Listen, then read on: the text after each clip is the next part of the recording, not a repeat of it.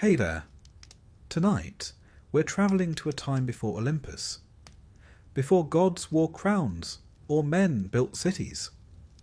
A world of thunder, stone and fire, where the first sparks of creation were hammered out by giants with a single, unblinking eye. This is the story of the Cyclopes, the divine smiths of Greek myth. Born from the earth itself, they forged lightning for Zeus, the trident for Poseidon, and the helm of darkness for Hades. They were both feared and revered, builders of storms, prisoners of Tartarus, and the silent hands behind the weapons of the gods.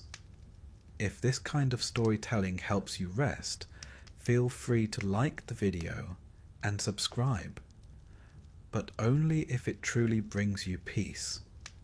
And let me know in the comments where you're listening from and what time it is right now. It's always strangely comforting to see who else is out there, drifting off to the same quiet story. So dim the lights. Let the low rumble of distant thunder fill the background. And close your eyes as we step into the firelit world of the Cyclopes. Now settle in, my friend. Let the noise of the day drift away like waves against a forgotten shore, and imagine for a moment that we are sitting beside an ancient hearth, its light flickering across the walls of a cave. Because tonight we're talking about giants, not the jolly friendly kind, but the one-eyed kind, the Cyclopes. Massive, shaggy creatures of legend who once shaped thunderbolts for the gods, frightened sailors in Homer's Odyssey, and left such an impression on the human imagination that, somehow, they still stand there, half seen, half remembered, peering back at us through a single eye. The name Cyclops comes from Greek, kyklos meaning circle, and ops meaning eye. So, quite literally, the circle-eyed ones. There's something unnervingly simple about that, isn't there? You can picture an ancient storyteller shrugging and saying, "Aye, they've got one eye, right in the middle." That'll do. But in those days, such a creature wasn't a silly fantasy. It was part of how people explained the world. Because when your life is surrounded by volcanic mountains, rumbling thunder, and the occasional earthquake, well, you might start imagining enormous beings hammering away beneath the earth, too. In Greek mythology, the Cyclopes were not just monsters for heroes to fight. They were part of the divine order itself. Their stories are tangled through the earliest layers of myth, older even than the Olympians. They stand somewhere between chaos and civilization, between the wild mountain and the city forge, between fear and craft. And that makes them fascinating. There are, confusingly, two kinds of Cyclopes in Greek myth. Hesiod, the ancient poet of theogony, describes the first generation of the elder Cyclopes. These were the children of Gaia, the earth, and Uranus, the sky. Their names were Brontes, Steropes, and Arges, meaning thunder, lightning, and bright. You can already tell they had rather loud personalities. They were divine craftsmen, the first smiths, and their work would shape the cosmos itself. These Cyclopes forged Zeus's thunderbolt, Poseidon's trident, and Hades' helmet of invisibility. Without them, the gods might have been left rather unarmed, which is a funny thought, really. A pantheon of mighty deities sitting around awkwardly, waiting for a one-eyed blacksmith to finish the job. But the second kind of Cyclopes came later, centuries after Hesiod's time, and they were rather less dignified. These were the shepherd Cyclopes of Homer's Odyssey, most famously Polyphemus, the grumpy giant who kept a herd of sheep, lived in a cave, and had a rather unfortunate encounter with a man named Odysseus.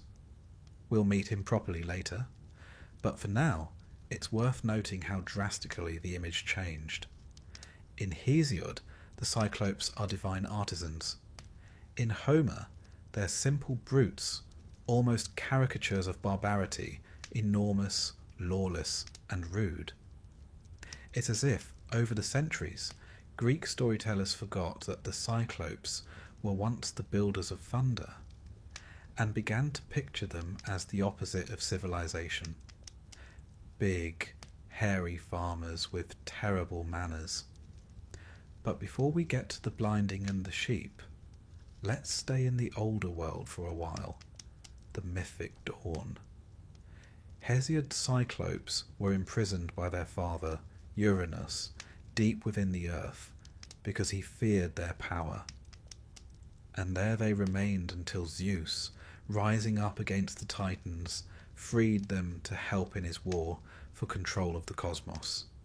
In gratitude, the Cyclopes forged his lightning bolts, that terrible shining weapon that would forever mark Zeus as king of the sky. It's a lovely bit of mythic logic, really. Thunder and lightning come from the heavens, yes, but perhaps they were forged in the fires of the earth.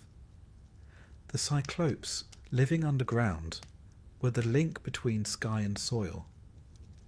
They gave the heavens its weapons, and in return they were allowed to exist quietly beneath it all. Now, if you've ever visited Sicily, or read ancient travellers' accounts of it, you'll know that Mount Etna dominates the landscape, a smoking, rumbling volcano that occasionally spits fire into the sky. To the Greeks, this was a perfect explanation, the forge of the Cyclopes. When Etna erupted, it wasn't magma and gas. It was the sparks from divine hammers, striking anvils deep within the mountain. The god Hephaestus, patron of metalwork, was said to have his workshop there, assisted by the Cyclopes themselves. And so myth and geography intertwined beautifully. Nature became story, and story explained nature. No need for seismology when you've got thunder-eyed giants. Even Roman poets, centuries later, couldn't resist this image. Virgil, in his Aeneid, described the Cyclopes at their forge, enormous, sweating, hammering molten metal into weapons. He wrote that their blows echoed like thunder through the caverns of Etna, shaping armour for Mars and chariots for gods. It's vivid, industrial, and strangely familiar. The image of men at work, firelight glowing on their faces, sparks flying. Only these workmen happen to be 20 feet tall and have just the one eye to keep on the job. You can imagine the safety concerns. The Cyclopes, in that older sense, were more than monsters. They were symbols of creation itself, of fire, metal, and power harnessed by human or divine hands. Some scholars think that their single eye might represent the sun, or the focus of the craftsman's vision, or even the round mouth of a volcano. Myth, after all, has a way of blending symbols without worrying too much about consistency. And in the Bronze Age world, when blacksmiths could turn rock into shining bronze, that seemed like the closest thing to magic there was. It's also worth noting that the ancient Greeks had a peculiar relationship with their monsters. They didn't always see them as purely evil. Many were born of divine parents, punished or misunderstood, often tragic. The Cyclopes, for example, were divine craftsmen enslaved, released, and then forgotten. Not villains, but workers in the machinery of creation. If you think of mythology as the poetry of an ancient world trying to explain its own complexity, the Cyclopes were a kind of allegory for human power. Strong, creative, but lacking refinement. a bit like the early stages of civilization itself. Now, while the mythic Cyclopes belong to story, it's possible that something in the real world gave rise to their legend. Across the Mediterranean, in Crete, in Cyprus, in Sicily, archaeologists have found the fossilized skulls of extinct dwarf elephants. These skulls have a large central cavity in the middle of the forehead, where the trunk once attached. To an ancient farmer or shepherd, that hollow might well look like the socket of a single enormous eye. You can almost picture a herdsman stumbling upon such a skull, brushing the dust away and muttering, "Ah, so that's where Polyphemus went." Thus, geology became mythology, and bones became bedtime stories. Even in architecture, the idea of the Cyclopes lingered. The Mycenaean walls of Tiryns and Mycenae were built with stones so massive that later Greeks believed only the Cyclopes could have lifted them. They called it Cyclopean masonry, and you can still visit those walls today. Great rough blocks stacked so high that even modern engineers scratch their heads. It's humbling, really, to think that when the Greeks looked upon the achievements of those who came before them, they simply said, "Ah yes, must have been giants." Perhaps that's what we do too, in our own way, looking at the wonders of the past and finding something larger than life behind them. And so, before Homer turned them into man-eating shepherds, the Cyclopes were divine artisans, the builders of the gods' greatest weapons, the keepers of fire and forge. They remind us that mythology isn't just about fear, it's also about respect. The Greeks respected craftsmanship deeply. To shape metal from ore was to play a little at being divine. It's no wonder they imagined the masters of that craft as something more than human. So, as you drift now toward sleep, picture them not as monsters lurking in caves, but as patient workers under a mountain. The rhythmic hammering fades into a heartbeat. The sparks rise like fireflies. A single golden eye glows faintly in the dark, watching the world, shaping it, giving it light. And above, far above, the volcano murmurs softly, as if dreaming too. Tomorrow night, we'll step further into their legend, to the island of Polyphemus, to the meeting of man and monster, and to one of the oldest stories ever told about pride, cleverness, and the dangers of underestimating a Greek with a bag of wine. But for now, the forge grows quiet. The Cyclopes rest, their hammers cooling beside them, and the mountain sighs just once before falling into stillness.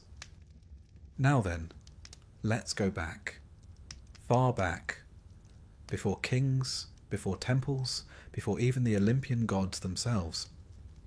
Back to a time when the universe was a rather crowded family household, and everyone was related in ways that made family dinners deeply uncomfortable. Because tonight, we're meeting the first Cyclopes, the original one-eyed giants, born not of man, but of the very bones of the cosmos. In the beginning, as the poets like to remind everyone, there was chaos, a word that didn't mean mess quite the way it does now. It meant a yawning gap, a void of pure potential. From that emptiness came Gaia, the earth, a being of infinite patience and solid foundation.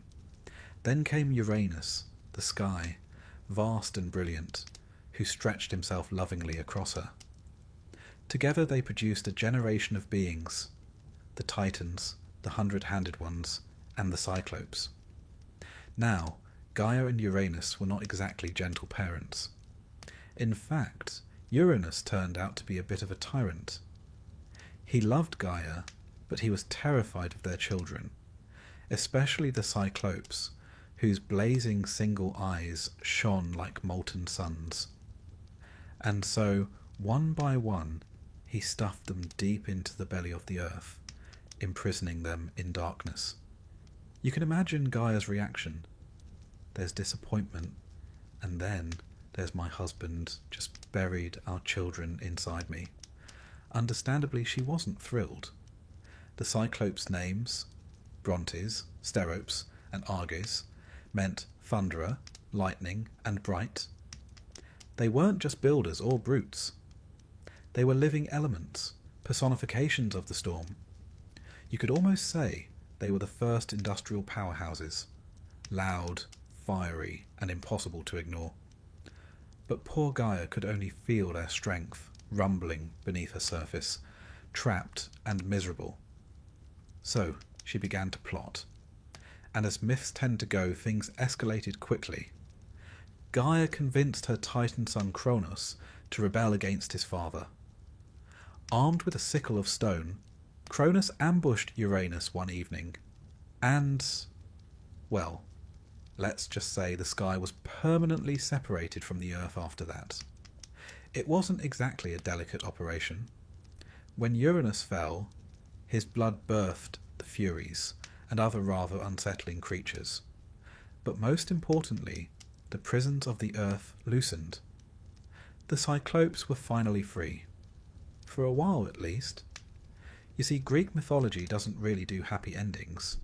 It prefers cycles of drama. After overthrowing his father, Kronos promptly proved he wasn't much better.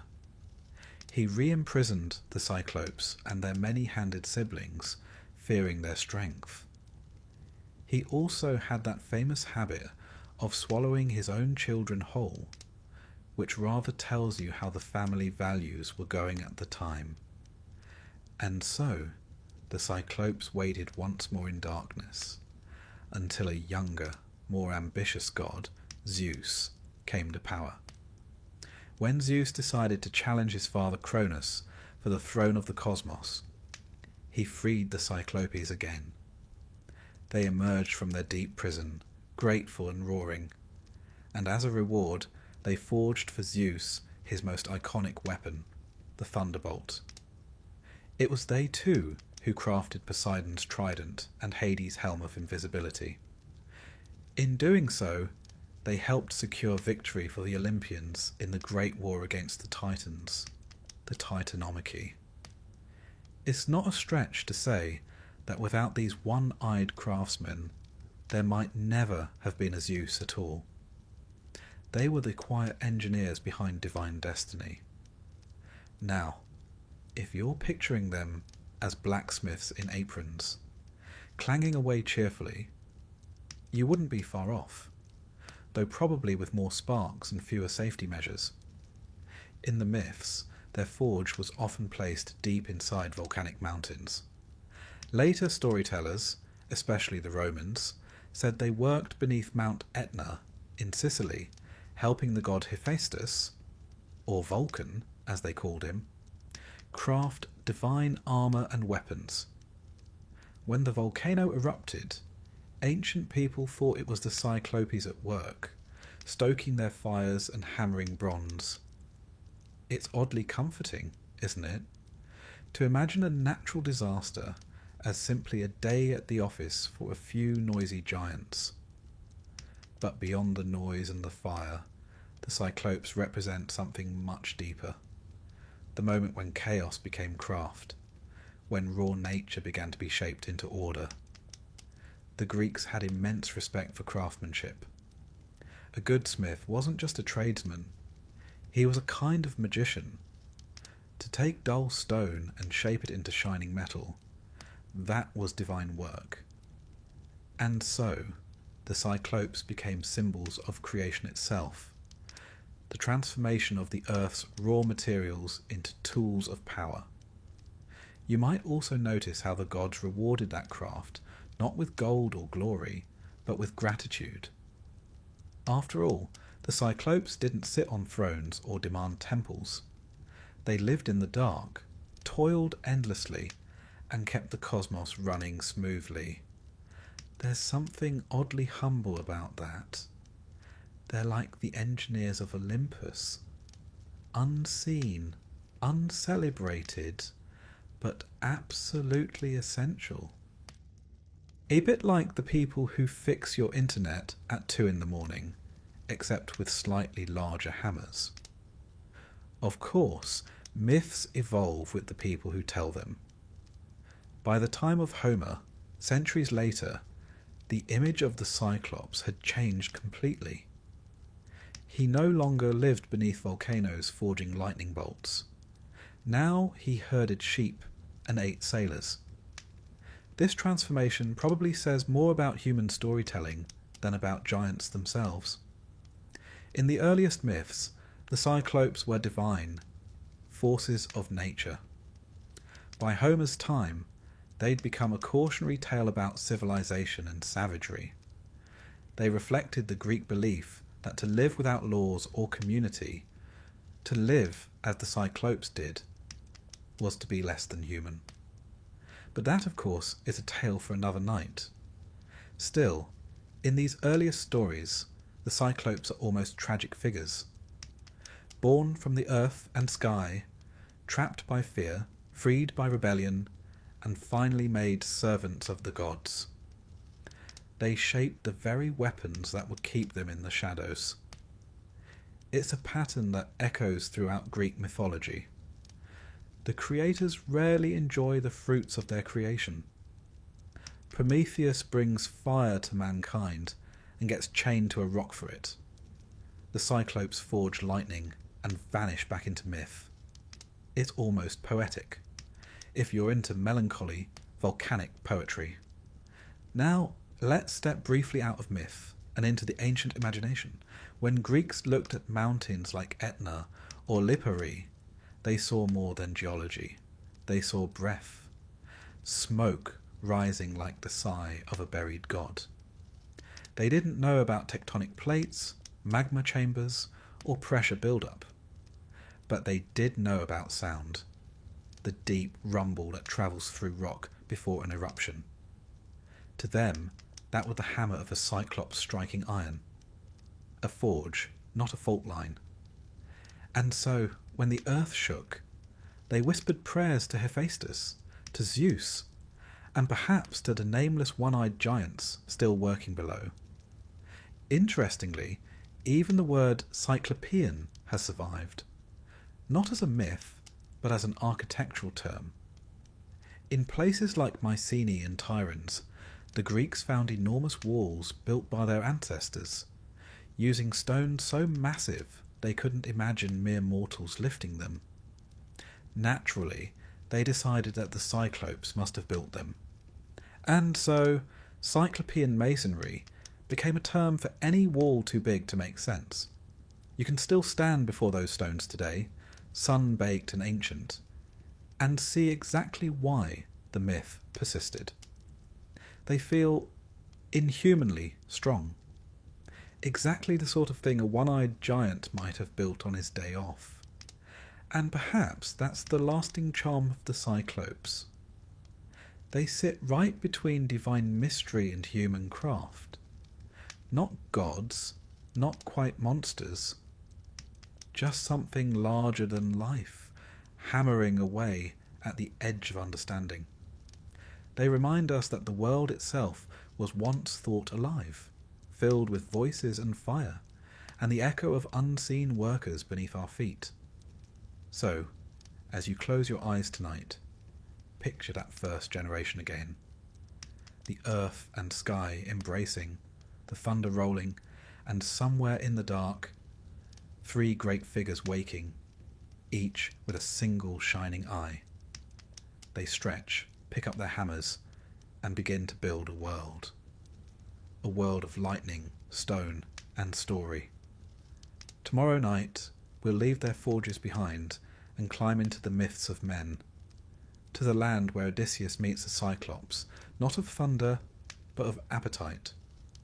A tale of cleverness, wine, and a very unfortunate eye injury. But for now, let the hammers quiet. Let the mountain sleep. And may your dreams be peaceful and, hopefully, involve fewer anvils. Now close your eyes and imagine this. Far below the surface of the world, in a place where the air shimmers with heat and stone, glows like dying embers, a hammer strikes metal. The sound rolls like thunder. Sparks leap into the dark. And there, in the heart of the earth, stand the Cyclopes, the blacksmiths of the gods. It's quite an image, isn't it? 3 one-eyed giants, their skin streaked with soot, their enormous hands shaping the weapons of heaven. In Greek myth, few figures hold such a strange balance of dread and respect. They're not beautiful like Apollo, not wise like Athena, and certainly not graceful. But without them, the great drama of Olympus would be utterly toothless, quite literally unarmed. They were the divine engineers of thunder and flame. When Zeus overthrew the Titans, he didn't do it with charm or diplomacy. He did it with lightning.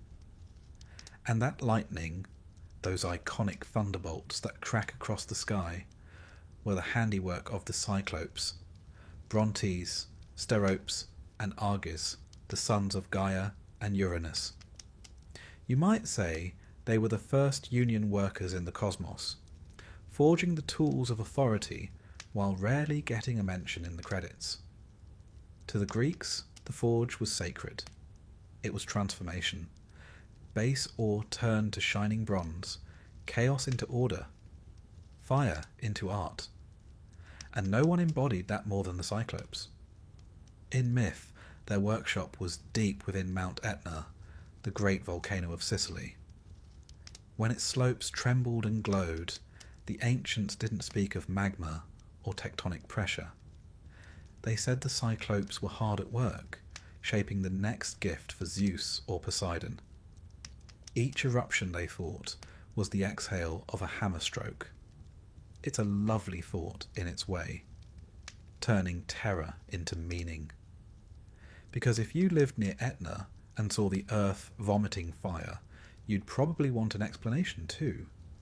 And the giants are making lightning is a rather poetic one. Less terrifying than the gods are angry, and far more satisfying than plate movement and geothermal vents. Of course, the Cyclopes weren't working alone forever. They had a boss, the god Hephaestus, master of metallurgy and divine craftsmanship. Hephaestus himself was something of an outsider on Olympus. Lame, awkward, more comfortable with anvils than parties. So, naturally, he got along splendidly with his one-eyed assistants. Together, they forged the armour of heroes and the weapon of gods. When Achilles received his shield in Homer's Iliad, it was said to have been made by Hephaestus with the Cyclopes' help. A shield so beautifully detailed that it contained the entire world, the sea, the sky, the cities of men, even fields where oxen ploughed. It was a work of art, not just warfare. A perfect symbol of creation born from destruction. The Romans loved this image too. Virgil, in the Aeneid, describes the forge of Etna with almost cinematic vividness. Flames bursting, anvils ringing, the air thick with the sound of labour. He names the Cyclopes Pyracmon, Steropes, and Brontes.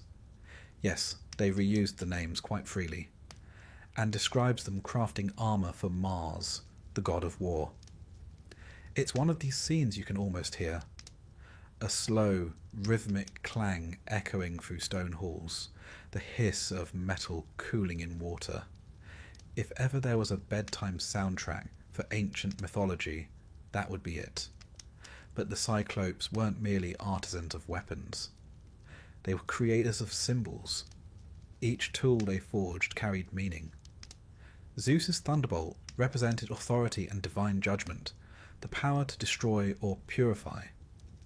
Poseidon's trident symbolized mastery over the seas, and by extension, the unpredictable emotions of mankind. Hades' helm of invisibility was less flashy, but just as potent. the unseen power of the underworld. In myth, the Cyclopes didn't just make tools. They defined the very symbols by which gods ruled. That's not bad for a few one-eyed fellows who rarely got invited to Olympus banquets. You might wonder why the Greeks, of all people, gave such reverence to smiths and craftsmen. After all, theirs was a culture obsessed with beauty, poetry, and philosophy.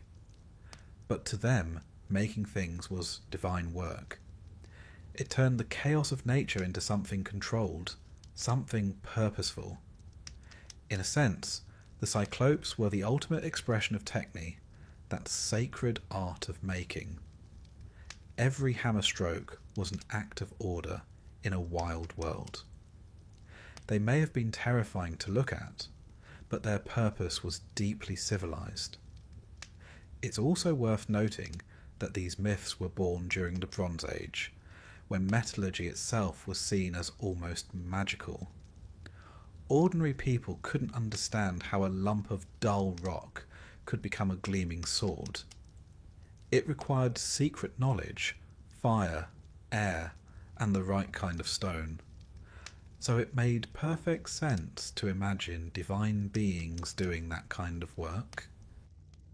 In a world without factories or electricity, the blacksmith's forge must have looked like the heart of creation itself, glowing, hissing, alive. Perhaps that's why so many ancient cultures, from the Celts to the Egyptians, had gods of the forge. The Greeks just happened to make theirs Cyclopean. Now, it's not all sparks and thunderbolts. In later myths, the Cyclopes met rather grim fates. According to one story, Zeus's favourite Cyclops, Argus, was slain by Apollo. Apparently, Zeus had used one of their thunderbolts to strike down Apollo's mortal son, Asclepius. And Apollo, furious with grief, took revenge on the forger rather than the wielder. It's one of those moments that remind you the Greek gods were terribly dramatic employers. Imagine spending eternity making weapons for someone, only to be struck down for doing your job too well. Still, the image of the Cyclopes persisted. They remained, in the collective imagination, as the heartbeat of divine industry, eternal workers in an endless forge. And there's something quietly noble about that. While gods bickered and heroes boasted, the Cyclopes just kept working. Their world was rhythm and fire, creation through persistence. And perhaps that's the moral hidden inside the myth, that endurance, not beauty or power, keeps the world running. Even ancient philosophers found meaning in them.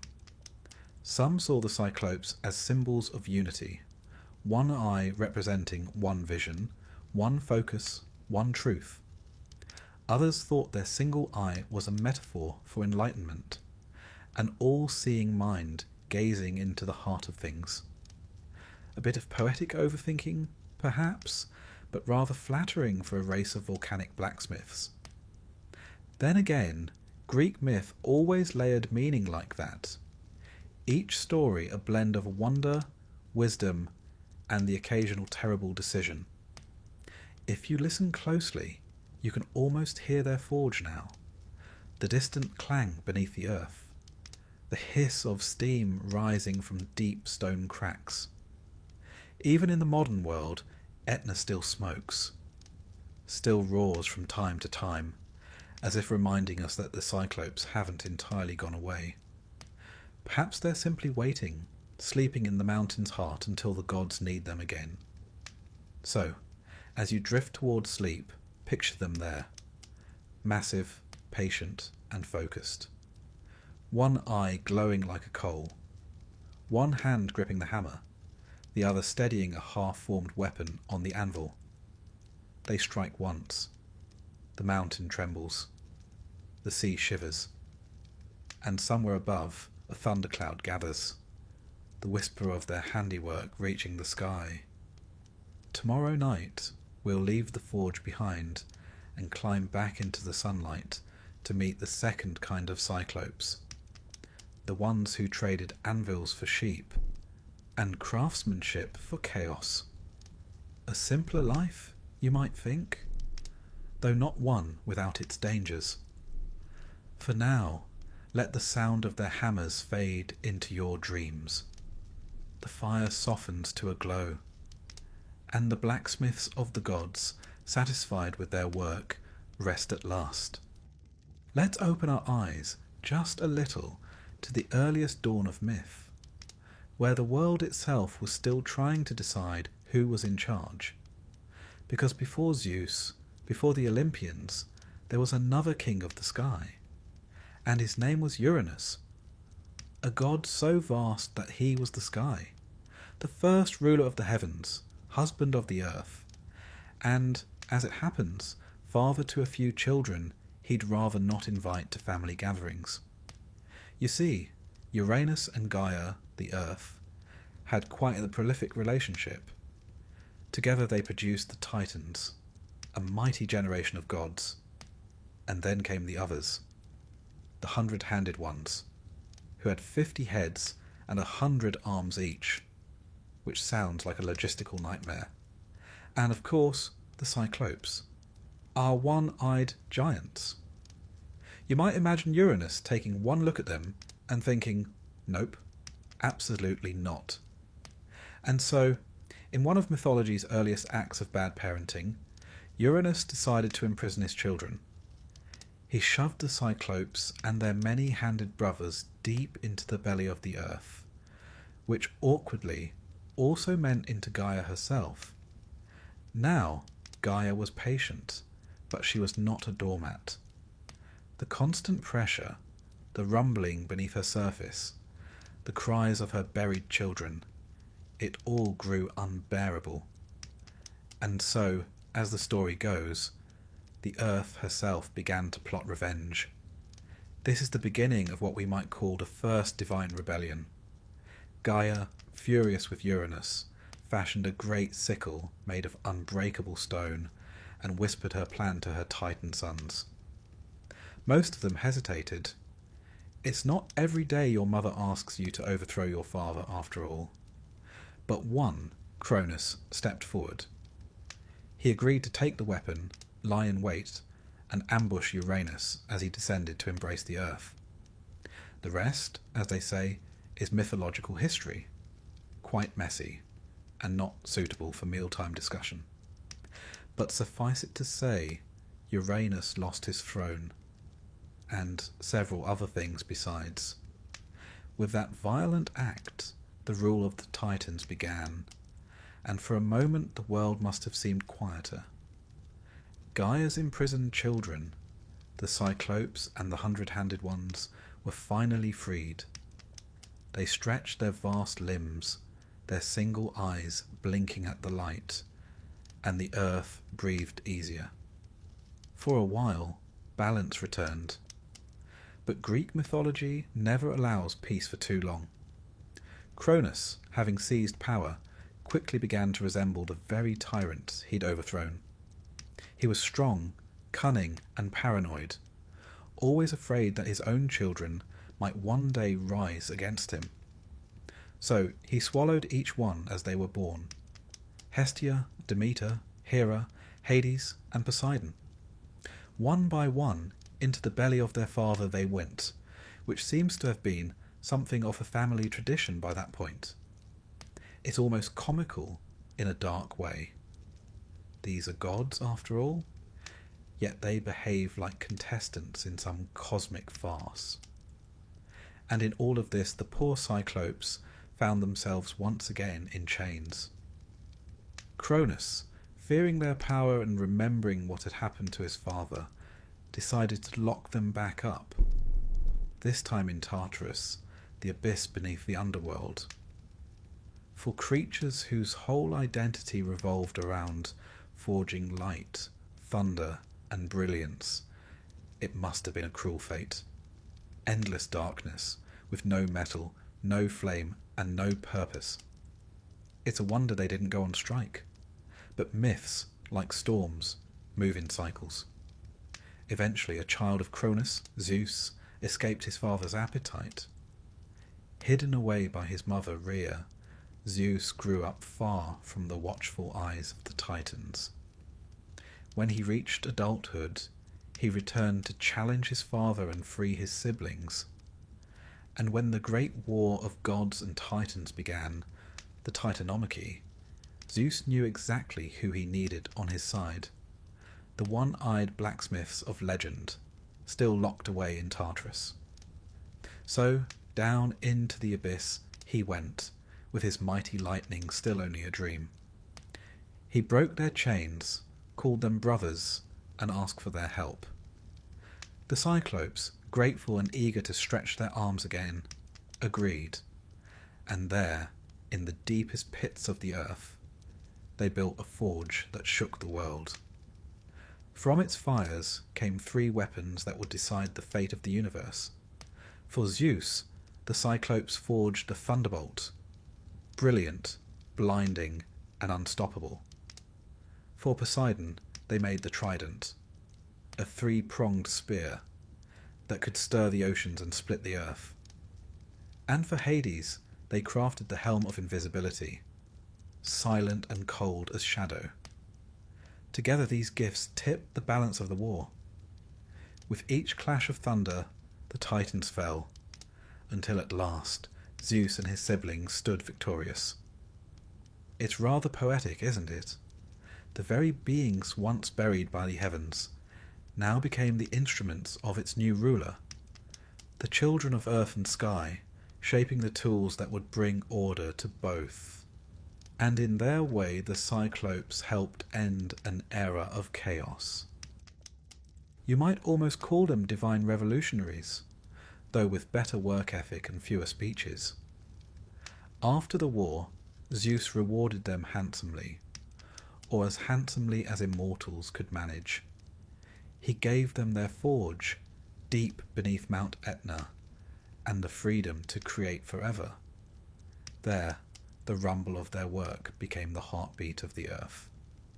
And whenever mortals heard thunder, they said, "Ah, Zeus is at it again," never realizing that the real artist behind the storm was still labouring in the dark below.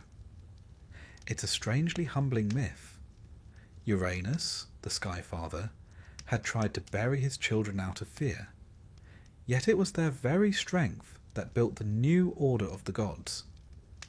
Even divine paranoia couldn't silence creation.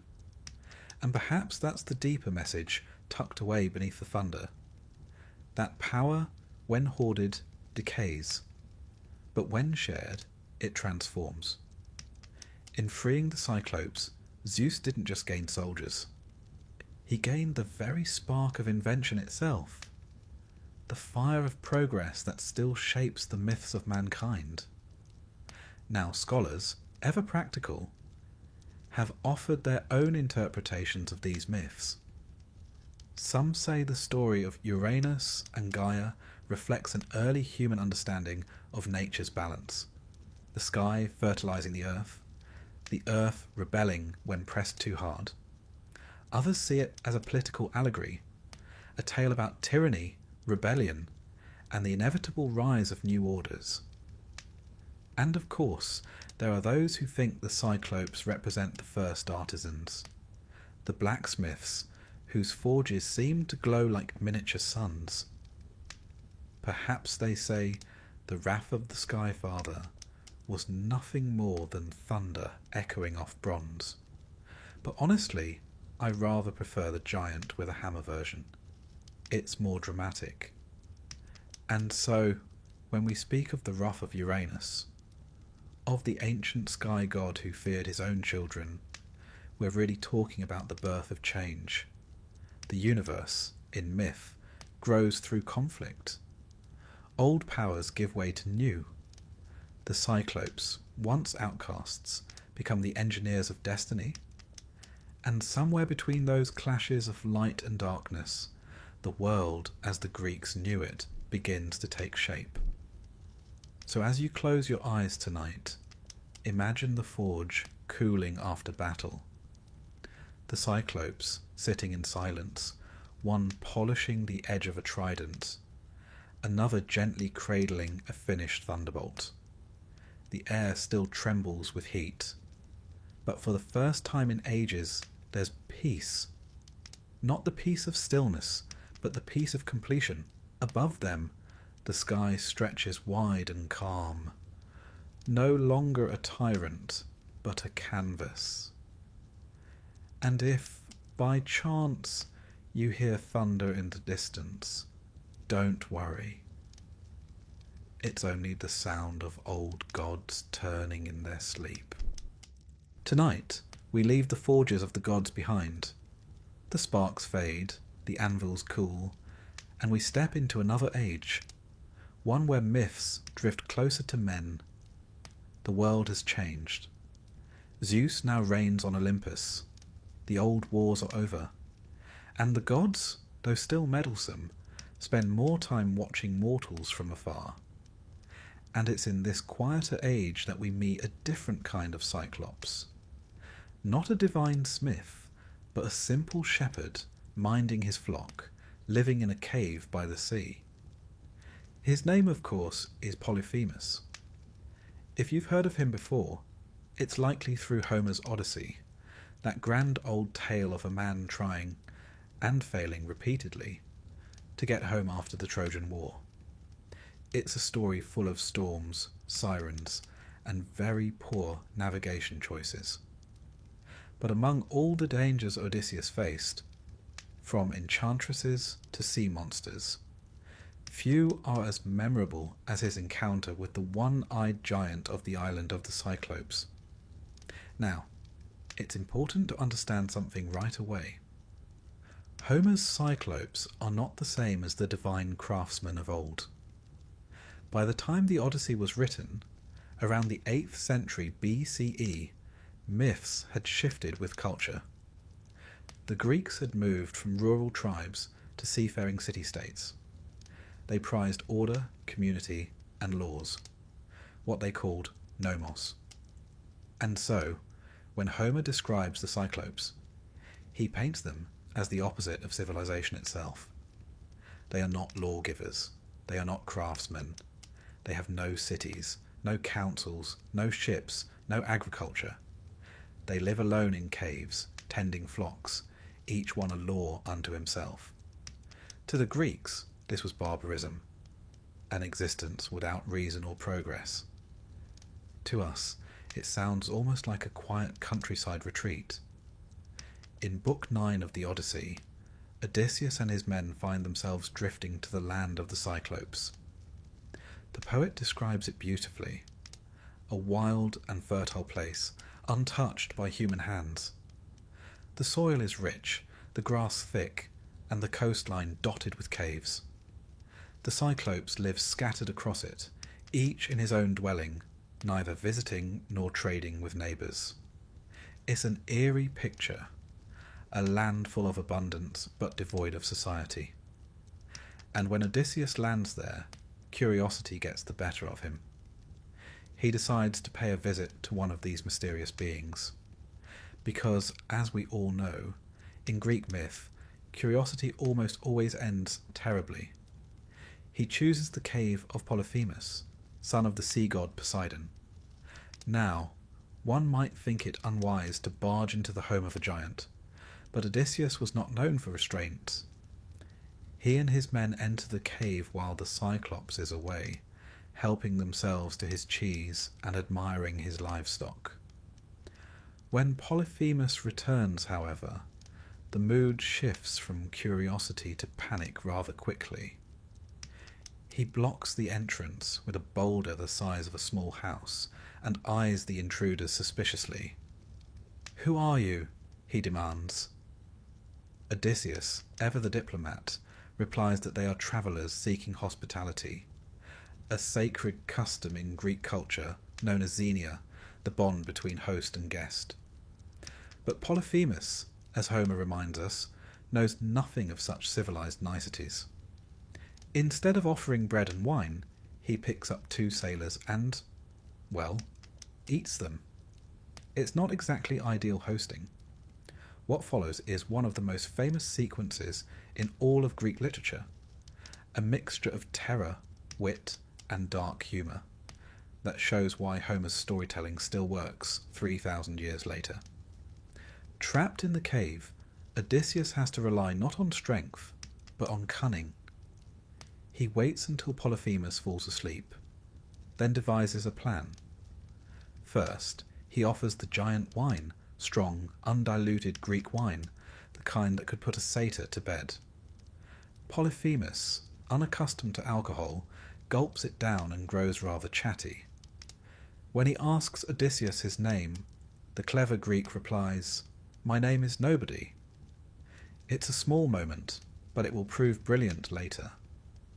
When the Cyclops finally collapses in a drunken slumber, Odysseus and his men take a sharpened wooden stake, heat it in the fire, and drive it into Polyphemus's single eye. It's brutal, yes, but somehow Homer manages to describe it with the calm rhythm of a blacksmith's forge. The hissing of the burning wood, the sizzle of flesh, the roar that follows.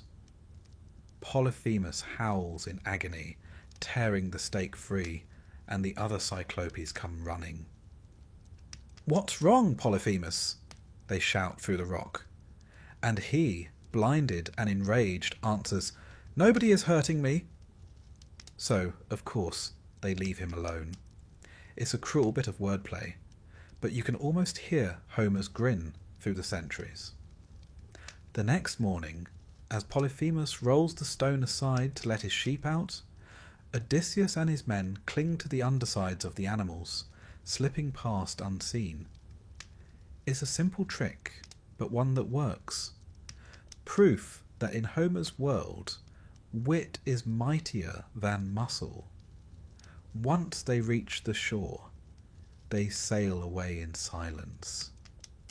Until Odysseus, unable to resist one final flourish, shouts back his real name. Polyphemus, in his fury, hurls enormous rocks into the sea, barely missing their ship. Then he lifts his hands and calls upon his father, Poseidon, to curse Odysseus' journey. It's a curse that will echo across the entire poem, ensuring that the clever Greek's road home is long, painful, and marked by divine vengeance. And so, with one act of pride, Odysseus turns a victory into a tragedy, something the Greeks were rather good at doing. In blinding Polyphemus, he wins the battle of wits. In boasting about it, he loses the favour of the gods. It's a neat moral lesson, tucked between the sheep and the shouting. Even heroes can talk themselves into trouble. Now, beyond the drama, there's something fascinating about what Homer does with the Cyclops myth here. He transforms them from divine smiths into symbols of what happens when civilization is absent. Polyphemus has no city, no trade, no laws, no sense of community. He lives alone, self-sufficient but empty. For the Greeks, who valued polis life, debate and order, that was the ultimate horror. To live without society was to live like a beast. And so, Polyphemus became a kind of mirror, a monstrous reflection of what humans might be without culture. It's also worth noting that Homer's Cyclopes aren't evil in the usual sense. They're simply indifferent. Polyphemus isn't malicious. He's ignorant of human ways. He follows instinct, not morality. He's not so much cruel as colossal, like a storm or a mountain. And that's perhaps why the story lingers. It's less about monsters and more about humanity facing the raw, indifferent power of nature and surviving through cleverness. Later writers, like Virgil and Ovid, would revisit the tale with sympathy for the Cyclops. In their versions, Polyphemus isn't just a man-eating brute. He's a lonely creature who falls in love with the sea nymph Galatea, only to have his heart broken. Even monsters, it seems, are allowed a little tragedy. But that too tells you something about myth. It evolves with the storyteller. In Homer's time, the Cyclops was a warning about lawlessness. In later centuries, he became a figure of pathos, proof that even giants could be misunderstood. And perhaps that's why the story of Polyphemus endures. Because somewhere between the cave and the sea, between savagery and civilization, there's something recognizably human, a need for connection, a longing for recognition. Even the one-eyed giant, roaring in pain, calls out not to be alone. So tonight, as the waves whisper outside your window, picture that dark island under the moon, sheep bleating softly, the sea gently lapping at the rocks. In a cave on the hill, a giant sits in silence, his single eye now just an empty shadow. He listens for the sound of oars far away, and perhaps wonders if his world was really so simple after all. And with that, the island fades, the sea calms, and Odysseus, ever restless, sails on into the next dream. Odysseus, that famously clever wanderer, is about to prove that intelligence can get you both into and out of trouble, often at the same time. Because this chapter is not just about survival, it's about pride, consequence, and the fine art of keeping one's mouth shut, something our dear Odysseus never quite mastered. To set the scene properly, imagine it. A vast cavern lit by a dim fire, walls lined with heavy racks of cheese, and the floor littered with straw. At the entrance, a boulder the size of a small hill seals the opening. Outside, you can hear the sea, that soft rhythmic hush that sounds almost like breathing.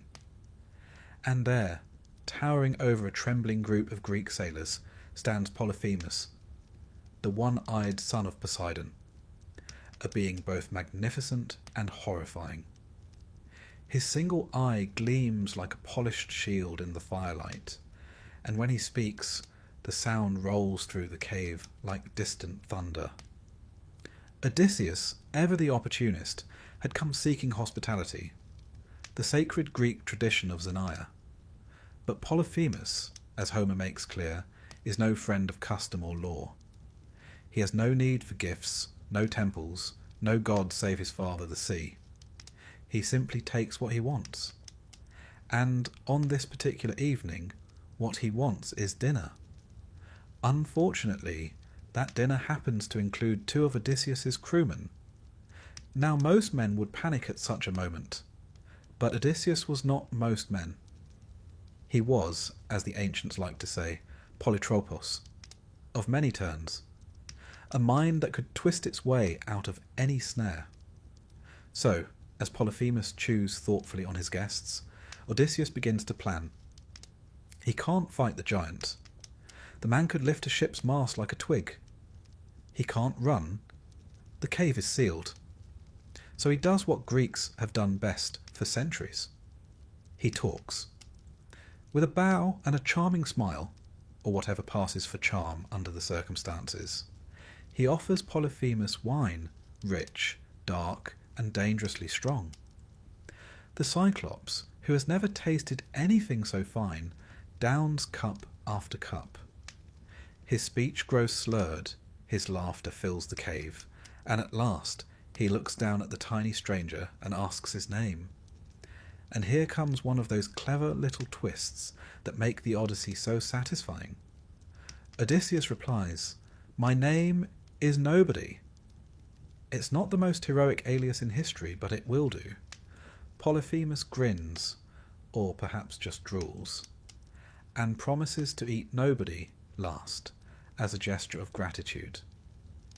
A terrible deal, really, but Odysseus isn't expecting him to remember it. When the giant finally collapses into sleep, the Greeks spring into action.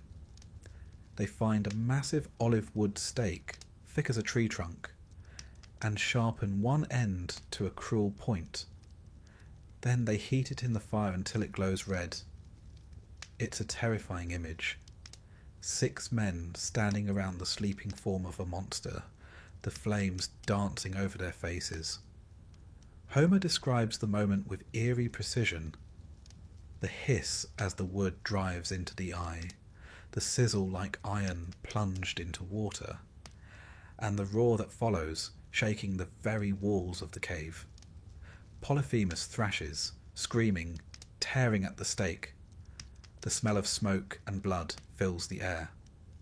The sailors scramble for cover as the Cyclops gropes blindly around the chamber, bellowing for help. Outside, the other Cyclopes come running, calling to him through the rock. "What's the matter, Polyphemus?" they shout. "Who's hurting you?" And from within the cave, he howls back, Nobody is hurting me." So, of course, they leave him alone. You can almost hear Homer's chuckle echoing through the centuries. The joke is as old as language itself, and still works beautifully. By morning the cave is silent, except for the sound of sheep bleating. Polyphemus, blinded and miserable, pushes aside the stone to let his flock out to graze. But Odysseus, not yet done with cleverness, ties his men beneath the woolly bellies of the animals.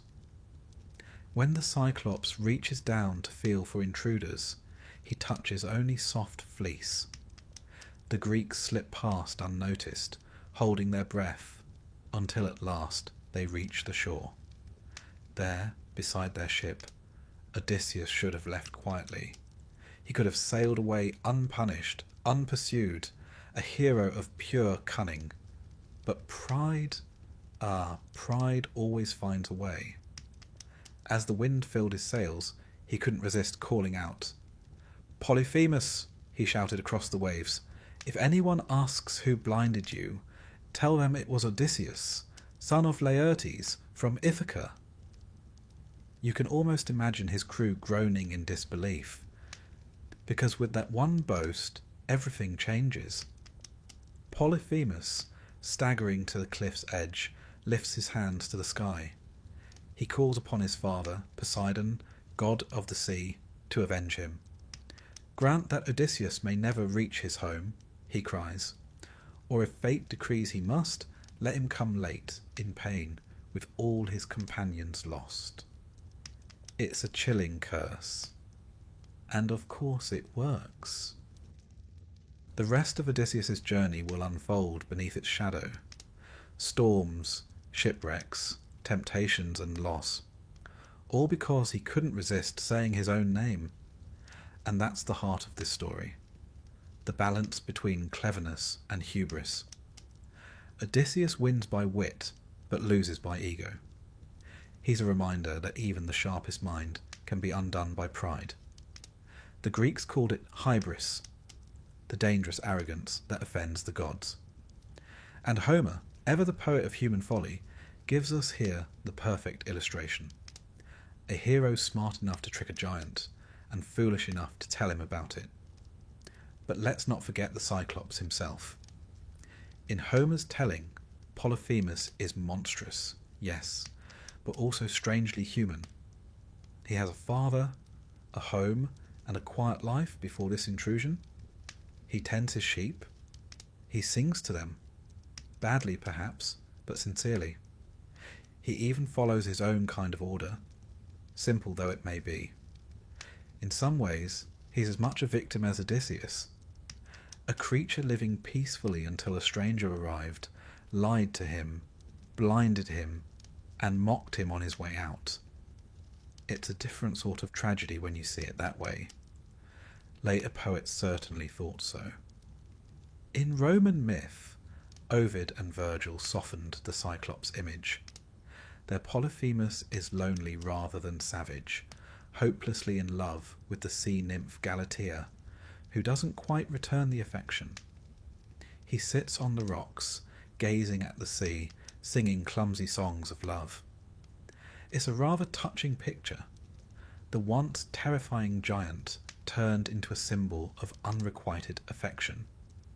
It shows, I think, that even monsters evolve with the cultures that tell their stories. What begins as terror can end as tenderness. Still, Homer's version endures because it captures something essential about the human condition: the tension between intelligence and restraint. We admire Odysseus for his wit, yet we wince at his vanity. We fear Polyphemus, yet we pity him too. And between them lies the eternal question: what does it really mean to be civilized? Is it cleverness, compassion, or simply the ability to stop talking when you've already won? So, as the scene fades, the sea calm, the cave silent, we're left with two figures: a clever man and a wounded giant. Both victims of their own nature, both shaped by pride and pain. The island grows smaller as the ship sails away, and the last sound we hear is the slow crash of waves against the rocks, Poseidon stirring. Perhaps there's a lesson in that sound, that even the greatest triumphs can carry their own curses, that silence sometimes is the wisest victory, and that somewhere, deep within us all, there's a little of both Odysseus and Polyphemus, clever and clumsy, brave and blind. So tonight, let the sea lull you to rest. Imagine the waves as whispers from the ancient world, retelling the tale in endless rhythm. And if you dream of thunder on the horizon, it's only the echo of a god listening to his son's cry, still rippling through eternity.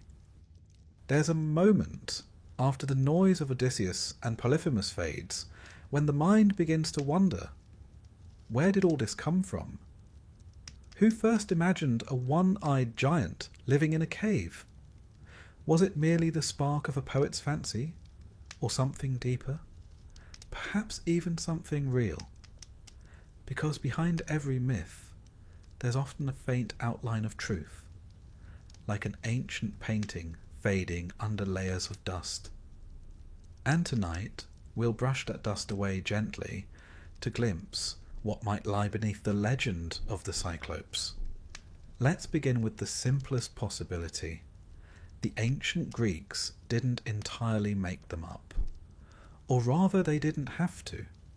All across the Mediterranean, from Crete to Sicily, from Cyprus to the Greek mainland, strange bones began to appear.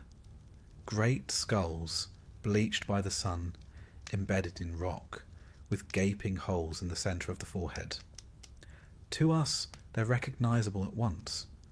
The fossilised remains of prehistoric elephants and mammoths.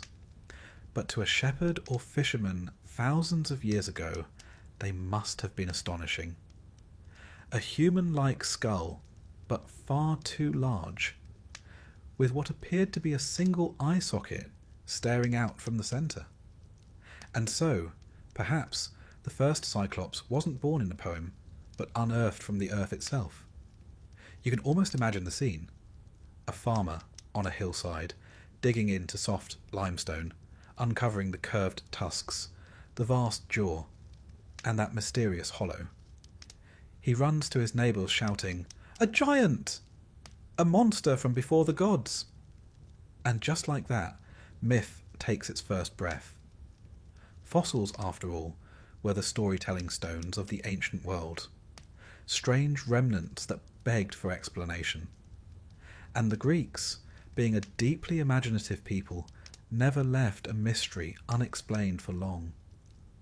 To them, those bones were proof that giants once walked the earth. The Cyclopes, the Titans, the heroes of a vanished age. But there's another, subtler kind of truth hidden in these stories. A cultural one. Myth, in its own way, acts like a mirror, reflecting not what people saw, but what they feared and valued.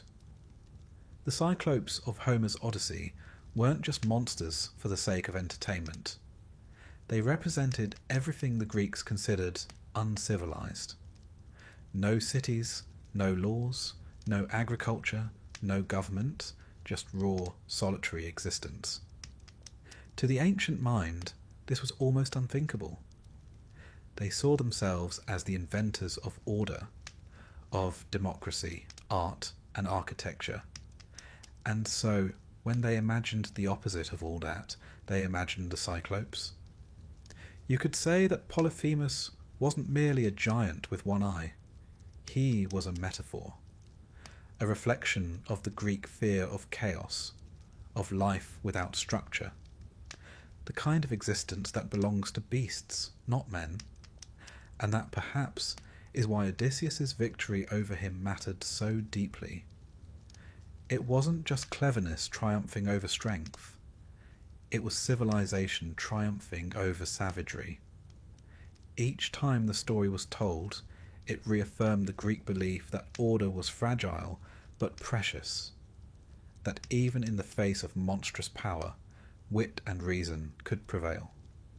Now, as centuries passed, the Cyclops evolved, shifting shape as all myths do. The blacksmith Cyclopes of Hesiod, those mighty forgers who gave Zeus his thunderbolt, represented creativity, divine skill, and progress. But Homer's shepherd Cyclops symbolized something entirely different: isolation, ignorance, and brutality. Two sides of the same mythic coin, one creative, one destructive, each reflecting humanity's complicated relationship with its own power. And if you think about it, that's rather timeless, isn't it? The same hands that build can destroy. The same fire that warms can burn. Perhaps that's what the ancients sensed in the Cyclopes. The double-edged nature of strength. The forge and the fist, the craftsman and the beast. The Romans, as usual, added their own spin. Writers like Virgil and Ovid turned the Cyclops into something more tragic. Lonely figures labouring under volcanoes or singing mournfully by the sea. Their Polyphemus, for instance, became a lovesick creature, hopelessly enamoured with the sea nymph Galatea, who preferred a mortal man instead. In his jealousy, the Cyclops crushed his rival beneath a rock. But in Roman hands, even that act wasn't framed as evil so much as clumsy heartbreak. It's as if humanity was learning to see its monsters as flawed souls rather than faceless terrors. And perhaps that's why the Cyclops remained so memorable. Because unlike many mythical beasts, he isn't entirely other. He speaks, he herds sheep, he drinks wine. He even dreams of companionship, in his own rough way. He's a creature of edges, half man, half myth. A reminder that monstrosity isn't always found in shape or size, but in isolation, ignorance, or pride. It's tempting, too, to see in these myths echoes of real encounters.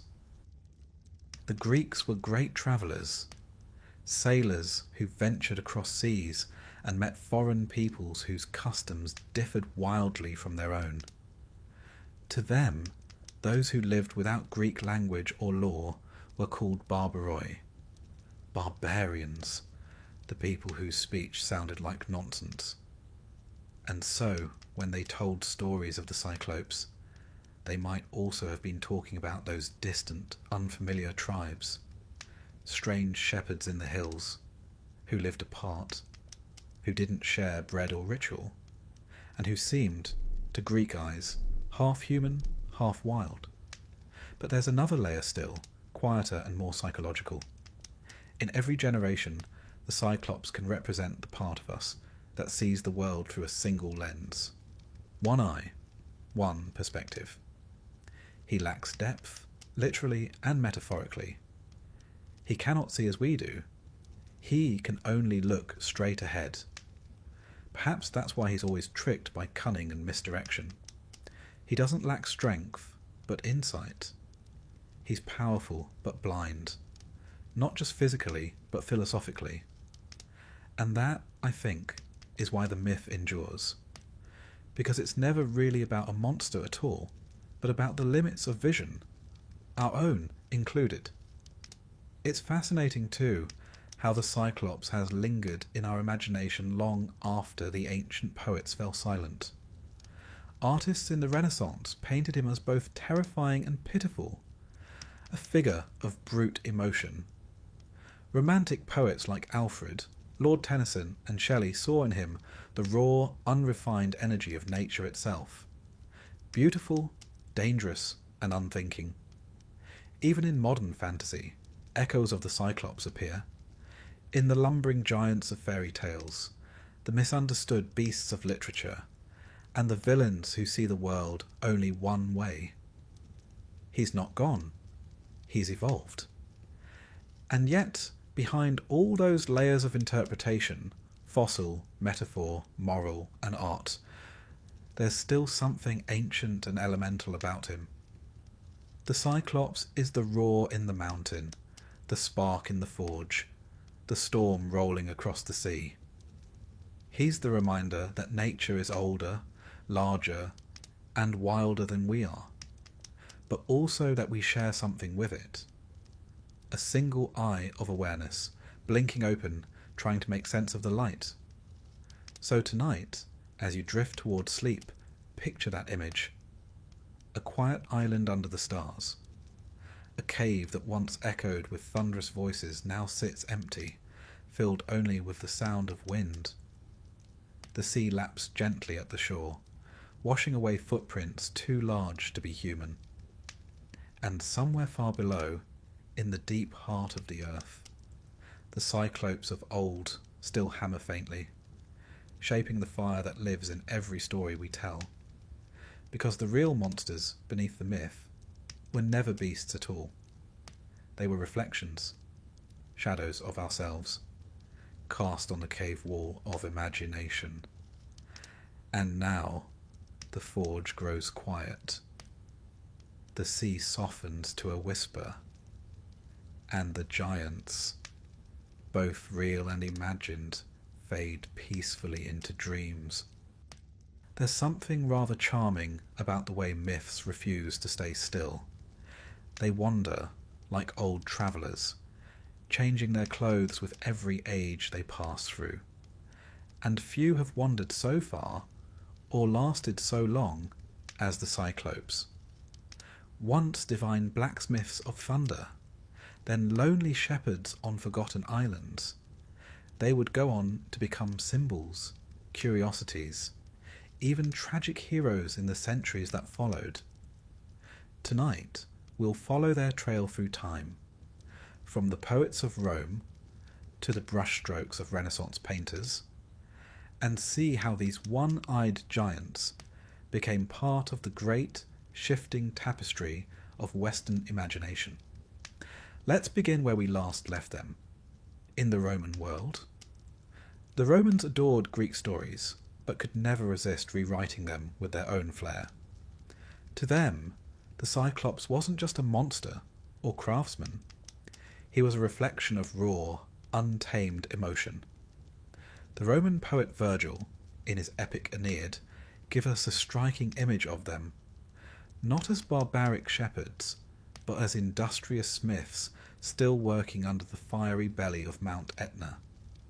He describes them with almost military precision, hammering molten metal, sparks flying, the ground trembling with every blow. It's a vision of disciplined chaos, power contained, but always threatening to break free. And there's something profoundly Roman about that, order maintained through strength. A little later, the poet Ovid takes the Cyclops in a different direction entirely. In his Metamorphoses, he tells of Polyphemus again, but not the man-eater of Homer. Instead, we meet a lovesick giant, clumsy and tender, pining for the sea nymph Galatea. Gone is the monstrous brute of the Odyssey. Here stands a lonely soul, sitting on the cliffs, singing awkward songs about love, while his sheep bleat around him in sympathy. He even tries to make himself seem appealing, boasting that his cave is spacious, his cheese abundant, and his flocks impressively fluffy. It's the sort of romantic pitch that might have worked. Had Galatea not been already in love with someone else, a mortal named Acis? When Polyphemus discovers this, jealousy overwhelms him. In a fit of rage, he hurls a boulder that crushes poor Acis, who is mercifully transformed by the gods into a river. It's a tragic story, but Ovid tells it with such lyrical beauty that even the Cyclops seems less villain than victim. A creature undone not by cruelty but by longing. And that perhaps was the beginning of the Cyclops' transformation from monster to metaphor. As the centuries rolled on, artists and philosophers began to see in him something recognisably human. Loneliness, strength, and the desire to be understood. Even the single eye took on new meanings. No longer a deformity, it became a symbol of focus, of unity, or, depending on the thinker, of limited perception. To medieval scholars, the Cyclops was a moral allegory, a creature with one eye fixed on earthly matters, blind to the divine. To Renaissance humanists, he became a symbol of unshaped potential, strength without wisdom, art without refinement. And to painters, he was simply irresistible. The Italian masters loved the drama of myth. In the 16th and 17th centuries, artists like Annibale Carracci, Poussin, and later Goya would bring the Cyclops to life in oil and pigment. In these paintings, he's no longer a savage caricature, but a figure of startling pathos. Huge, yes, but strangely gentle, almost melancholy. Carracci's Polyphemus and Galatea shows the giant gazing from his rocky perch, lute in hand, trying to charm the nymph with music. Poussin paints him with a soft, almost wistful expression, framed by clouds and sea spray, as though he's not a monster at all, but a man out of place. Even Goya, centuries later, in his haunting sketches, saw something tragic in that single unblinking eye. A window not to rage, but to solitude. It's fascinating, really, how the passage of time softened him. What terrified the ancient Greeks became for later generations a figure of empathy. It's as though humanity gradually learned to recognize its own reflection in the faces of its old monsters. The Cyclops, once a warning against savagery, became an emblem of misunderstood strength. A reminder that even power can be lonely when it stands apart from others. And perhaps this shift tells us as much about us as it does about the myth. In the classical world, monsters represented the boundaries of civilization, the things that lay outside the city walls, beyond law and order. But by the Renaissance, as humanism flourished and the world expanded, those boundaries blurred. Explorers sailed across oceans. Scholars rediscovered lost philosophies. And artists began to wonder whether the monstrous might simply be what we have yet to understand. The Cyclops became, in that sense, a perfect metaphor for curiosity itself, a being with one great unblinking eye forever searching for meaning. Even in literature, his shadow lingered. In Dante's Inferno, the Cyclopes appear among the Titans and rebellious angels, reminders of primal rebellion against divine authority.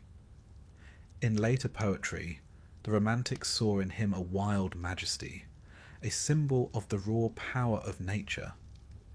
Alfred, Lord Tennyson, in his retelling of The Lotos Eaters, spoke of Cyclopean cliffs that mirrored the vast, unmoving stillness of the mind.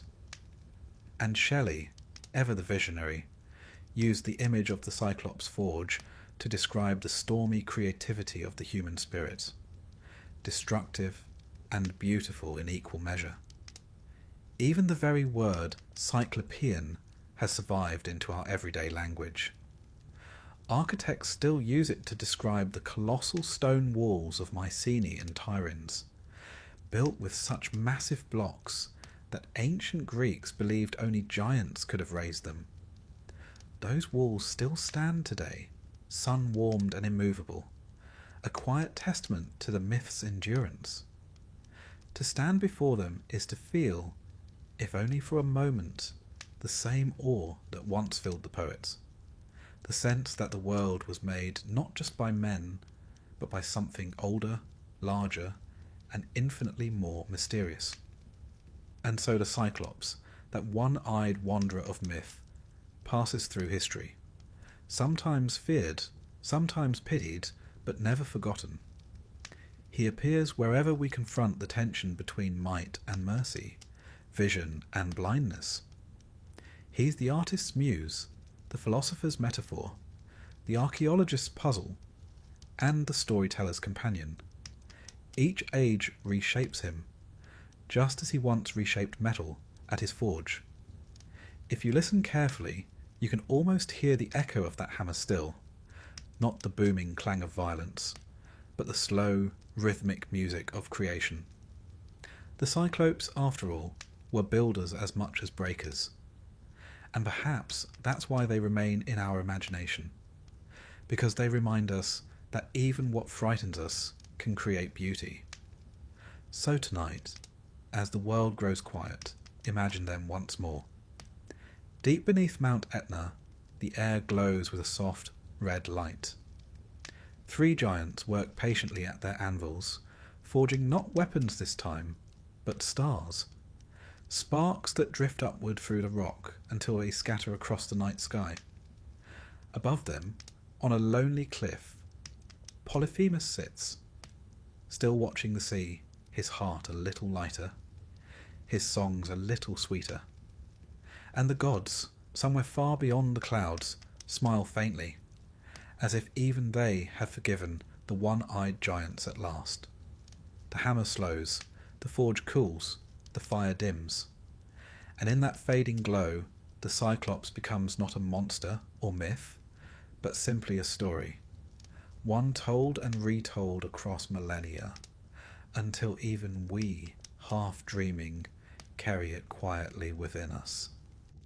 There's a peculiar comfort in firelight, that quiet flicker, the low crackle, the way it draws you in without demanding anything at all. For the ancient Greeks, that glow wasn't just warmth or light. It was life itself, the gift of the gods, the essence of creation. And for the Cyclopes, that fire was more than metaphor. It was their craft, their art, and their punishment. The endless labour of shaping the world beneath the mountain skin.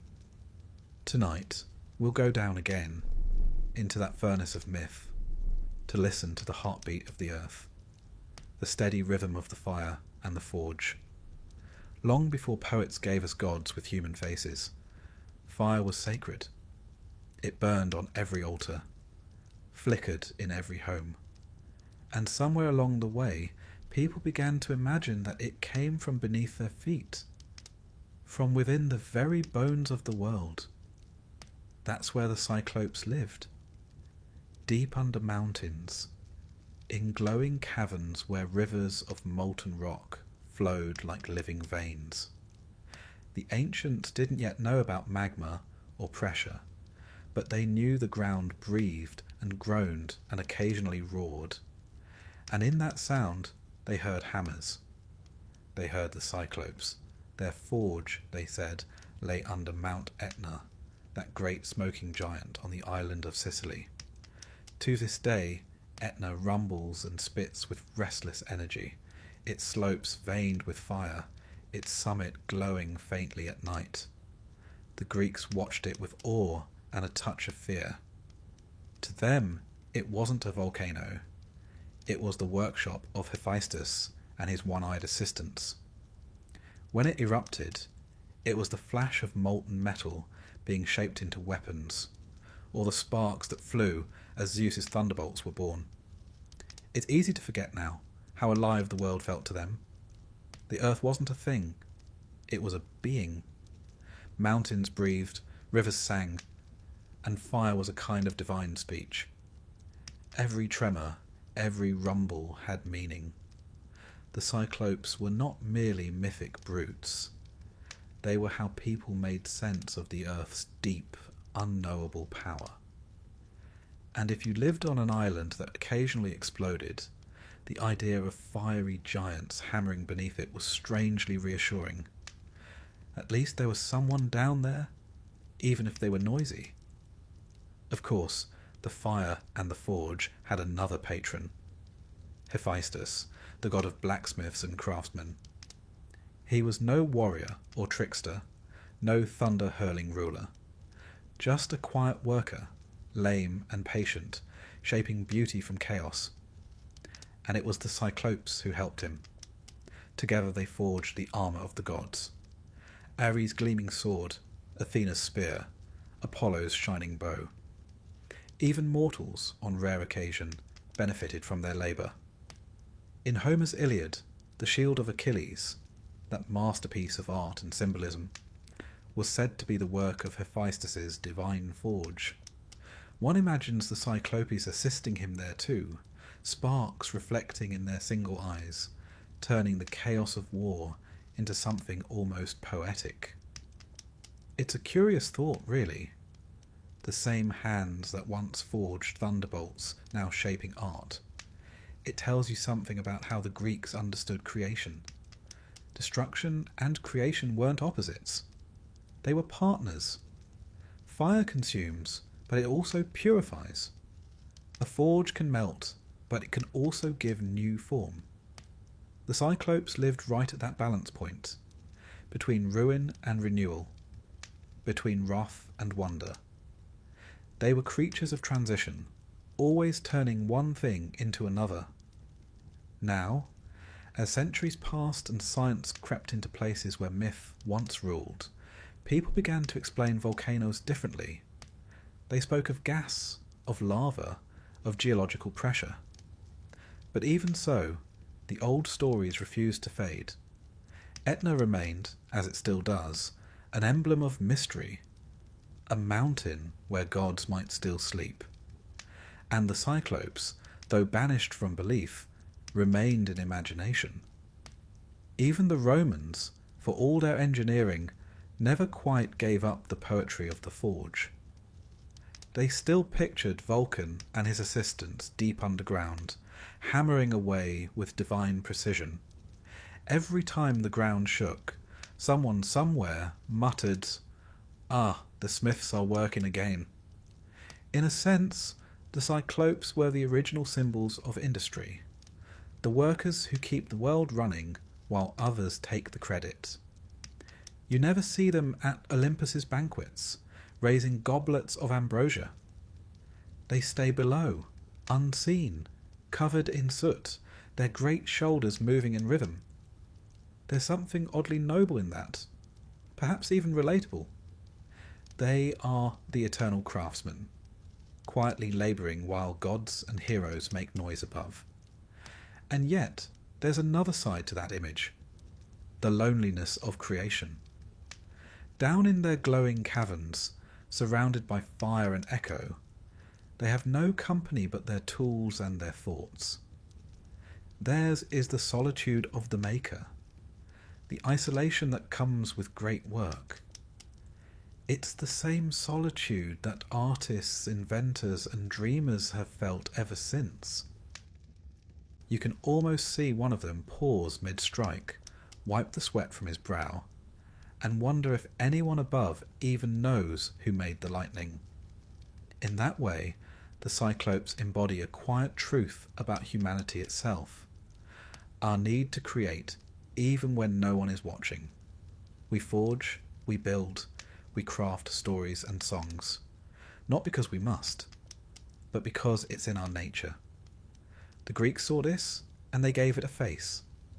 A big, one-eyed face, admittedly, but a face nonetheless. And perhaps, if you strip away the myth and the magic, what remains is that same flicker of fire, the creative spark. For the ancients, fire was divine. For us, it's inspiration. Both can warm, both can destroy, both can transform the world.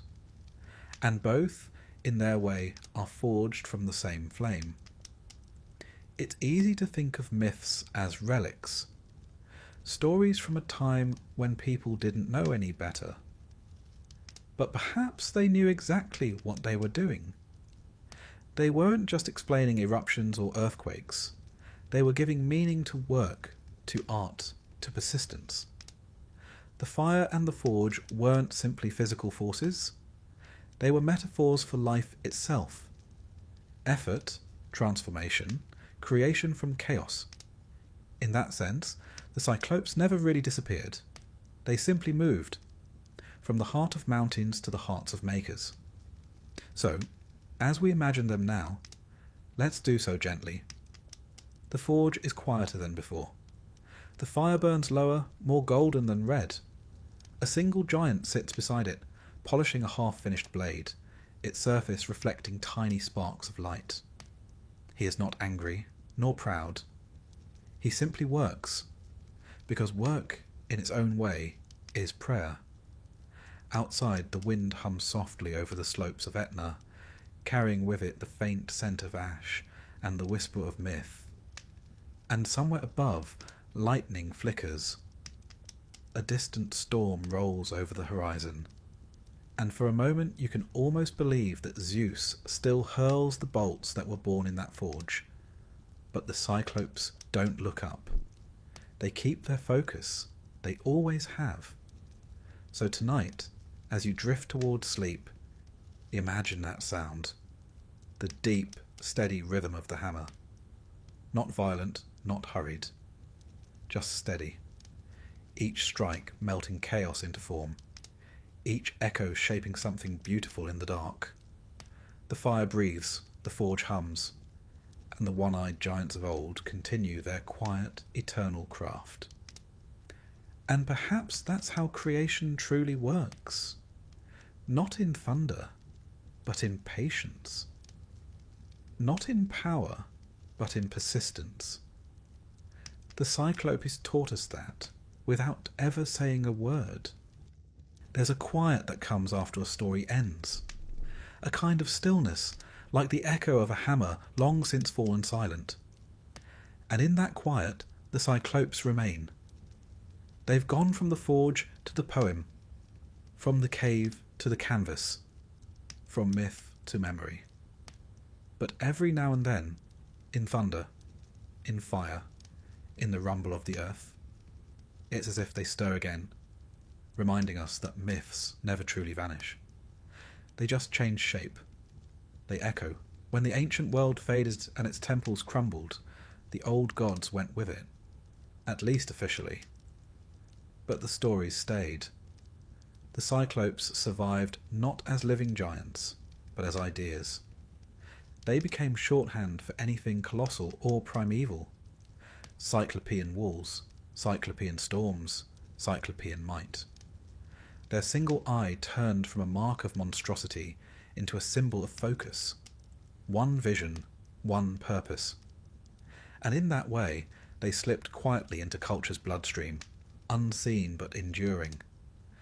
Even the landscapes that once inspired their stories kept whispering of them. Mount Etna still smokes above the Sicilian coast, and locals even now speak of it with a kind of reverence. Each tremor, each plume of ash feels like a heartbeat, not just of geology, but of mythology. They say that when the mountain glows red at night, it's the Cyclopes at work again, stoking their ancient forge. Of course, we know better now. Pressure, magma, tectonic plates. But somehow, the scientific version feels less poetic. And maybe that's the point. The Cyclopes gave us something science can't. A way to feel awe without understanding everything. For the Greeks, awe, or thorma, was sacred. It was the emotion that opened the door to philosophy, the beginning of wonder. And so, when they saw fire bursting from mountains, or lightning splitting the sky, they didn't just see danger. They saw the hand of something magnificent. The Cyclopes embodied that feeling, the combination of fear and fascination, the beauty of raw power. They were, in a sense, the first expression of humanity's relationship with the sublime. Not quite gods, not quite monsters, but something in between. Even later, when Christianity swept across the ancient world, the Cyclopes never fully disappeared. Medieval scholars, ever fond of allegory, reinterpreted them as symbols of moral blindness, creatures who could see the material world but not the divine. Their one eye became a warning. To look too narrowly, to see only with the flesh, was to miss the greater truth. It was, in its way, a theological reimagining of Homer's old lesson. The Cyclops who devoured men but lacked vision became the soul consumed by ignorance.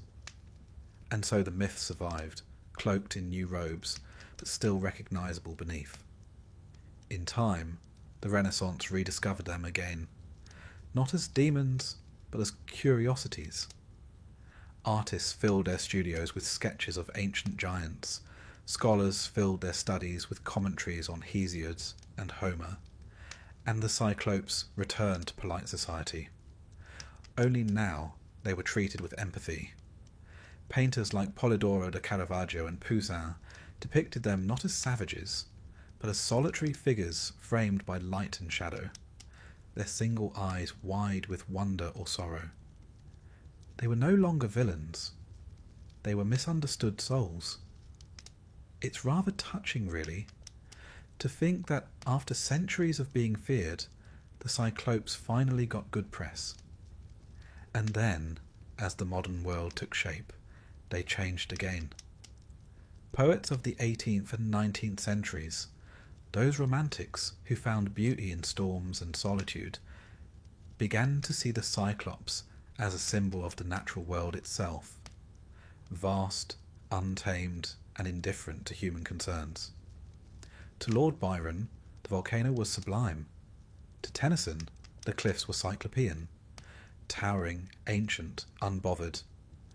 And to painters like Goya, the one-eyed giant became the embodiment of melancholy strength, the creature who sees everything but can change nothing. A bit like humanity when you think about it. By the time we reach the modern era, the Cyclops has become almost comforting. He appears in fairy tales, in children's books, even in films, softened, rounded, occasionally wearing trousers. His ferocity tamed, his loneliness emphasized. We no longer fear him. We invite him to dinner. He's part of our collective imagination, sitting quietly beside dragons and mermaids and all the other impossible things that remind us how possible imagination really is. And yet, the original resonance, that hum of awe beneath the story, remains. When the ground trembles, when a storm flashes, when we stand before something vast and powerful, the Cyclops stirs. He is our reminder that the world is still full of mystery, that for all our maps and measurements, there are forces older than understanding. He's the sound in the mountain, the glow in the forge, the whisper that says there's more beneath the surface. Perhaps that's why myths like this survive. They aren't just entertainment, they're emotional architecture. They give shape to things too large or abstract to grasp.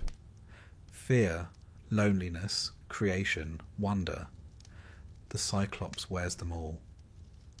He's a vessel for what it feels like to live in a world that's both beautiful and dangerous. He tells us gently that to be human is to see through one eye and imagine the rest. And if you look closely, echoes of him appear everywhere. In the mason's wall that defies centuries of weather. In the artist's studio, lit by a single lamp. In the engineer's spark, the writer's pen, the craftsman's patience. Each, in their own way, carries the fire forward, that same divine spark the Cyclopes once guarded in the dark.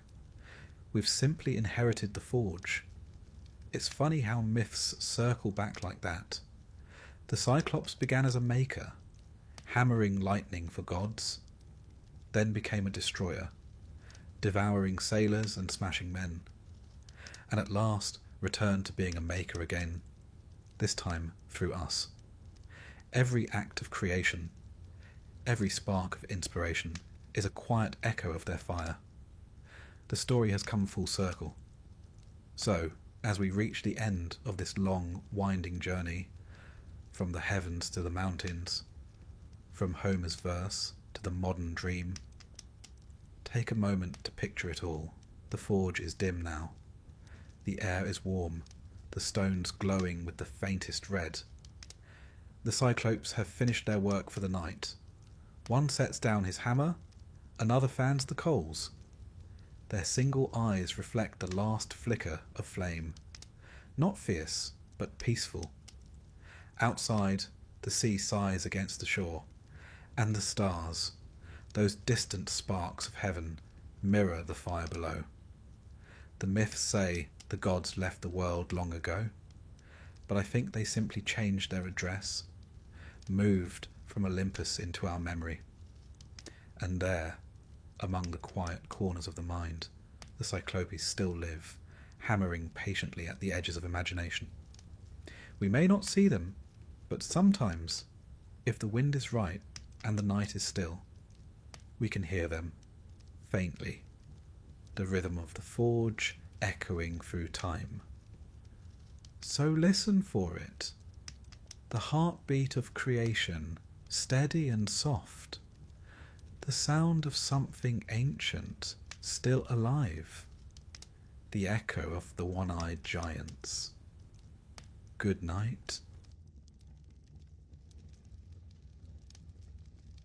Before the thunder of Zeus, before the affairs of mortals and gods, before temples rose and sacrifices burned on polished altars, there was only chaos.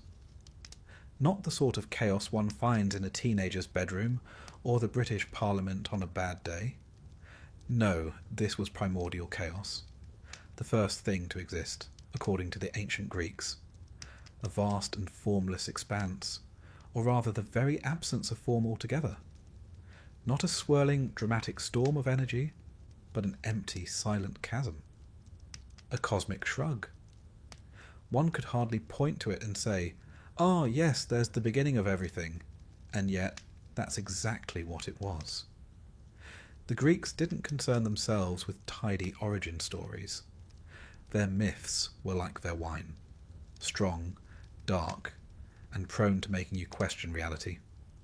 So out of this chaos, this yawning void, things simply began to appear. Not with a bang, but more of an eternal unfolding. First came Gaia, Earth herself. She wasn't born into the world. She was the world. Hills, valleys, rivers, forests, all of these would emerge from her form. Gaia wasn't just a mother figure. She was the ultimate matriarch, fertile, vast, and as we'll come to see, not one to be trifled with.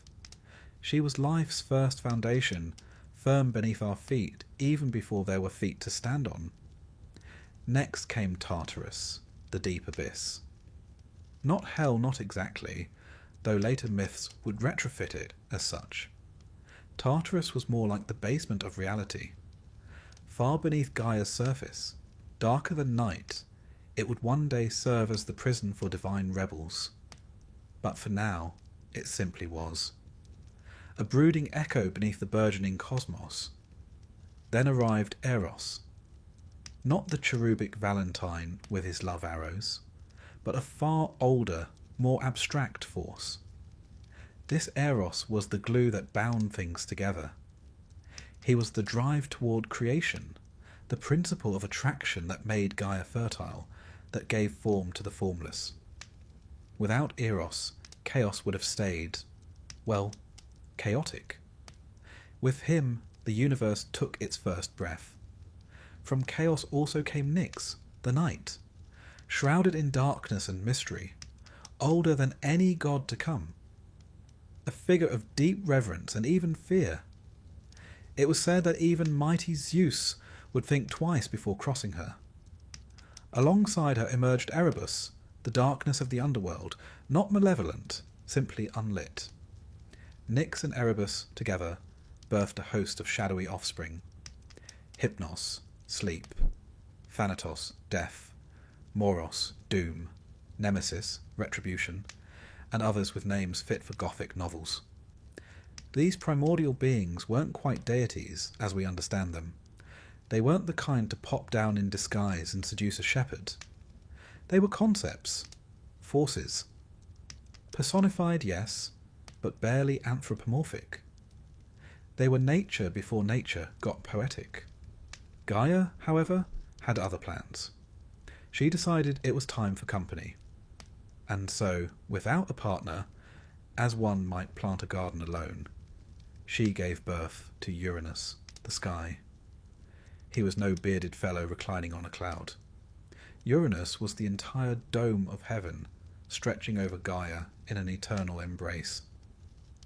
The ancients believed the sky was a physical object, a solid firmament. One could imagine Uranus as a kind of divine lid, snugly fitted over Earth. Together, Gaia and Uranus began to populate the universe, not with trees and birds, but with beings, their children, the first true generation of gods, the Titans. There were 12 of them in the classic canon. Oceanus, who encircled the earth with his watery arms. Hyperion, light-bringer, and father of the sun, moon, and dawn. Coeus and Creus, whose names are now mostly known to crossword solvers. The wise Themis, goddess of natural law and order. Mnemosyne, memory incarnate. Phoebe, shining intellect. And Rhea, mother-to-be of gods. Then there was Kronos, the youngest, sharpest, and arguably the most dangerous of the lot. But Gaia's fertility didn't stop with the Titans. She and Uranus also birthed the Cyclopes, enormous, one-eyed smiths with a flair for forging storms, and the Hecatonchires, beings of such absurd design that they defy cinematic adaptation. Each had 50 heads and 100 arms. Imagine trying to find gloves for them. Uranus, oddly squeamish for a cosmic being, was repulsed by his less conventional offspring. He deemed them monstrous and, in what can only be described as divine repression, stuffed them back into Gaia. Not metaphorically, physically, into her. One imagines this was less than comfortable. Gaia, for all her patience, was not a passive being. She groaned beneath the strain, quite literally, and eventually decided enough was enough. She forged a great sickle out of flint, one of the few available materials in a universe still under construction. Then, in hushed tones, she called upon her Titan sons to rise against their father. Only one answered her call, Kronos, clever Kronos, ambitious Kronos, the youngest of the Titans, and most willing to get his hands, or rather his sickle, dirty. Under cover of night, Kronos lay in wait. As Uranus descended to embrace Gaia, Kronos struck. With a swift, merciless motion, he castrated the sky. Yes, this is not metaphor. The Greeks were vivid in their storytelling. No room for subtle symbolism here. From the blood of Uranus, spilled upon Gaia, sprang the Furies, agents of vengeance. Also the giants, those hulking foes of later gods, and the Meliae, nymphs of the ash trees, a strangely gentle addition to the otherwise blood-soaked harvest. Uranus's severed appendage tumbled into the sea.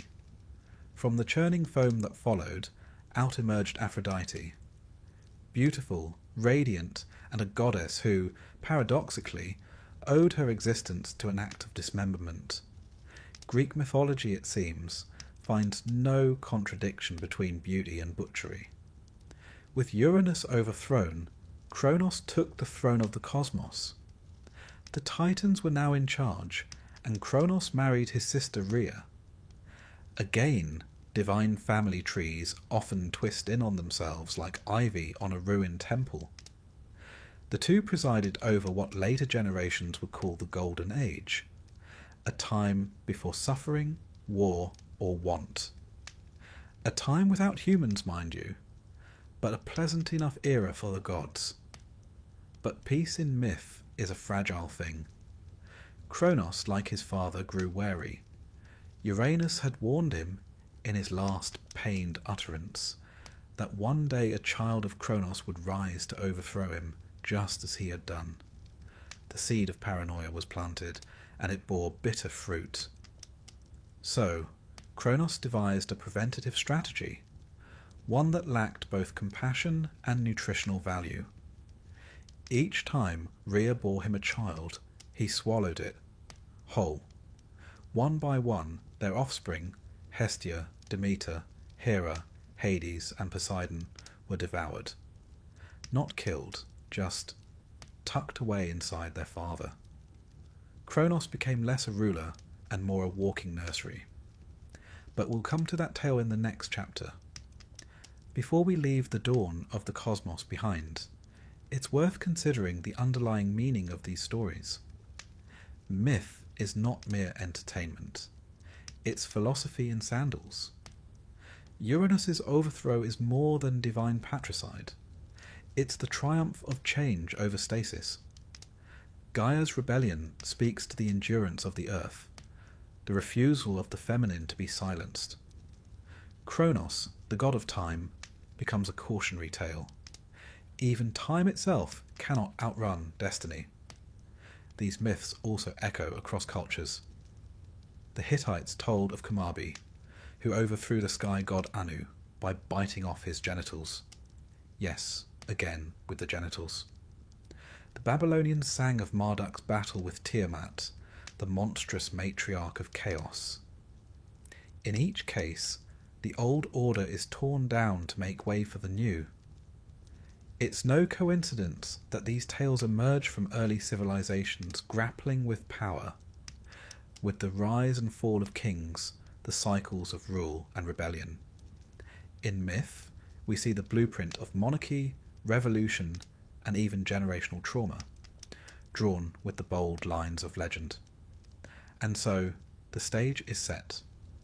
The Titans now stride across the world, vast and brilliant, embodiments of natural force and cosmic order. Humanity has not yet arrived. Olympus is but a dream. The gods, such as they are, act more like living laws of nature than characters with personalities. But even now, the cycle has begun. Kronos has overthrown his father, and in turn he will be overthrown. Because in every age, in every myth, the same truth waits quietly in the wings. Time devours all. The reign of Kronos was, by all ancient accounts, a rather fine time. If you weren't one of his children, that is. To most, it was the Golden Age, an era when the earth yielded its bounty freely. Seasons were gentle, and mortals, if they existed at all, didn't suffer from taxes, back pain, or unsolicited oracles. There were no wars, no crime, and best of all, no gods sniping at each other from hilltops. It was a time before law was needed, because so the myth claims, no one did wrong. One imagines it was a bit like an eternal Sunday afternoon, without the tea shortage. But under the surface of this peace was an anxiety, not of the world but of its ruler. Kronos, Titan of time, king of all that existed, had a problem. He'd become his father. Now, to Kronos' credit, he had overthrown Uranus for the crimes of cruelty and repression. But as is often the case in myth and monarchy alike, the rebel becomes the tyrant as soon as the crown touches his brow. Kronos had heard a prophecy, not from some mountain-dwelling oracle or mysterious old crone with a tea kettle, but from his own wounded father, Uranus, who, in his post-castration wisdom and bitterness, muttered that one day a child of Kronos would rise up and overthrow him. This, it turns out, is the sort of thing that sticks in one's mind. And so, Kronos decided on what can only be described as a unique parenting technique: swallowing his children. Each time his wife and sister, because in myth those are often the same person, Rhea bore him a child, Kronos opened wide and gulped the baby down whole. No chewing, no remorse, just one big divine gulp, like oysters, only more sentient. First came Hestia, goddess of the hearth and home, then Demeter, the future grain goddess, then Hera, queen to be of Olympus, followed by Hades and Poseidon, gods of the underworld and the sea, respectively. One by one, each was swallowed and tucked away inside Kronos' belly. It's not entirely clear what accommodations existed within his divine digestive tract, but rest assured they were still alive. Rhea understandably grew weary of this arrangement. One can forgive her hesitation to complain outright. Kronos had, after all, just overthrown a tyrant father by sickle. But after the fifth divine devouring, even the most long-suffering Titaness would begin to draw the line. So, when she became pregnant for the sixth time, she sought help. Not from Kronos, obviously, and not from the local Titan HR department, but from Gaia, her own mother. The original Earth Mother, as always, had a plan. When the time came for the child to be born, Rhea travelled in secret to the island of Crete, a land which, in myth, always seems to be the go-to destination for divine child hiding. There, in a cave atop Mount Ida, she gave birth to her final son, Zeus. To deceive Kronos, Rhea swaddled a stone in cloth, a convincingly baby-shaped bundle, and presented it to him as the newborn. Kronos, ever the efficient cannibal, swallowed it whole, no questions asked. Whether this says more about his parenting or his taste in minerals is unclear. Thus Zeus was hidden away, raised in secret in the Cretan cave, some say by nymphs, others by a goat named Amalthea, whose milk nourished him. The story varies depending on which poet you ask, but the essentials remain. The future king of the gods was nursed on wild honey, mountain air, and presumably a sense of destiny. To keep his cries hidden, a band of warriors known as the Corettes danced and clashed their shields, drowning out the infant's wails. It's a rare instance of interpretive dance being used as a military defense system. Meanwhile, back in the divine stomach, Kronos carried on, utterly unaware that his demise was, quite literally, brewing outside of him. Now let us take a brief detour. For while the Titans and their broods battled among themselves, it's worth noting what the Greeks believed about the broader world. The gods weren't remote beings in the sky.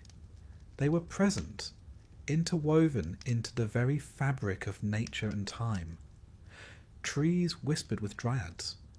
Rivers flowed with naiads.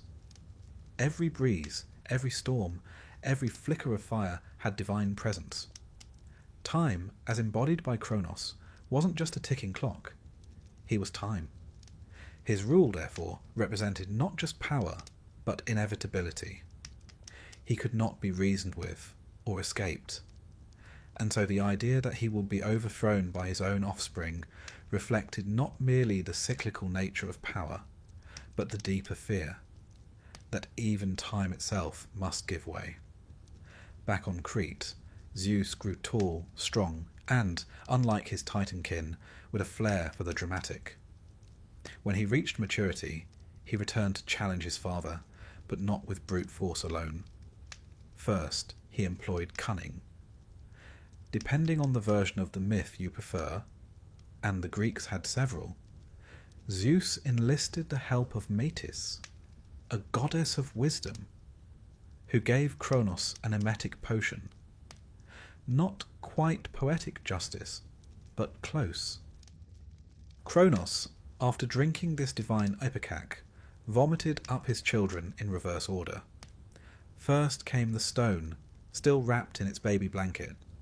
Then Poseidon, Hades, Hera, Demeter, and finally Hestia, each emerging full-grown and presumably rather displeased about the whole ordeal.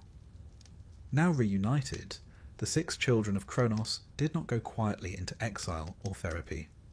No, they declared war. A great, terrible, decade-long war, the Titanomachy, would now begin. But that's a tale for the next chapter. For the moment we must pause and consider what this chapter of myth tells us. The swallowing of children, ghastly though it sounds, is an ancient metaphor, one that pops up in multiple cultures. In Mesopotamian myths, older gods are consumed or imprisoned by younger ones. In Vedic tales, gods are born, hidden, and returned in cycles. It all reflects the same truth. The younger generation is both a hope and a threat. Each new child represents the end of their parents' reign. Power, after all, is temporary, and no one knows this better than the gods. In the myth of Kronos, we also find the seeds of time itself being defined. His very name, Kronos, later becomes conflated with Kronos, the personification of time. They were likely originally separate figures, but myth, like rivers, tends to merge its tributaries. Kronos becomes time. And what does time do, if not consume all things? And yet, time also creates. From the belly of Kronos emerged the future gods of Olympus, not dead, but preserved, waiting. Time devoured them, but also made their return inevitable. A rather elegant metaphor for cycles, rebirth, and revolutions, don't you think? One final note on that stone baby.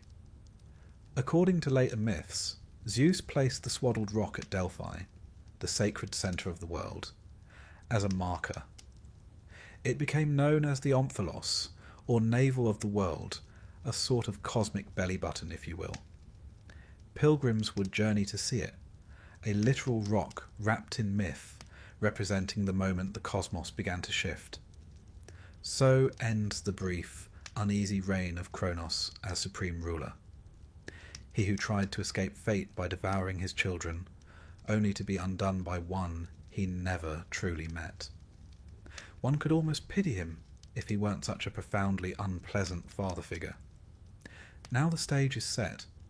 The Titans on one side, ancient, vast, and rooted in the primal forces of the world, and on the other, the Olympians, younger, bolder, and very much in the mood to cause a bit of chaos.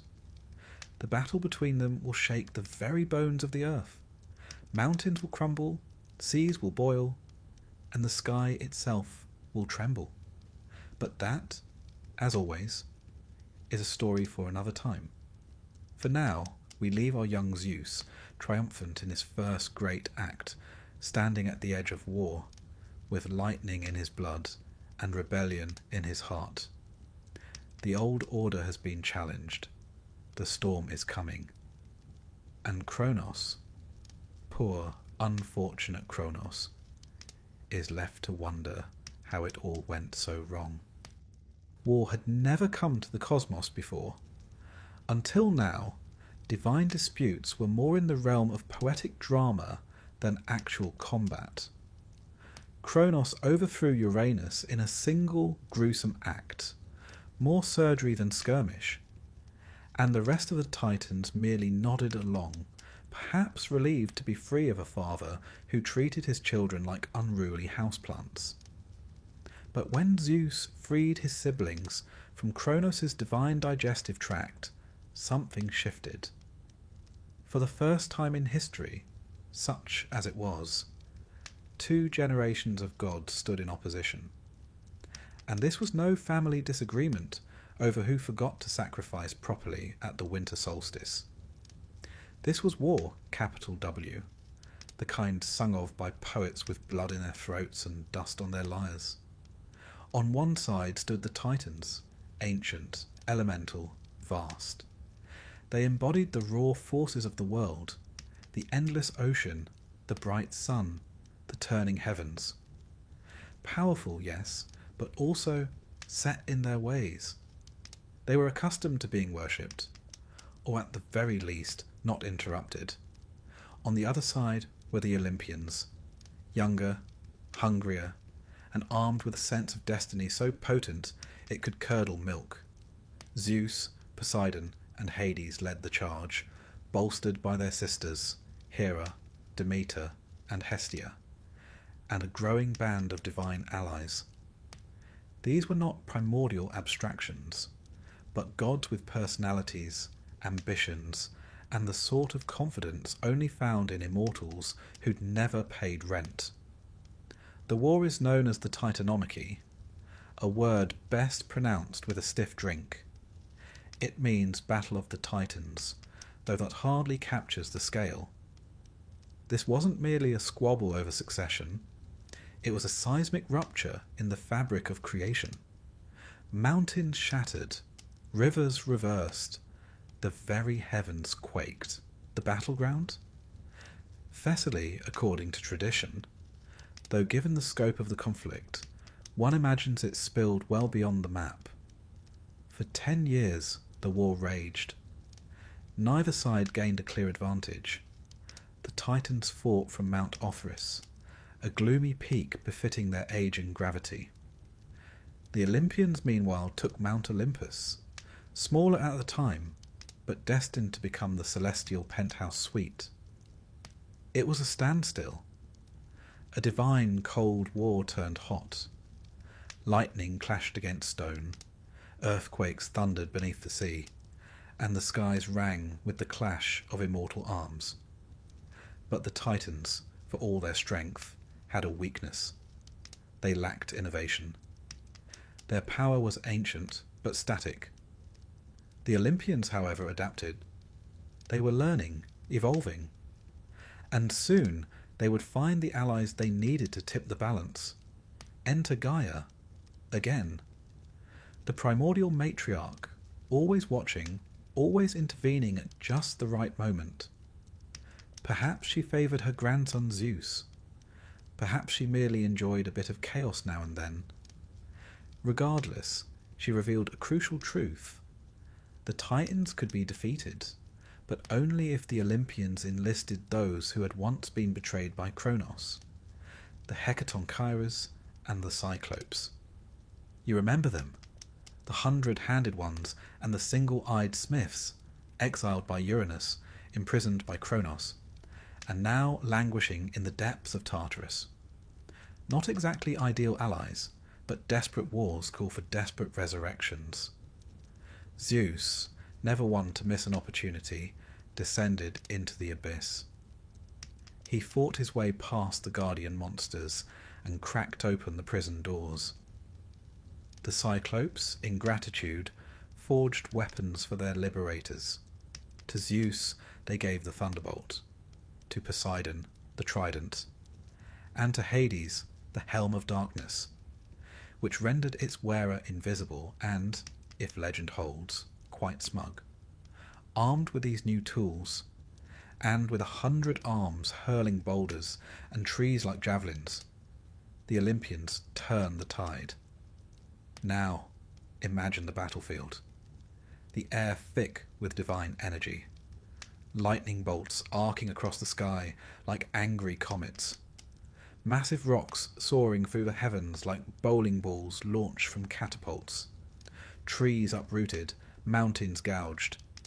And in the centre, Zeus, no longer the hidden babe of Crete, but a storm god incarnate, flinging thunder as though it were a family sport. Kronos, to his credit, fought back with grim determination. He wielded the sickle that had unmade Uranus. The Titans, towering and terrible, rallied around him. Atlas, Hyperion, Iapetus, and the rest.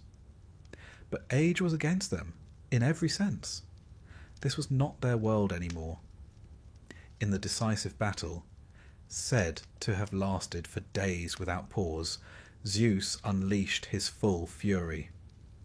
The sky cracked open, flames poured from the earth, and at last the Titans began to fall.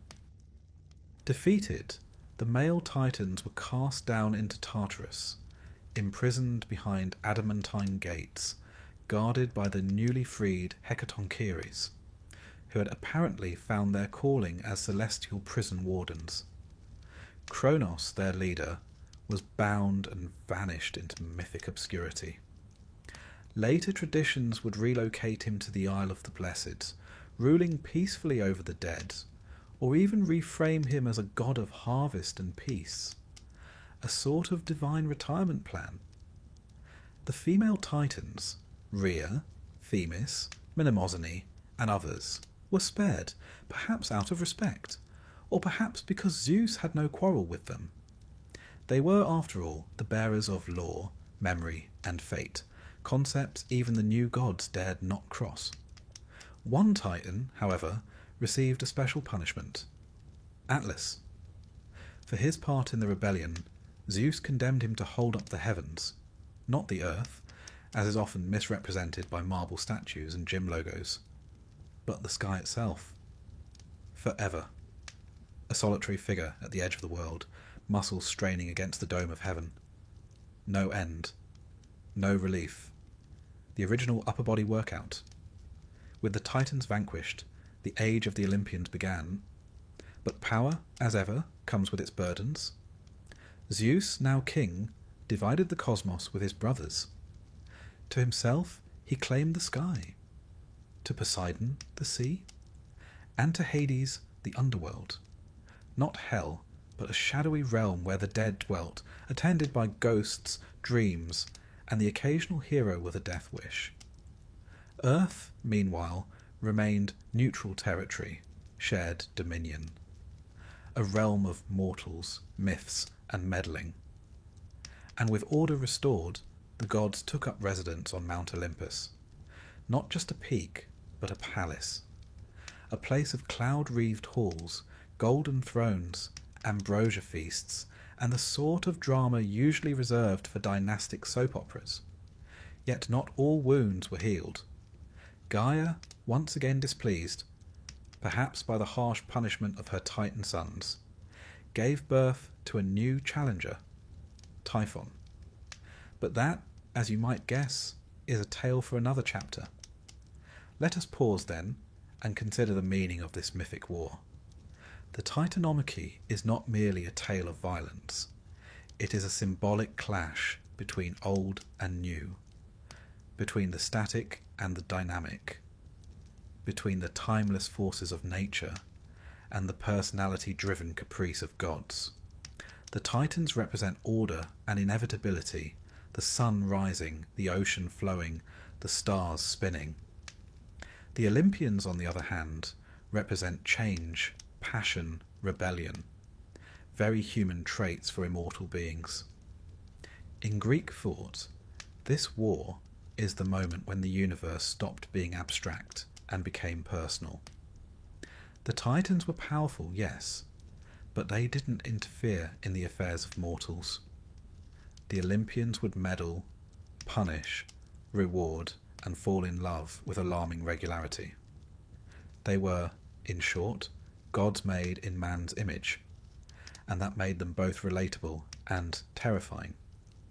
Historically, the Titanomachy reflects ancient cultural shifts. Some scholars have seen it as an echo of the transition from older pre-Hellenic deities to the Olympian pantheon, a kind of religious rebranding. Others note similarities to Near Eastern myths, where younger gods overthrow primordial beings in messy cosmic coups. But the enduring appeal lies in its drama, the idea that even gods must struggle, that even the mightiest can fall, and that victory often comes not from brute force, but from strategy, unity, and a timely bit of vomit. It is also a reminder of the Greek genius for storytelling. They gave us gods who are flawed, noble, petty, and profound. Gods who fight, laugh, weep, and seduce. And from the rubble of war, they built a cosmos not of abstract principles, but of characters. And so, as the dust settles over Mount Othrys, as Tartarus echoes with the groans of fallen titans, and Olympus shines with the light of a new regime, we find ourselves at the threshold of a new world. But as the gods take their thrones, they inherit more than power. They inherit prophecy, pride, and the seeds of their own undoing. Because if history has taught us anything, and Greek myth is, if nothing else, a very dramatic history, it's that no reign is eternal, not even for the gods. The war was over. The Titans had fallen. Their great thunder had been silenced, and their once vast thrones crumbled beneath the weight of time and justice. Or what passed for justice when administered by gods with suspiciously personal vendettas.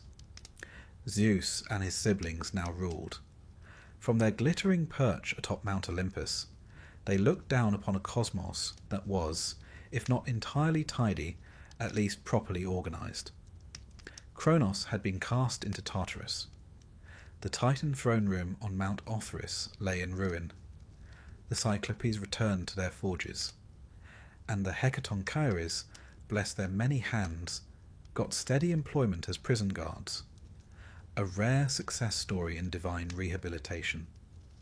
But if you think peace followed triumph, you've clearly never read a Greek myth. Zeus, now king of the gods, was not content merely to wear the crown and hold thunderbolts like a celestial javelin team captain. No, he faced a problem that has plagued every ruler from the Bronze Age to boardrooms: legitimacy. It's one thing to win power, it's quite another to keep it. And somewhere beneath the triumphant roar of Olympus, an ancient whisper persisted: prophecy. Gaia and Uranus, those primordial sages, had once warned Kronos that he would be overthrown by his child. That prophecy came true, in spectacular stomach-churning fashion. But as fate, irony, and perhaps genetics would have it, Kronos' successor, Zeus, found himself the target of an eerily similar prediction, that he, too, would one day be overthrown by his own child. Now, Zeus, not being an idiot, took this very seriously. He had just staged an entire cosmic war to dethrone his father. The last thing he wanted was to go the way of Uranus and Kronos, dethroned, dismembered, or digested. So he did what many insecure tyrants have done before, and since. He tried to preempt fate. This is where the myth takes an interesting turn. You see, Zeus had many consorts: immortals, mortals, nymphs, the occasional shape-shifting cloud. His romantic curriculum vitae was extensive. But one goddess stood out: Metis. Metis wasn't merely lovely, she was clever. Her name literally means wisdom, or cunning counsel. She was the daughter of Oceanus and Tethys, making her an Oceanid, and one of the original deities associated with practical intelligence. Metis didn't just know things, she understood them. A dangerous trait in a mate, if one happens to be haunted by prophecy. So, when Metis became pregnant with Zeus's child, his fears were confirmed by another oracle. The child she bore would one day surpass him. And to make matters worse, the child after that, Metis' second child, would be a son mighty enough to overthrow even the mighty storm god. Zeus did not take this news well. Naturally, he did what any rational, omnipotent being would do in this situation. He swallowed her. Yes, after tricking her with flattery and, we assume, some impressive dinner conversation, Zeus opened wide and consumed his pregnant lover whole. This, in the realm of mythology, is not considered the end of a relationship. If anything, it was the beginning of one of the strangest births in divine history. Now, this act of divine ingestion was not without precedent. Recall that Kronos once swallowed his own children in a misguided attempt at family planning. But where Kronos digested, Zeus assimilated.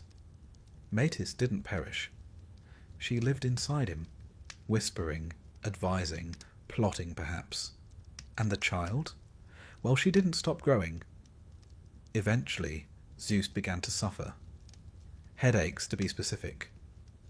Not your ordinary stress-induced migraines, but blinding, splitting, cosmically excruciating pain, as if an idea were trying to claw its way out of his skull, which in a sense it was. Desperate for relief, Zeus called upon Hephaestus, his smithing son, though in some versions it's Prometheus or even Hermes who holds the axe. Whichever assistant you prefer, the solution was gloriously simple and violently theatrical. They split Zeus's head open with a bronze axe. From the wound sprang Athena, fully grown, clad in armour, brandishing a spear, and letting loose a triumphant battle cry that reportedly echoed across heaven and earth. It was, to put it mildly, a memorable entrance. Athena became one of the most revered deities of the Greek pantheon, goddess of wisdom, warfare, of the strategic variety, crafts and city life. She was, in many ways, the ideal Olympian, born of power and wisdom, loyal to her father, and wholly uninterested in rebellion. She would never attempt to overthrow Zeus. In a neat bit of mythological judo, the prophecy had been fulfilled and diffused. The child had emerged, but not as a threat. Still, the fear of usurpation remained embedded in Zeus's divine psyche. He had seen it happen twice before. Perhaps that's why he ruled with such flair, a mix of charm and tyranny, benevolence and thunderous wrath. He could be a protector of oaths and the punisher of perjurers, a lover of justice and a champion of questionable seductions.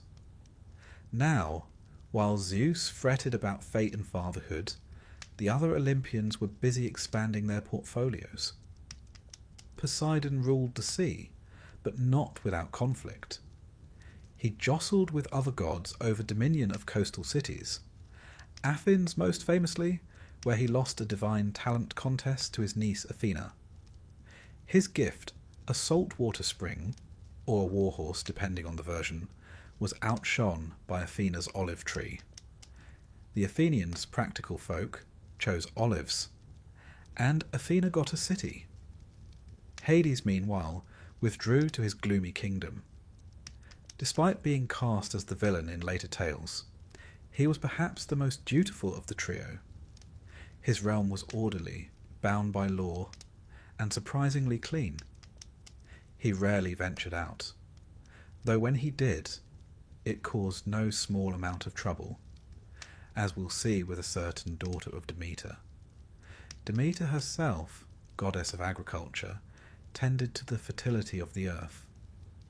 Hestia kept the hearth burning, and Hera, ever regal, became queen of the gods. Though married to Zeus, her tolerance for his extracurricular activities was limited. Her jealousies, while infamous, were not without reason.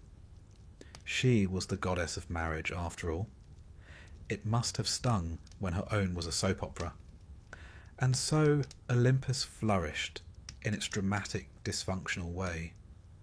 But even as the gods built palaces and shaped destinies, the world was not finished shifting. You see, Gaia, again, was not pleased. Her sons, the Titans, were still imprisoned.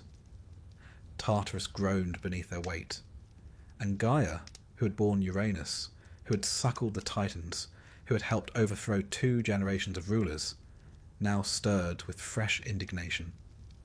She gave birth to a new child, not a Titan, not a god, a monster.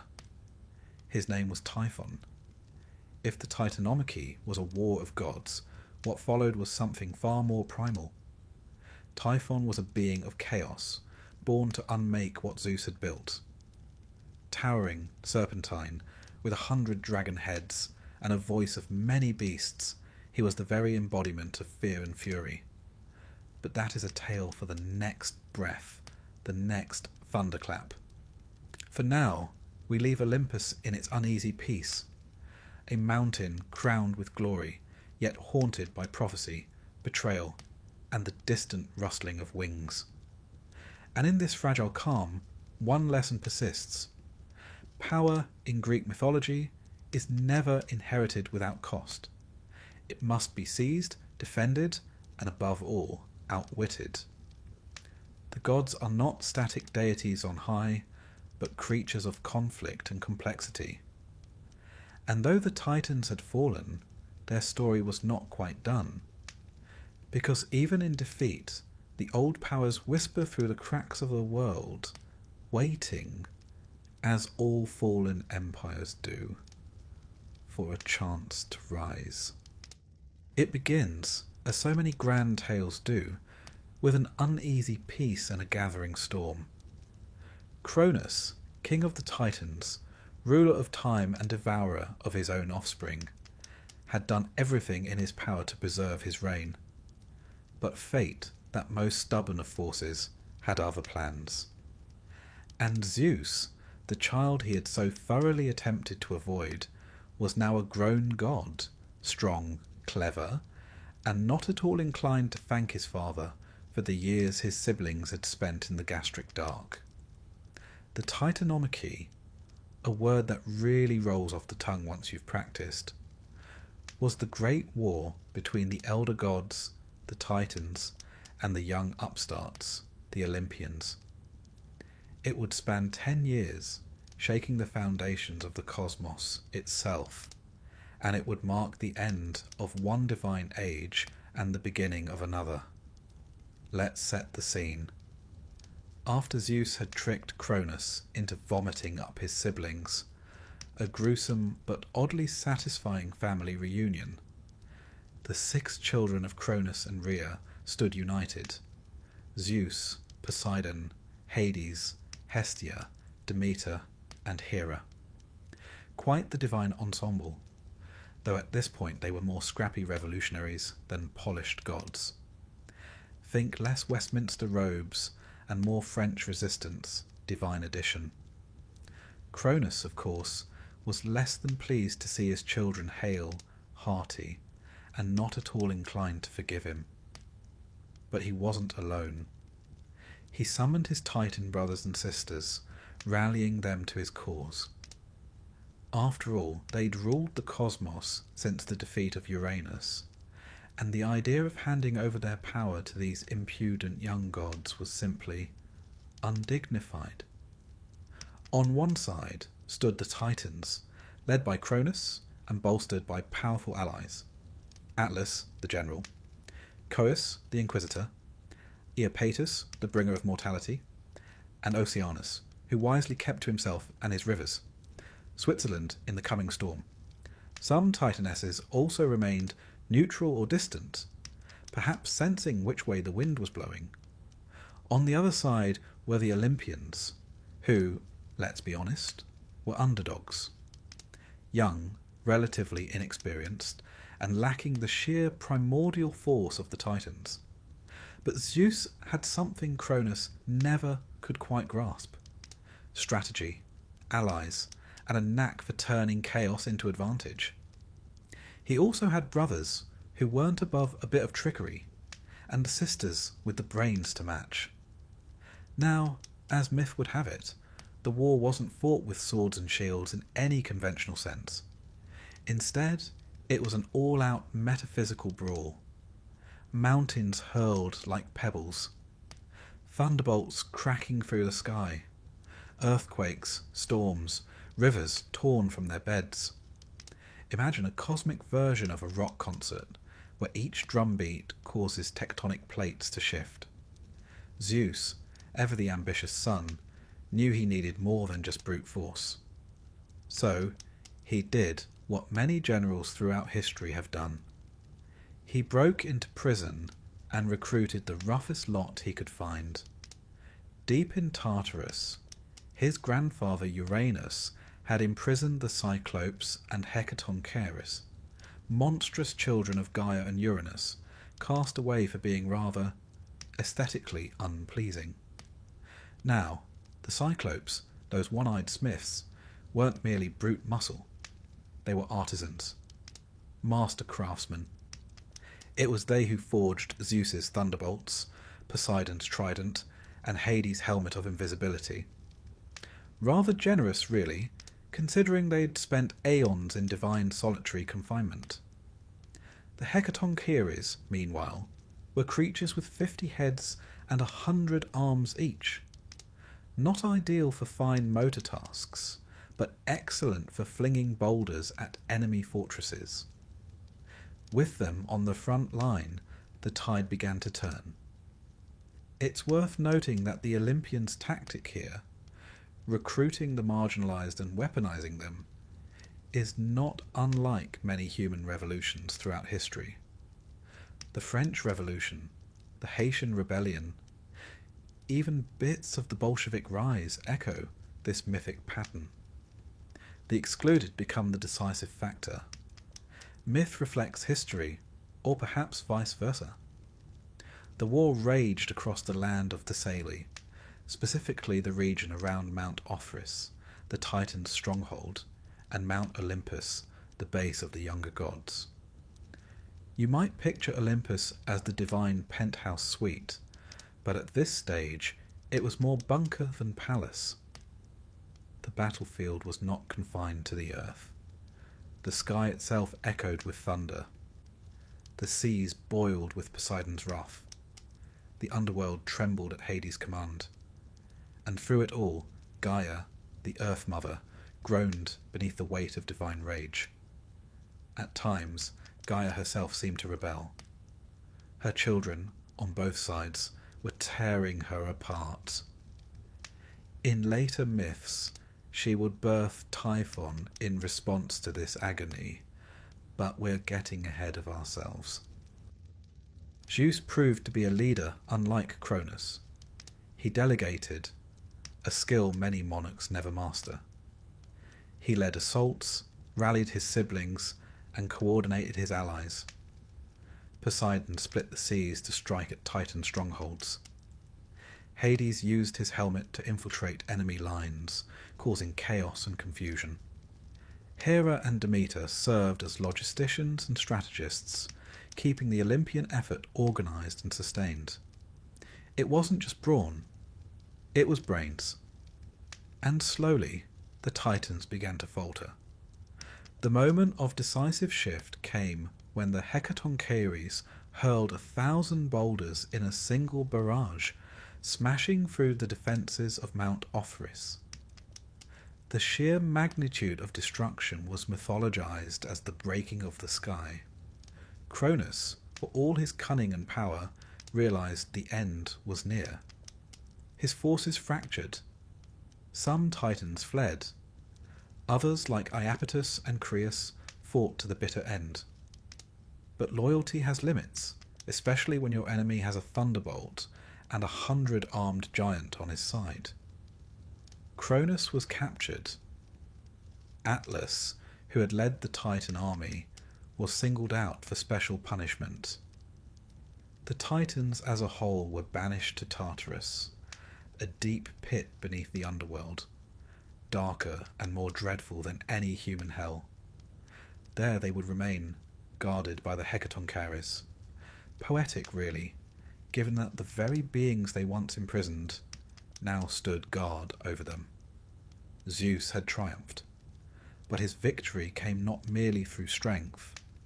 It was adaptability, persuasion, and a keen understanding of mythic momentum that crowned him king. Now, the Titanomachy isn't just a mythic civil war. It's a pattern, a symbolic tale of generational overthrow. You'll find echoes of it in Norse mythology, with the Vanir and Aesir.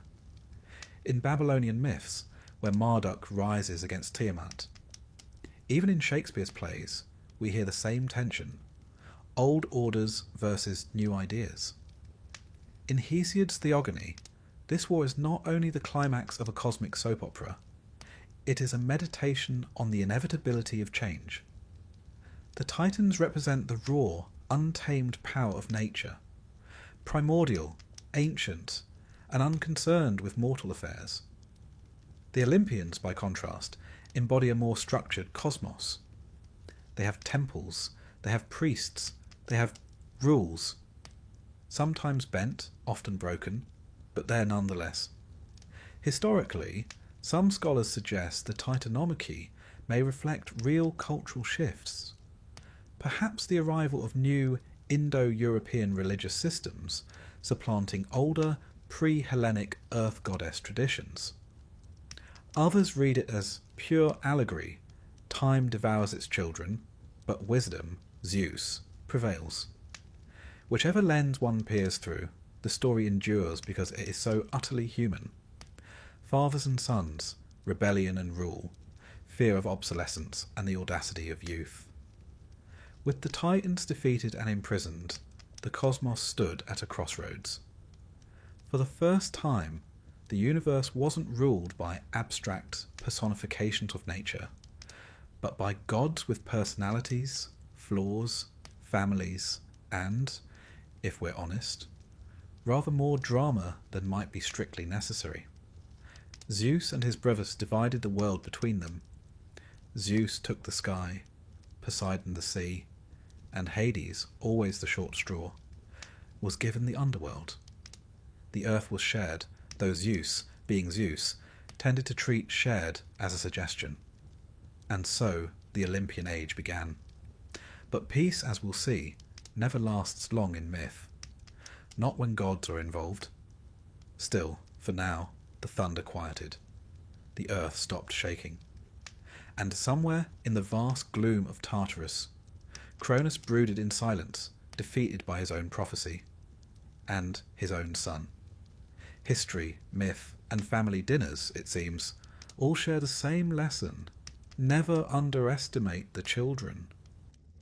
With the Titans hurled into the shadowy depths of Tartarus, their mighty limbs bound in chains forged by the Cyclopes and the Hecatonchires watching over them like the world's most enthusiastic prison guards, the Olympians might have been forgiven for expecting a well-earned rest. After all, a 10-year divine war tends to take the spark out of anyone. But this, dear listener, is mythology. And if there's one lesson to take from it, it's that peace is never more than a brief pause before the next calamity. Zeus now ruled from Mount Olympus, a lofty perch indeed, and began to lay the groundwork for the cosmos as we've come to understand it. Ordered, hierarchical, slightly theatrical. With his brothers Poseidon and Hades, he divided the realms. Zeus claimed the sky, Poseidon the sea, and Hades, with the weary acceptance of a younger sibling denied first pick, took the underworld.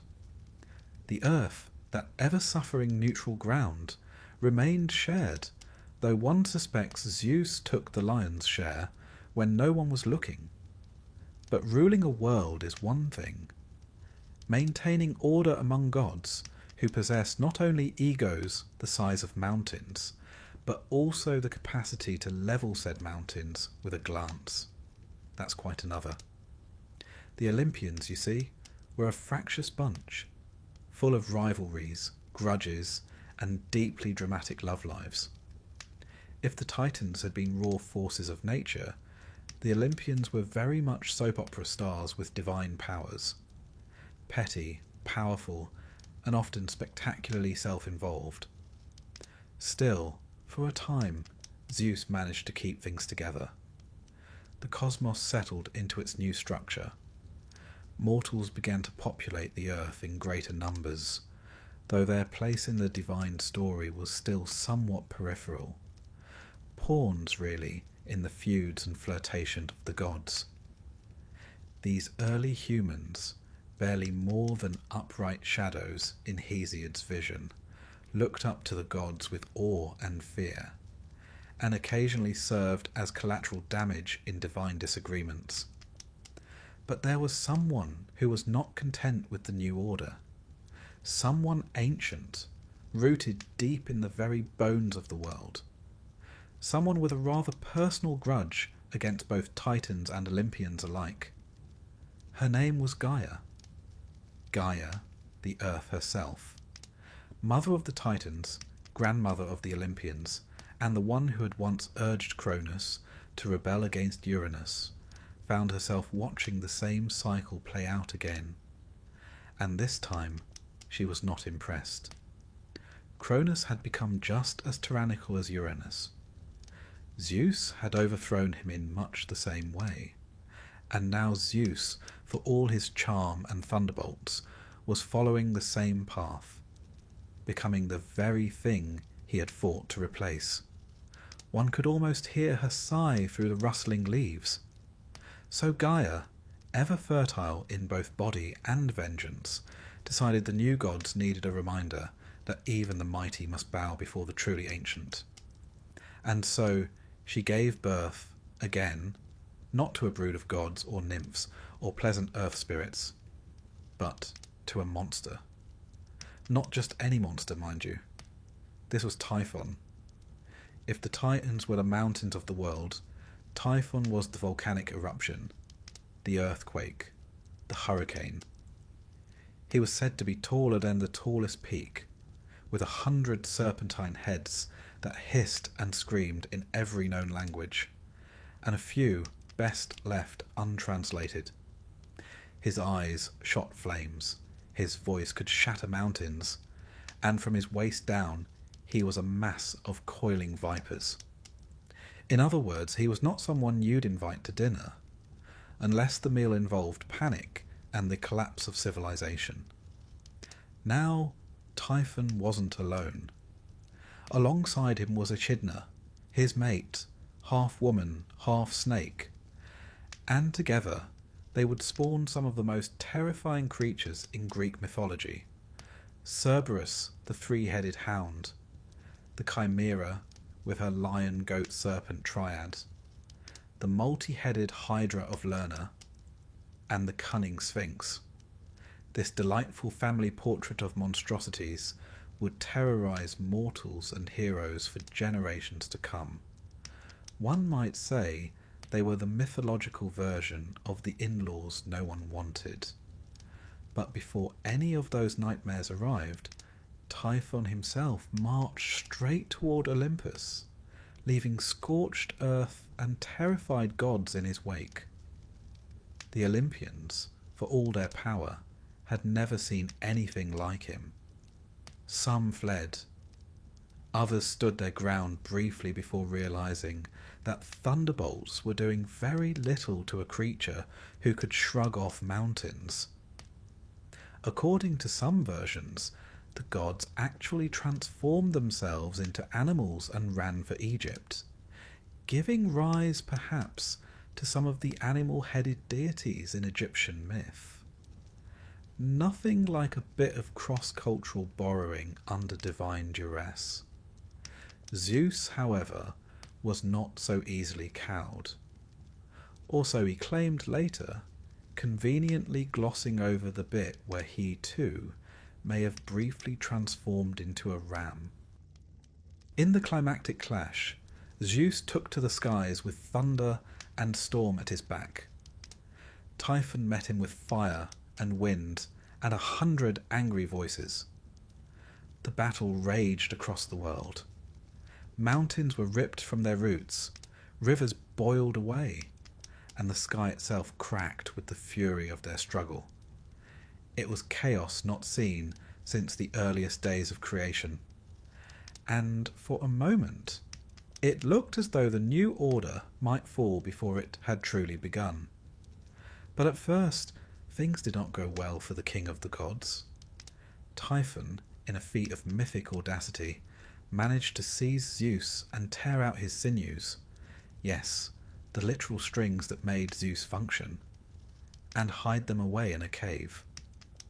Without his strength, Zeus was powerless. It was only thanks to the cunning of Hermes, who retrieved the sinews in a daring heist more worthy of a Bond film than a Bronze Age hymn, that Zeus was restored. And then came the reckoning. With renewed strength and fury, Zeus unleashed the full force of the heavens upon Typhon. He struck him down with lightning upon lightning, until the beast crashed into the earth. And where did he fall? Beneath Mount Etna, in Sicily, a volcano that, to this day, occasionally belches smoke and flame. According to the Greeks, that's Typhon stirring restlessly in his prison, every eruption a reminder that chaos can never be fully extinguished, merely buried. With Typhon defeated, Gaia's rebellion was quashed, and the Olympian order was once again restored. But it hadn't been without a cost.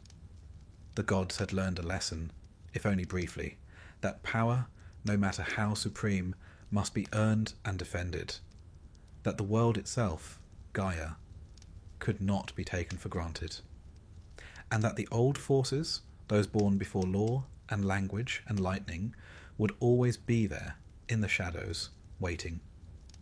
It is tempting to see Typhon as merely a monster, the big bad. But like many figures in Greek mythology, he is more than he appears. He represents chaos, yes, but also resistance. He is the voice of the earth itself, roaring back at its rulers. He is the fear that no matter how much you build, it can all come undone. That beneath civilization the wild always waits. Historically, the tale of Typhon may reflect older myths of primeval chaos monsters, like Tiamat in Babylon, or Leviathan in the Hebrew tradition. Many ancient cultures had stories in which a storm god battled a sea or serpent monster, symbolic of the battle between order and chaos, culture and nature. Zeus versus Typhon is the Greek version of that universal motif. It also likely mirrors historical anxieties. Volcanoes like Etna and Vesuvius were unpredictable, terrifying forces, and giving them a face, a name, a story, was a way for ancient people to understand the incomprehensible. Myth, after all, was never just about entertainment. It was how people made sense of the world, in all its beauty and brutality. There is something beautifully human in these stories. We all fear the collapse of the world we know. We all fear that the monsters we think we've buried might rise again. And we all hope that in our darkest moments, someone perhaps wearing a winged hat and carrying a lyre might sneak in, restore what we've lost, and give us the strength to fight once more. With Typhon defeated and the Olympians reigning unchallenged, the world entered what might be called a golden age. Though, as we'll see, gold tarnishes rather quickly in the hands of immortals. For now, however, Zeus ruled unopposed. His brothers kept their realms. The earth was relatively calm. The gods, ever capricious, turned their attention to the affairs of mortals. And deep beneath the surface, in caves and craters and coiled roots, the remnants of the old world waited, silent, but never entirely gone. Because in myth, as in life, nothing stays buried forever. With Typhon imprisoned beneath Mount Etna and the Olympians perched triumphantly on their celestial thrones, one might think the cosmos had finally found its rhythm, a sort of divine jazz ensemble, if you will, with Zeus conducting from the heavens, Poseidon thundering below the waves, and Hades humming ominously in the underworld. Peace, however, is not the natural state of the gods. It is merely a pause between scandals. In this post-Typhon era, the world entered what Greek poets like to call the Golden Age, a time when mortals lived free of toil, pain, or taxes, which is probably why it's considered mythical. Food grew without planting. The weather was eternally pleasant, and the gods, for the most part, kept to their divine affairs. But, as we should have come to expect by now, the seeds of future disaster were already germinating, and this time those seeds bore the name Prometheus. Ah yes, Prometheus, the clever titan, the firebringer, the eternal meddler in divine affairs. While his brethren had been hurled into Tartarus or otherwise defeated, Prometheus had played his hand with remarkable shrewdness during the Titanomachy. He had sided with Zeus. Well, technically, he'd sided with whomever he thought would win, which turned out to be Zeus. And for a while, that earned him a seat at Olympus's proverbial table. Prometheus, whose name fittingly means forethought, was not your typical titan. Where others were brute strength or natural force, Prometheus was intellect, fire, invention, craft, cunning. If the Olympians were showmen, Prometheus was the backstage crew, making sure the lights didn't fall from the rafters. Now, according to Hesiod and other ancient sources, Prometheus grew fond of mortals, perhaps too fond. In some tellings, he even created them, fashioning humans out of clay and Athena breathing life into them.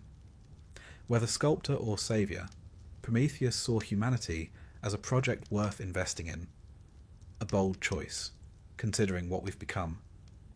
But Zeus had a different vision. To him, humans were pawns, amusing at best, expendable at worst. He was determined to keep them dependent, obedient, and above all, ignorant of divine secrets. Chief among these was fire, that crackling, golden essence of civilization. Fire meant cooking, forging, building. In other words, progress.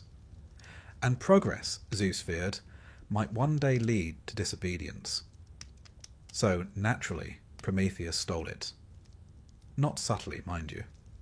He snuck into Olympus, lit a fennel stalk from the sacred flame, and carried it down to humankind like a rebellious torchbearer at the most subversive Olympic ceremony in history. With that single act, humanity leapt from ignorance into innovation. Fires lit the night, metal took shape under hammers, and roasted meat replaced the eternal chewing of raw roots. Civilization, in short, began to flicker to life. And Zeus? Zeus was livid. He could forgive many things, rebellion, arrogance, even the occasional indiscretion with a mortal, but not defiance.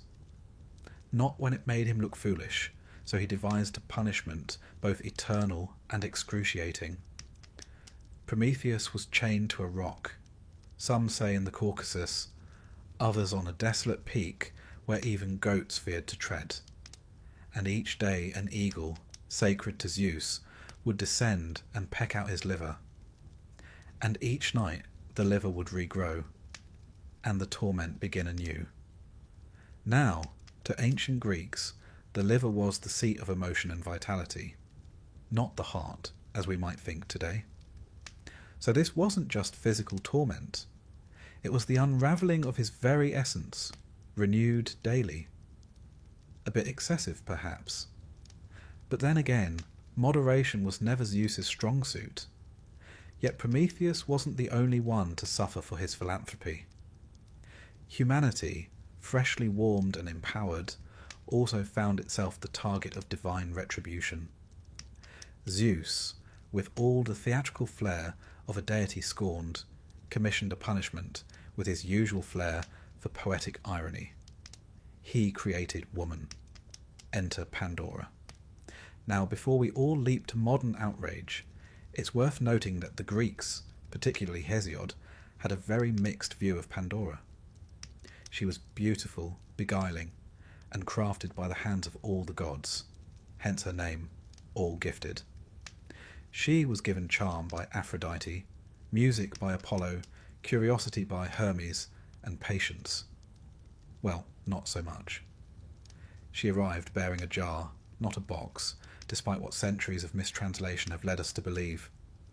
A great sealed jar, brimming with evils yet unseen by mankind. Pain, famine, jealousy, disease, taxes, again, and all the subtle miseries of human life.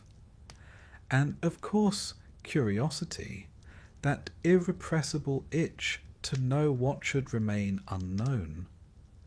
Predictably, Pandora opened it. Out flew suffering in all its forms, scattering across the earth like spilled ink over a blank scroll. By the time she slammed the lid shut, only one thing remained inside. Hope.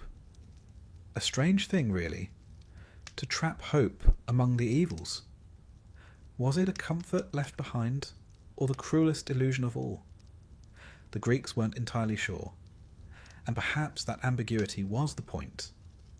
Thus humanity, now armed with fire, but cursed with mortality and misery, began its long and winding march through history. Prometheus, watching from his rocky perch, must have wondered if it had all been worth it. The gods, meanwhile, resumed their celestial antics. Still, Prometheus's story didn't end in chains. In time, a new hero would rise, Heracles, and it would be he who, passing through the mountains during one of his 12 labours, spotted the bound Titan, and, moved by something resembling pity, slew the eagle and shattered his bonds.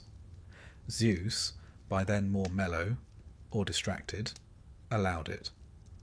Perhaps he even admired the audacity of a mortal defying him, though he'd never say so aloud. Prometheus's tale is often read as a mythological blueprint for the human condition. Intelligence versus authority, progress versus punishment, and the eternal price of defiance. The fire he stole represents not just literal flame, but metaphorical enlightenment, science, art, reason, imagination. He is the first rebel, the first scientist, the first martyr for the cause of humanity. And perhaps the Greeks saw in Prometheus something of themselves, a people whose philosophers questioned the heavens, whose engineers bent nature to their will, and whose playwrights dared to probe the flaws of gods. In Prometheus, they found a figure both heroic and tragic, a reminder that progress always comes at a cost, and that defiance, though noble, rarely goes unpunished. Historically, some scholars have argued that Prometheus may be older than even the Olympians themselves. Elements of his tale echo Mesopotamian and Indo-European myths. The fire thief, the culture bringer, the god who aids mortals against the will of his peers. His punishment bears striking similarity to other chained rebels like the Norse Loki, or even the biblical Satan, whose overreach is met with cosmic incarceration. But unlike those darker figures, Prometheus is rarely seen as evil. He is a complex hero, proud, clever, stubborn, and self-sacrificing. He challenges the gods not for his own gain, but to uplift others.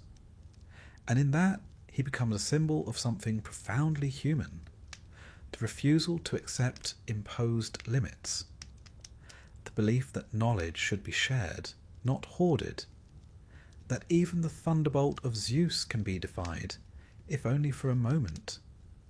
It's little wonder, then, that later thinkers, from the Romantic poets to modern philosophers, embraced Prometheus as a symbol of rebellion and creativity.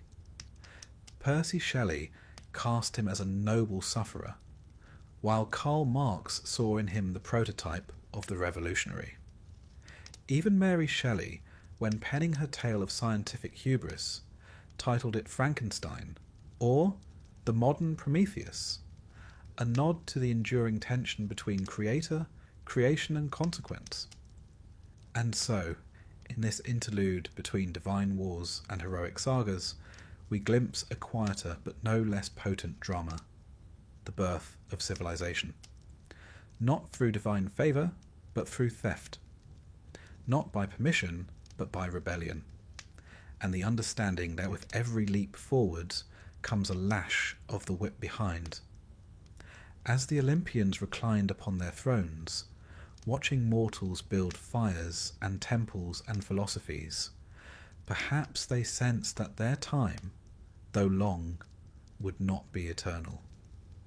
For the gift of fire is the seed of questioning, and once you ask why, even a god must eventually answer. The story of the Titans is not just one of giants and storms and the clash of divine armies.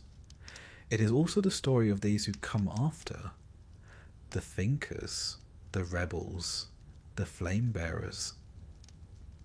And in Prometheus, we find the bridge between the age of monsters and the age of men. A Titan, yes, but perhaps the most human of them all. With Prometheus chained and humanity stumbling into a world aflame with both knowledge and suffering, the cosmos seemed, for a fleeting moment, to be at rest. The Titans were mostly imprisoned, the gods firmly entrenched in power, and mankind busy roasting its first goat over a sacred flame. But rest, in myth, is merely the inhalation before the next divine catastrophe. And Olympus, as always, was teetering on the edge of drama. Let us now pivot from the divine rebellion of Titans to the creeping instability that would later plague the reign of the Olympians themselves. The Titans may have been overthrown, but their legacy, like a good curse, was not so easily dismissed. Their children, those liminal beings born of the old order but destined to live under the new, found themselves in a particularly awkward position. Neither wholly defeated nor entirely embraced, they haunted the edges of myth like shadows at a feast. Take, for example, the Hecatoncheires. These were the 100-handed, 50-headed siblings of the Titans, Briareus, Cottus, and Gyges, monstrous by modern standards, though to the ancient Greeks they were simply robust. Imprisoned in Tartarus by Uranus, and later freed by Zeus to help win the Titanomachy, they were handsomely rewarded by being sent straight back into the shadows, assigned to guard the gates of Tartarus. Imagine winning a war and being rewarded with eternal security duty at the universe's most miserable prison. One does wonder if they ever considered a union. Then there were the Cyclopes, thunderbolt forgers, one-eyed craftsmen of divine artillery. Also liberated during the Great War, they gifted Zeus his famous lightning, Poseidon his trident, and Hades his invisibility helm. A helmet that, funnily enough, saw very little use after the war. It seems Hades preferred brooding in full view. The Cyclopes, for their trouble, were also sent back to the forge, pounding away in volcanic caverns like Hephaestus on espresso. Their fate? To be footnotes in the story they helped win. But the true undercurrent of tension came not from the sidelines, but from the next generation, the children of Zeus and his siblings. Now, the Olympians had only just claimed their thrones. One might think they'd hold off on producing a new crop of divine drama. But no. Zeus, as prolific as he was powerful, began populating the cosmos with alarming speed. One assumes he kept a celestial diary just to track his conquests, mortal and immortal alike. From his many unions came a constellation of powerful figures. Athena, sprung fully formed from his forehead after he swallowed her pregnant mother, Metis, because nothing says parenting like cranial birth. Apollo and Artemis, twin children of Leto, were born after a harrowing pursuit in which their mother was denied rest by a jealous Hera. And then there was Dionysus, born of a mortal woman, torn from her ashes and sewn into Zeus's thigh, a rather creative alternative to childcare leave. Each of these offspring bore immense power, and with that power came something the Olympians dreaded above all: unpredictability. Athena, wise and warlike, challenged male authority without ever marrying. Apollo, radiant god of music and plague, brought both beauty and terror. Dionysus, with his wine and ecstasy, blurred every line imaginable: gender, sanity, mortality. These were not minor deities. They were forces of nature with bloodlines that tied back to both Olympus and the Titans. And let us not forget Hecate, a fascinating figure, often passed over in popular retellings. A Titaness by birth, yet honoured by Zeus, she was granted dominion over magic, crossroads, and ghosts. She moved through the world like smoke, appearing at night with her torches, straddling the boundary between old and new. Some say she remained loyal to neither side, and perhaps that's why she endured. She played the long game, but all this divine breeding had consequences.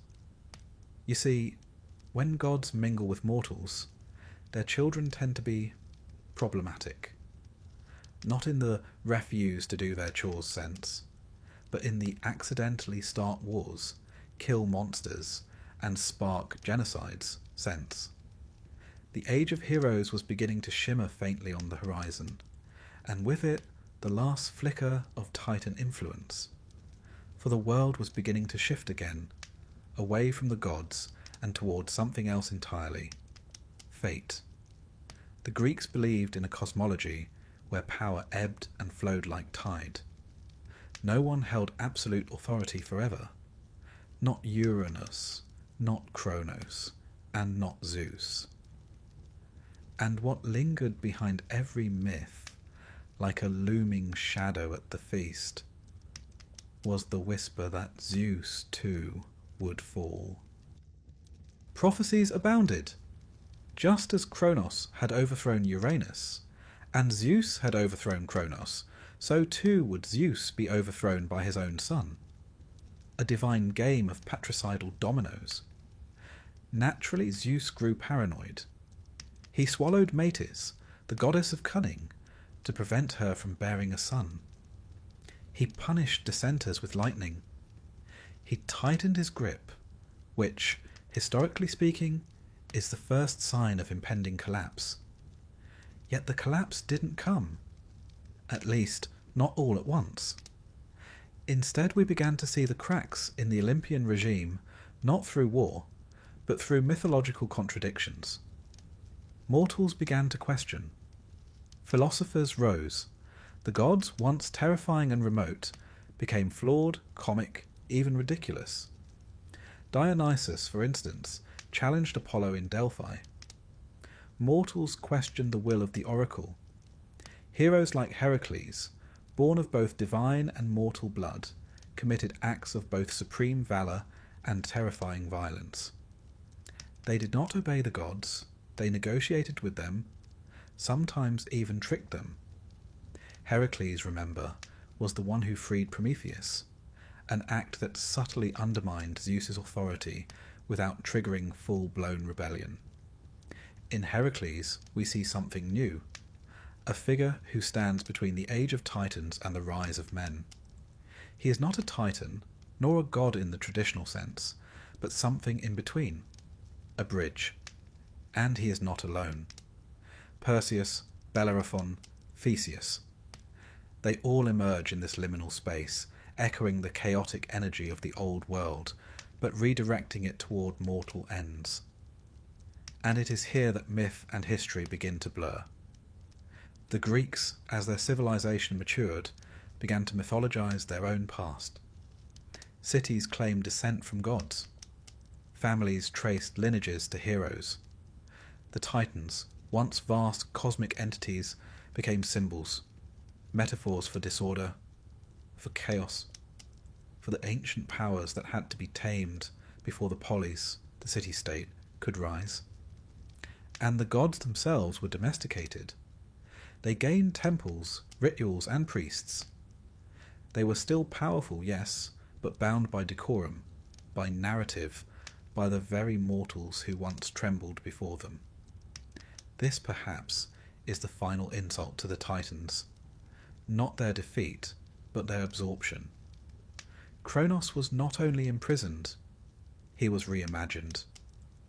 In some Hellenistic sects, he became a god of peace, even of agriculture. The devourer became the father of time, Kronos, a different spelling, but similar enough to fuse over the centuries. And Gaia, once a primordial mother, was reduced to little more than symbolic soil beneath our feet. Even the war, the mighty Titanomachy, became a cautionary tale, retold by poets to remind listeners of the price of rebellion, and by politicians to justify their own divine authority. Myth, you see, is never static. It evolves, it adapts, it serves whoever speaks it loudest. And yet, the Titans endure. Not on Olympus, nor in statues, nor in temples, but deeper, in the subconscious, in the primal forces that still quake beneath our feet and churn within our oceans, in the fury of a storm that no god can command, in the impulse to rebel, to question, to light a fire even when the world demands obedience. They are not gone. Not really. You cannot banish what you are made of. For we are all, in some distant sense, children of the Titans, born of chaos, tempered by fire, reaching forever upward toward the divine, not to serve it, but to understand it, even to challenge it. And as the age of heroes draws near, as mankind begins to tell its own story, the Titans slip into myth, not defeated, but transformed, not lost, but waiting. Waiting in Tartarus, waiting in memory, waiting in us. As the dust of divine rebellion settled and Olympus gleamed in its post-war splendour, a quiet shift began to take place, not among the gods, but in the realm below. The age of Titans was over, yes. The age of the Olympians had begun in earnest. But now the torch was passing, not upwards, as it had from Gaia to Uranus, from Uranus to Kronos, from Kronos to Zeus, but downwards to the strange, fallible, fascinating creatures known as mortals. Welcome, then, to the heroic age, the age in which Titan blood still flickered in veins, Olympian caprice ruled from above, and humankind found itself cast into the starring role of the cosmic drama. It was a time of monsters and riddles, of hubris and honour, and of very large men attempting very impossible things. It's worth noting that the Greeks didn't view the heroic age as metaphor. To them, it was a golden era sandwiched neatly between myth and memory. It preceded the fog of history, but followed the chaotic primeval stew of the gods. These weren't mere bedtime stories. These were origin tales, political, familial, even moral, and the heroes within them were closer to living fossils than to fictional characters. And the first great hero, in many ways the archetype of them all, was Heracles, or Hercules, if you prefer your heroes Roman and slightly more muscular. Born of Zeus and the mortal Alcmene, Heracles was the walking proof that gods could not resist mortal women, nor could mortals resist getting swept up in divine entanglements. Poor Alcmene, by the way, was tricked into lying with Zeus after he disguised himself as her husband. Zeus, it must be said, would have made an outstanding actor, but a deeply troubling partner. Heracles entered the world not as a symbol of glory, but as a threat. Hera, Zeus's wife, was incandescent with jealousy, and she set about making the boy's life hell. As an infant, Heracles famously strangled 2 serpents in his cradle, sent by Hera to kill him. Most babies grapple with teething. Heracles wrestled with serpents. The tone was set. His life would be defined by suffering. Not necessarily because of his own actions, though the man was hardly a beacon of wisdom.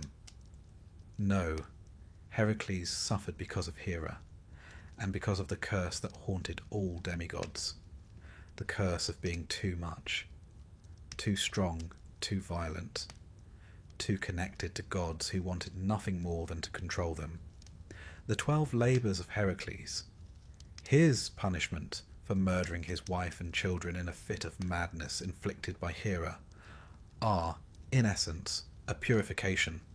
He is sent to defeat beasts, capture monsters, and even go to the underworld itself. Each trial peels away the chaos of his Titan ancestry and the burden of divine expectation. He is, in a very Greek way, being civilized through suffering. But what's curious is how many of the creatures Heracles confronts are directly tied to the Titans. The Nemean lion, born of Orthrus, who was the offspring of Echidna and Typhon. And Typhon, you'll recall, was the last monstrous son of Gaia, born to challenge Zeus himself. The Hydra, another spawn of Echidna and Typhon. Cerberus, the 3-headed guard dog of Hades, wrestled by Heracles in his 12th labour, was of the same ghastly lineage.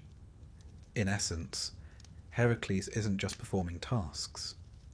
He's cleaning up the remnants of the Titan Age, one beast at a time. But Heracles wasn't alone in this. The heroic age is a veritable parade of mighty mortals straining under the weight of legacy. Take Perseus, who beheaded Medusa, one of the 3 Gorgons, herself a twisted echo of ancient chthonic power, likely once worshipped before the Olympian pantheon shoved her into monstrous irrelevance. Or Theseus, who navigated the labyrinth to kill the Minotaur, a beast born of divine punishment and mortal pride, with echoes of older Minoan bull worship baked into its horns. Then there was Jason, leader of the Argonauts, whose quest for the Golden Fleece was more political than heroic.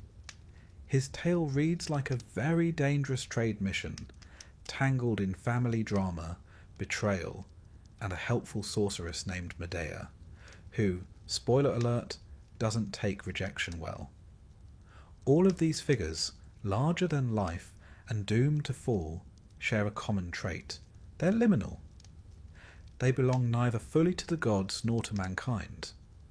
They exist in a transitional space, much like the Titans did before them. And while the Titans represented primal chaos and power unbound, these heroes represent something newer, individual will in the face of divine indifference. The gods in these stories are often petty, distracted, or even absent. Zeus, by this point, is less a thunder-wielding monarch and more of a spectral administrator. Hera is a grudge incarnate. Athena is wise, yes, but curiously inconsistent in her favour. And so the mortals begin to shine, not because they are perfect, but because they dare. Hubris, the Greeks warned, was the great sin, but it is also, paradoxically, the engine of the heroic age. To be a hero is to reach beyond your station, to say, I will slay this beast, or I will build this city, or I will sail past the edge of the world. It is to challenge limits. And in every one of these myths, that challenge is tied, consciously or not, to the defeat of the Titan spirit.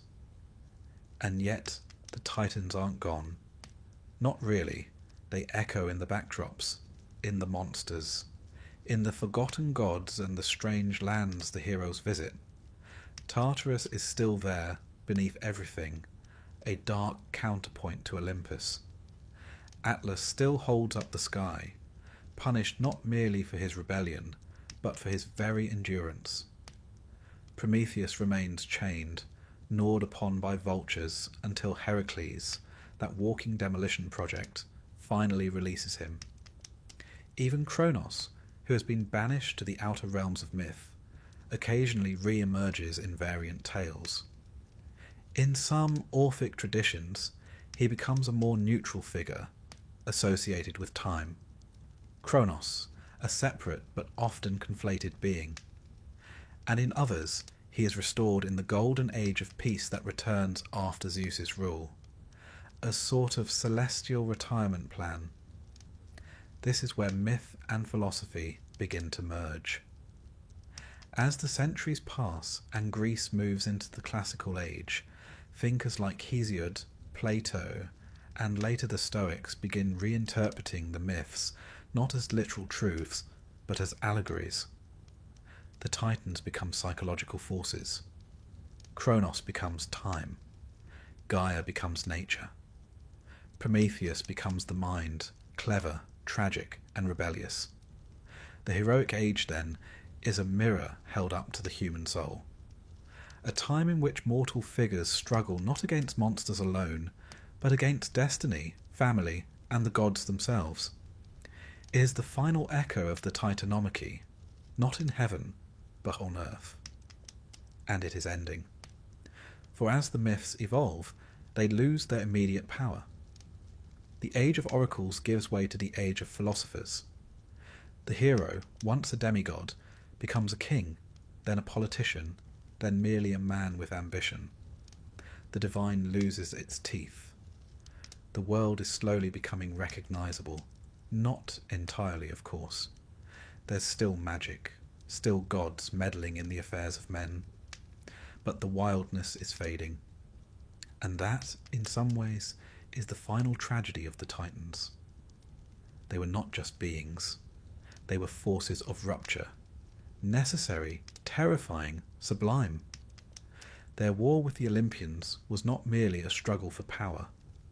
It was the cosmos straining to contain contradiction, chaos and order, nature and reason, instinct and law. The heroes, knowingly or not, carried that contradiction forward. They tried to tame it, to conquer it, to live with it. Some succeeded. Most did not. But all of them, Heracles, Perseus, Theseus, Jason, and the rest, lived in the shadow of something much older, much wilder, and far less forgiving. And now that age is closing. The last of the great heroes will vanish into legend. The gods will become poetic symbols. The Titans, already forgotten by most, will be relegated to esoteric footnotes and ancient hymns. But before we bid them farewell, we must understand. Their story is not merely one of defeat. It is one of transformation, of how raw power becomes memory, of how myth becomes metaphor, and how, even buried in Tartarus, the Titans still shape the world above. Even now, when we speak of rebellion, of endurance, of reaching beyond what we are told is possible, we are speaking the language of Titans. And so we come to the end, or rather, to the beginning of the end. For when telling the tale of the Titans, it's never quite clear where the final page should fall. They began before time as we know it, roared through the cosmos like fire in dry grass, and ended, as all empires must, buried under the weight of their own grandeur, and Zeus's lightning bolts. But endings, especially in mythology, are rarely full stops. They're ellipses, pauses in the storm, quiet breathings before the next surge. And though the Titans were defeated, exiled, and in some cases outright erased from memory, they have never quite left us. Not entirely, they endure, in symbols, in stories, and sometimes, quite sneakily, in ourselves. The Greeks, of course, were never content to leave even their ancient myths untouched. Over time, the stories of the Titans were retold, repurposed, and reinterpreted. By the Hellenistic period, they had become more than rebellious deities. They were metaphors for vast impersonal forces. Cronus, once a devouring patriarch, became time itself, unyielding, cyclical, indifferent. Gaia, the nurturing Earth Mother, came to represent the natural world, both bountiful and brutal. Oceanus flowed not merely as a titan, but as the unending current of reality. In this metamorphosis, the Titans shifted from the realm of religion into that of philosophy. Thinkers like Plato and later the Stoics began plumbing the myths for allegory. The Titanomachy was no longer a simple clash of gods, but a psychological or moral struggle. Reason versus chaos. Civilization versus impulse. Logos against eros. Rather sophisticated, really, for a tale that started with a god castrating his father with a sickle made by his mum. And what of Prometheus, that most defiant of titans refused to be forgotten? He became, over the centuries, a patron saint of rebels, thinkers, and fools who dared too much. To the Romantics, he was the ultimate symbol of enlightenment, punished not for evil, but for giving knowledge to mankind. Byron, Shelley, Goethe, all found in Prometheus a kindred spirit. He who stole fire from the gods and suffered for it was, in a sense, the first scientist, the first revolutionary, the first tragic hero. But the Titans are not confined to dusty scrolls and poetic musings. They've wormed their way into the modern world in ways both subtle and profound. Consider the language. When we say something is titanic, we mean vast, powerful, unstoppable. Not merely large with consequences. The name Titan has been affixed to ships, rockets, sports teams, and even Silicon Valley tech platforms, all proclaiming their ambition to reshape the world. Though one suspects Cronus might be slightly amused at a cloud computing service named after him. There's something inherently seductive about the Titans. They represent the raw, untamed potential that exists before order arrives. They are older than law, older than justice, older even than morality as we frame it. They are elemental. Earth, sky, ocean, time, flame. Their quarrels were not political. They were cosmic.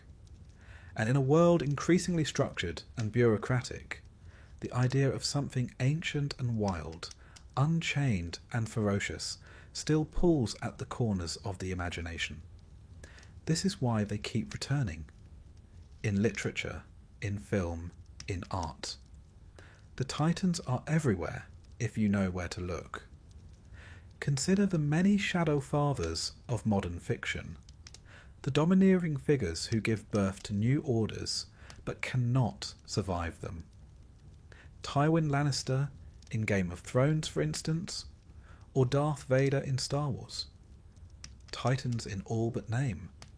Creators of worlds, undone by their own children. Or take the rise of the anti-hero. Characters like Walter White or Tony Montana, who, like Prometheus, break the rules, steal fire, and burn for it. We don't always root for them, but we watch, spellbound, as they try to bend the world into their image, just as the Titans once did.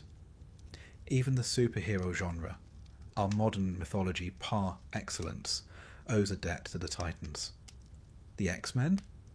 Born of genetic mutation, feared by gods and mortals alike. Superman? Raised among mortals, but burdened with divine strength. These characters straddle the same liminal space the Titans once did. Too powerful to be human. Too flawed to be gods. And in the background, still, the Titanomachy echoes. Every story of a younger generation overthrowing the old. Every tale of rebellion against cosmic authority. Every myth where the apprentice surpasses the master. It's all the same ancient rhythm, replayed with modern instruments.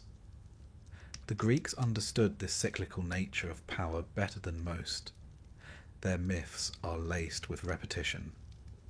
Uranus is overthrown by Cronus, who is overthrown by Zeus, who, if the Orphics are to be believed, may one day be overthrown in turn. The wheel turns. Each victory sows the seeds of its own destruction. Even the gods, in all their splendour, are not immune to fate. The concept of Moira, fate, stands above them all. Not even Zeus, mighty king of Olympus, can defy the destinies spun by the three Moirai, Clotho, Lachesis, and Atropos. The Titans may have lost, but they played their part in the great script. And the script, dear listener, is still being written.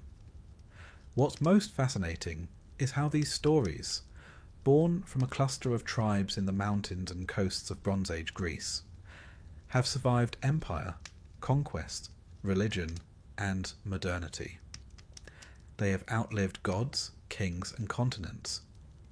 And they endure not because they are true in the literal sense, but because they are true in the human sense. We are all, in our own ways, Titan-blooded. We carry within us the fire of rebellion, the burden of memory, the urge to shape the world according to our will. Every time we break a rule for the sake of something better, every time we defy authority in the name of justice, every time we dream bigger than we are told we should, that too is a Titan's whisper in the ear. Of course, this is not without cost. Prometheus paid in agony, Atlas paid in weight, Cronus paid in isolation. To carry Titan fire is to risk being burned, but the Greeks never shied from tragedy. They embraced it. They believed that from suffering came understanding, from downfall came reflection. And so we reflect, not merely on the tale we've just told, the epic rise and fall of the Titans from the yawning void of chaos to the dark prison of Tartarus, but on what it means, why these stories matter, why they continue to matter. Perhaps, in the end, it's because the Titans remind us that greatness is not born from perfection, but from conflict, from the storm, not the calm, from the tension between what is and what might be. They are the raw materials of myth, and therefore of civilization itself. In them we see not only gods and monsters, but the human heart writ large, proud, flawed, courageous, vengeful, creative. And in their downfall we glimpse something very Greek, the knowledge that power must be tempered, that ambition must bow to balance, that even the mighty must yield. But oh, what a roar they made on their way down. And though Olympus gleams in the sunlight, though the temples to Zeus still stand in crumbling glory, though statues of Athena gaze sternly over modern cities, the Titans lie deeper still, beneath the marble, beneath the stories, beneath the psyche, waiting, not for revenge perhaps. That ship has sailed, but for remembrance. Because in remembering the Titans, we remember ourselves, not as we are, but as we once dared to be. Vast, terrible, brilliant, and yes, Titan.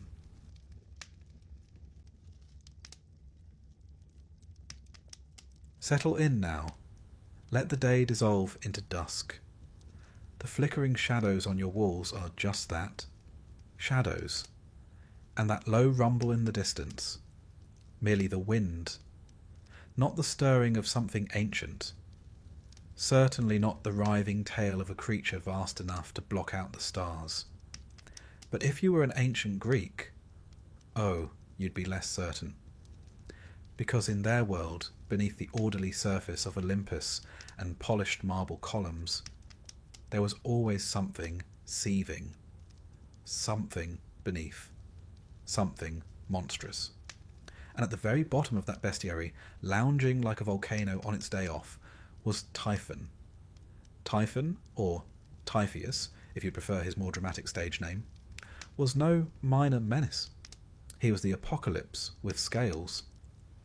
The end of everything wrapped in a storm cloud.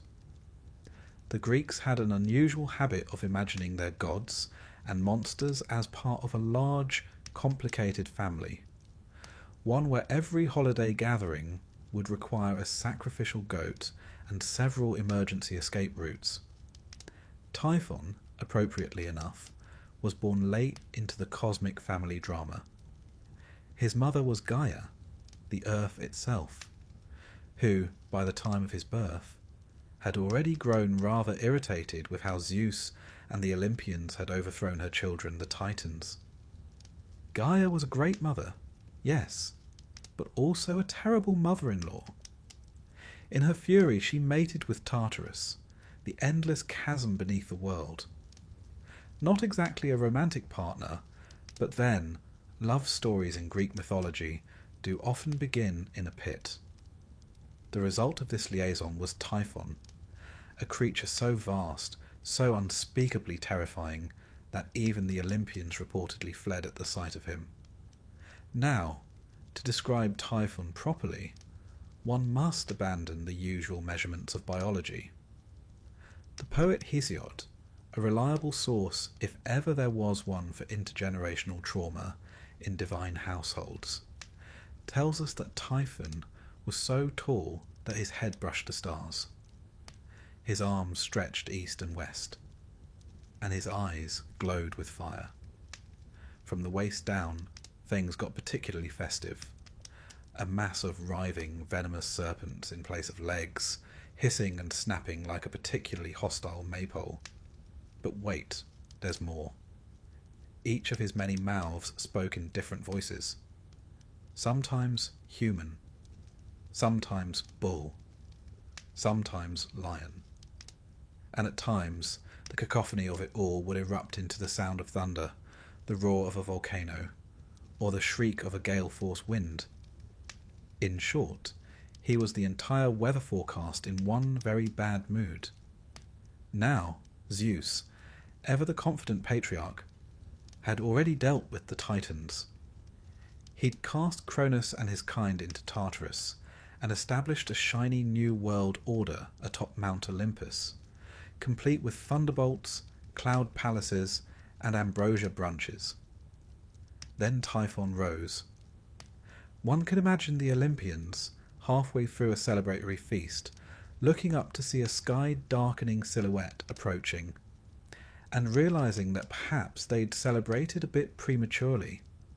In most accounts, all the Olympians save Zeus fled in terror, transforming themselves into animals and galloping off into Egypt, where their disguises would later spark local myths. This, dear listener, is why you'll sometimes find Greek gods suspiciously resembling Egyptian ones. A kind of divine witness protection program, really. Zeus, to his credit, did not flee, at least not immediately. He met Typhon in battle. Lightning clashed against storm. The skies tore open, mountains shook. Poets, one imagines, reached for their scrolls. But here's the twist. Typhon won the first round. Yes, the king of the gods himself was overwhelmed. Typhon tore the sinews from Zeus's hands and feet, quite literally de-limbing the ruler of Olympus, and imprisoned him in a cave. There, Zeus was guarded by the she-dragon Delphine, who no doubt thought this arrangement perfectly fair. It was only with the help of Hermes and Pan, yes, Pan, the musical goat man, who apparently moonlighted as a rescue operative, that Zeus was freed. And once he had his tendons back, thank you Hermes, he regrouped. The final confrontation occurred on Mount Etna, in Sicily, where Zeus unleashed the full fury of his thunderbolts. Typhon fell at last, buried beneath the mountain, where his writhing fury still causes eruptions and earthquakes to this day. So if you ever visit Sicily and the ground trembles underfoot, don't worry. it's just Typhon rolling over in his sleep. All this fire and fury wasn't just a bit of mythological spectacle. The Greeks weren't merely spinning tales to keep children from misbehaving at bedtime, though one imagines it was extremely effective. Typhon served a deeper purpose. He represented chaos, raw, unrelenting, natural chaos. The Greeks were intimately familiar with earthquakes, volcanoes, storms, and all the unsettling little reminders that nature doesn't particularly care about dinner plans. Where modern minds might think of tectonic plates or volcanic pressure, the ancients imagined Typhon. It was a kind of poetry, and, quite frankly, more fun to envision than sedimentary subduction zones. And Typhon was not alone. He was, as mentioned, the father of monsters. With Echidna, half serpent, half something else entirely, he spawned a gallery of horrors. Let's take a brief inventory, shall we? Cerberus, the three-headed dog who guarded the underworld. The Chimera, a fire-breathing fusion of lion, goat, and serpent. The Hydra, with its regrowing heads and poisonous breath. The Sphinx, whose riddles caused more than existential dread.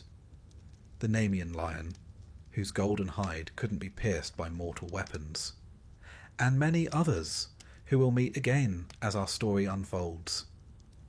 In a way, Typhon and Echidna are less a couple and more a factory, churning out monstrosities to populate the dangerous edges of the Greek imagination.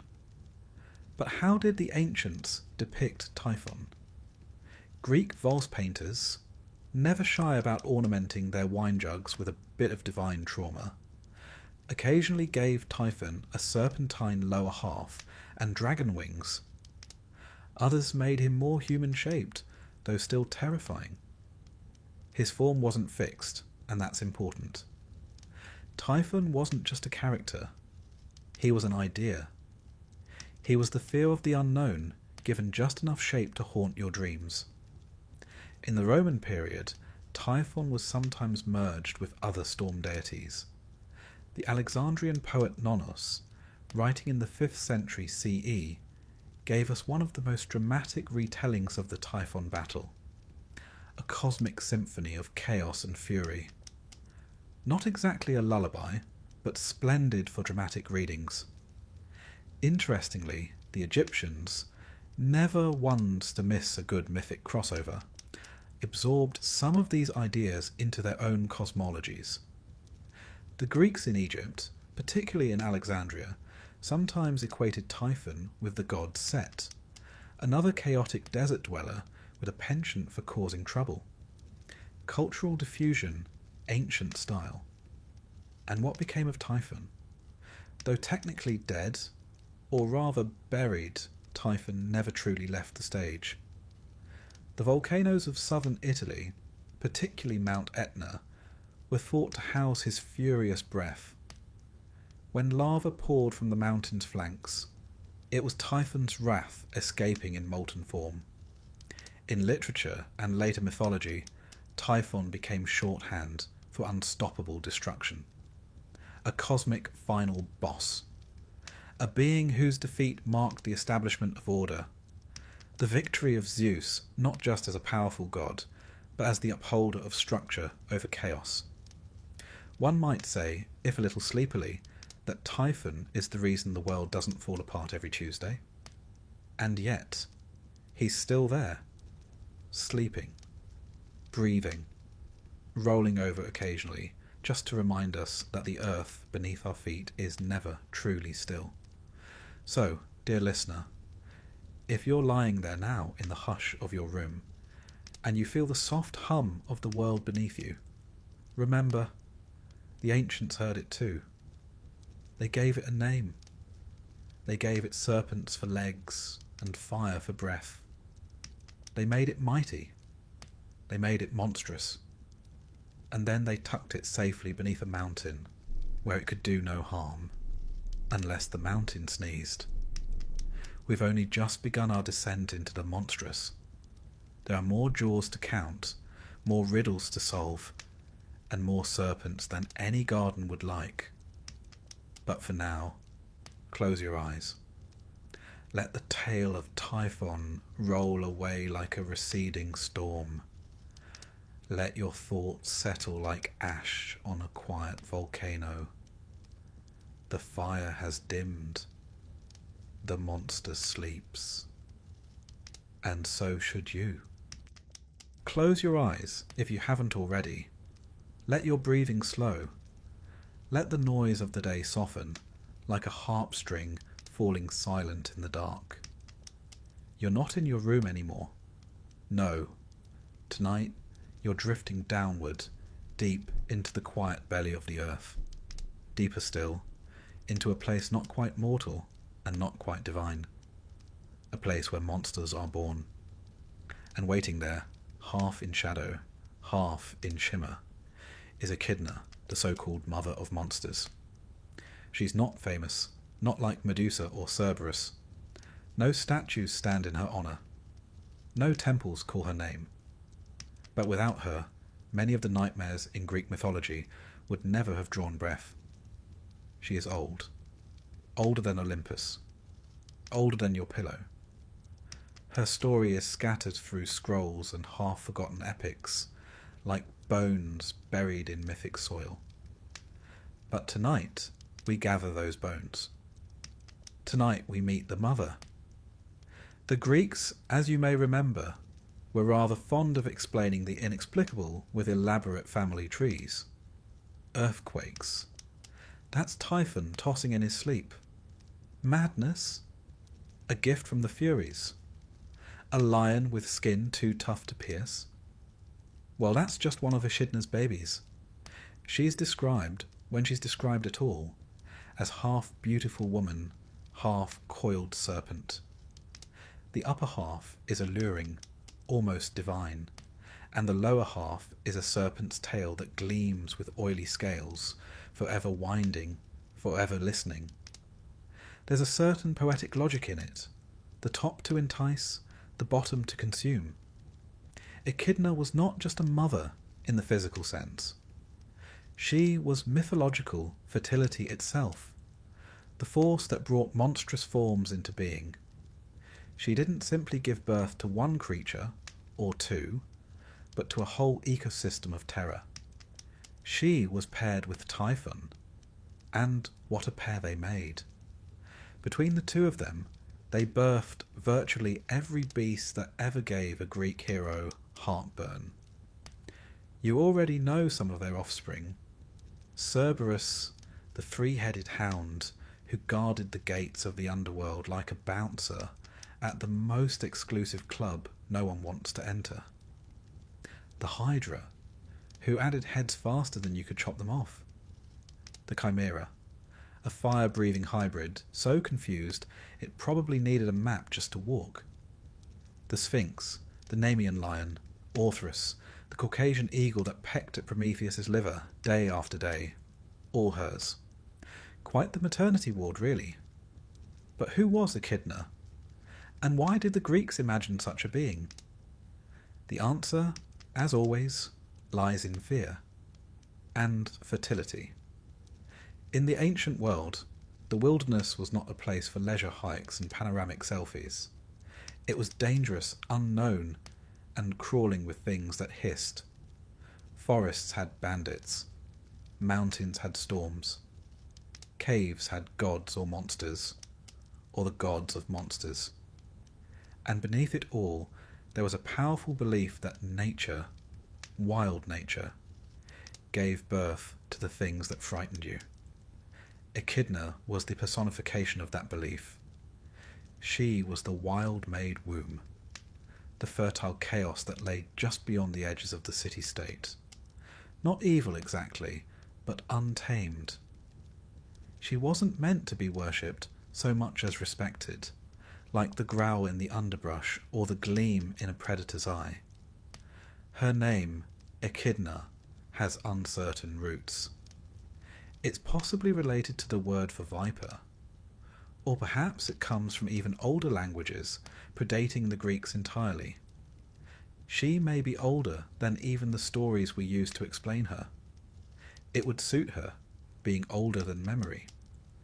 Many primordial goddesses are like that, fading into the edges of the mythos while still holding everything together. Echidna doesn't take centre stage in many myths. She's rarely the villain. She's never the hero. She's simply there, breeding, waiting, lurking. And in that quiet, generative presence, she becomes one of the most powerful figures in the mythic world, precisely because she doesn't demand attention. She simply continues. In Hesiod's Theogony, one of the earliest and most influential Greek texts, Echidna is described as a nymph who lives in a cave, devouring all men who pass. Now that could be metaphorical, or perhaps she simply liked her snacks fresh. Either way, she was clearly not someone to meet on a stroll. According to Hesiod, she was immortal and ageless, which is rather unfair for a mother of so many. But then Greek immortality never did come with stretch marks. She lived in a hidden cave, far from the gods and men, tucked away near Arima, a place whose location even the Greeks weren't too sure about. Some said it was in Cilicia, in southern Anatolia. Others pointed to deep beneath the earth. Some, quietly, just avoided the subject. And yet, despite her shadowy role, her presence is felt in nearly every heroic tale. Think of the great monster slayers of myth: Heracles, Bellerophon, Perseus, Odysseus. Nearly all of them faced one of Echidna's offspring. Each heroic deed, each monster conquered, was an echo of her legacy. She is the challenge behind the story, the breath behind the beast. There's something maternal in that too. You see, in ancient Greek society, women were often confined to the home, invisible in the public record, but absolutely central to the survival of the family and the continuity of culture. Echidna mirrors this role, silent in the myths, but essential to their progression. The mother whose children define the trials of men. Some later authors gave her a bit more narrative flesh. In the Roman tradition, she sometimes partners not with Typhon, but with Tartarus himself. A being, or a place, depending on how poetic you're feeling. Some even claimed she gave birth to a line of mortal monsters, kings and queens who ruled in far-off barbaric lands. In this version, her blood seeped into the earth and bore empires, which, in its own way, might be the most frightening legacy of all. In art, Echidna appears only rarely. The Greeks, bless them, preferred to depict her children. Flashier, more dramatic, and easier to fit onto pottery. But when she does appear, she's unmistakable. A woman from the waist up, beautiful and often bare, with the lower body of a serpent coiling into the gloom. Her face is calm, unapologetic. She is not a monster writhing in agony. She is not begging to be understood. She is simply Echidna. And what a strange power that is, to be monstrous without remorse, to be feared but not villainous, to give birth to terrors and never ask forgiveness for it. In modern times, her name has survived in biology. The echidna, a spiny anteater from Australia, bears little resemblance to her mythological namesake, aside from being wonderfully peculiar and producing the sort of confusion that would make a Greek storyteller proud. It lays eggs. It has four-headed reproductive anatomy. It is shy, ancient, and seems entirely unaware of how absurd it looks. One suspects Echidna would be flattered, but back to her myth. Echidna's story fades gradually after the early sources.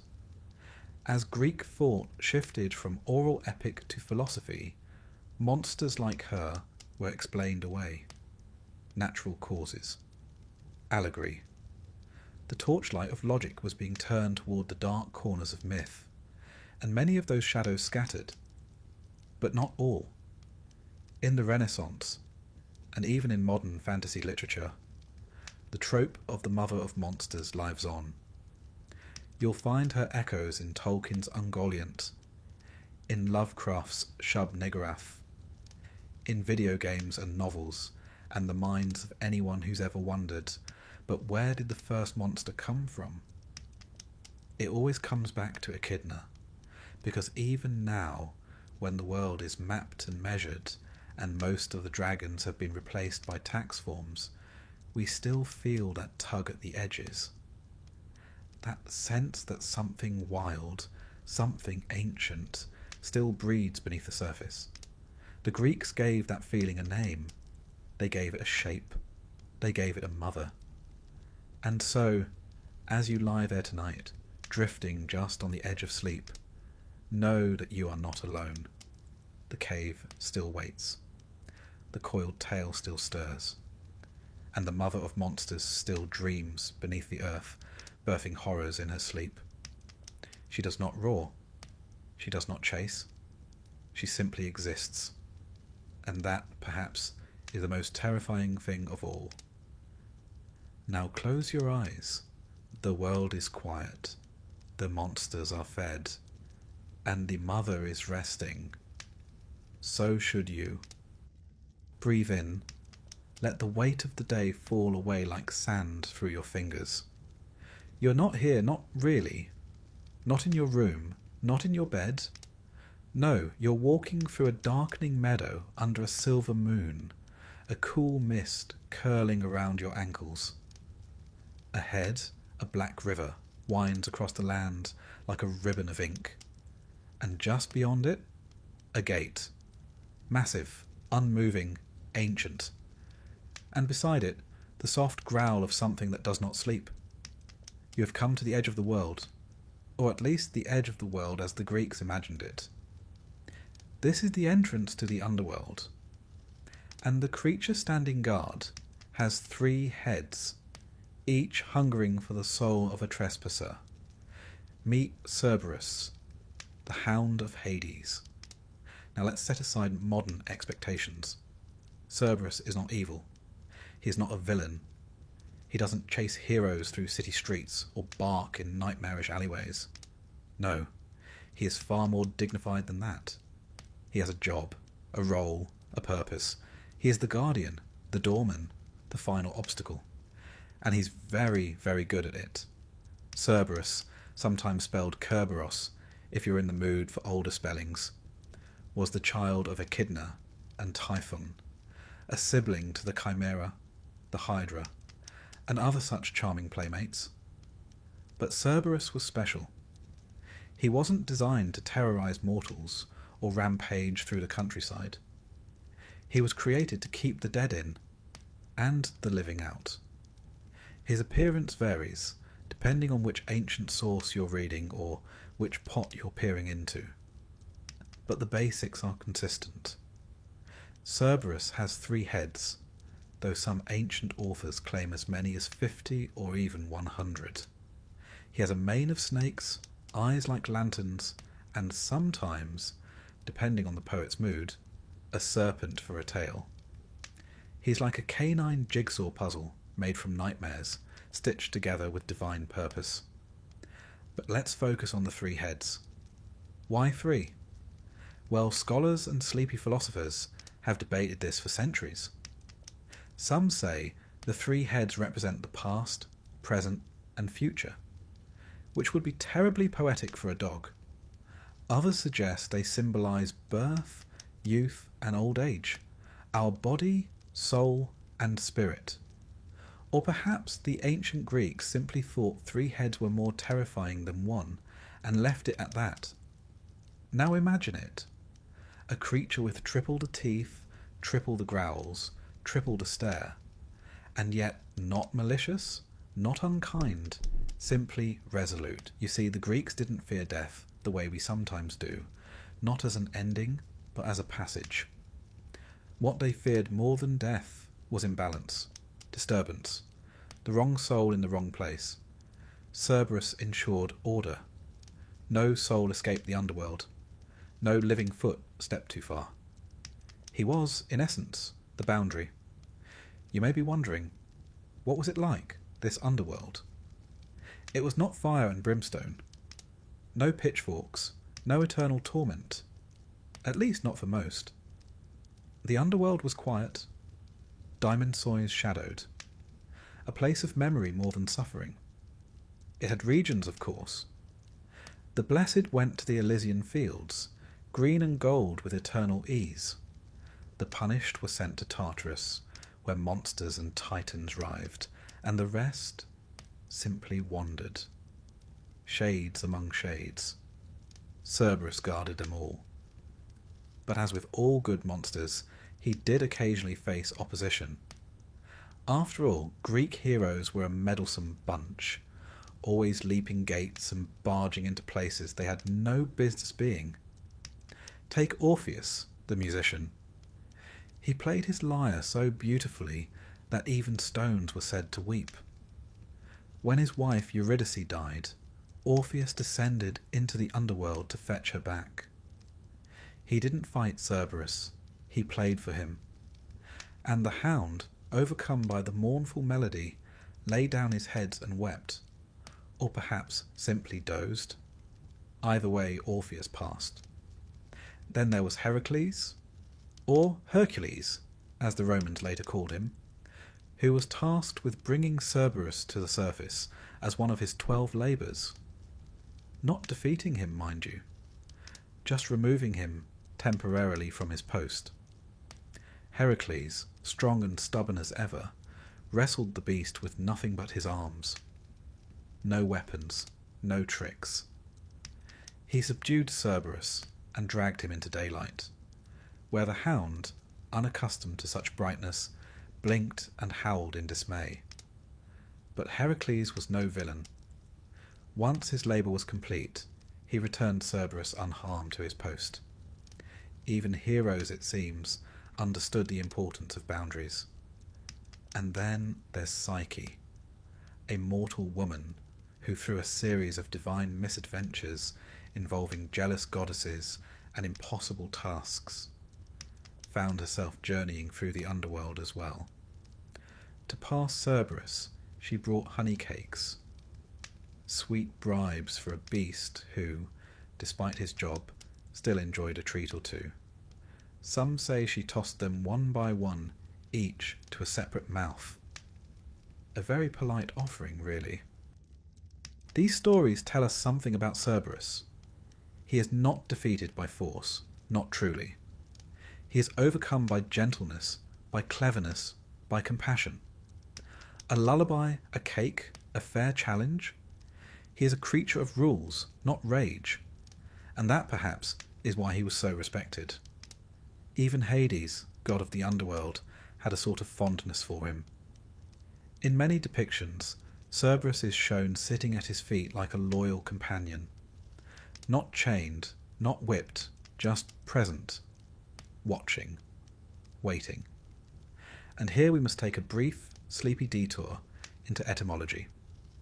The name Cerberus may stem from an Indo-European word meaning spotted, which means, if we're being terribly literal, Hades may have named his monstrous three-headed hellhound Spot.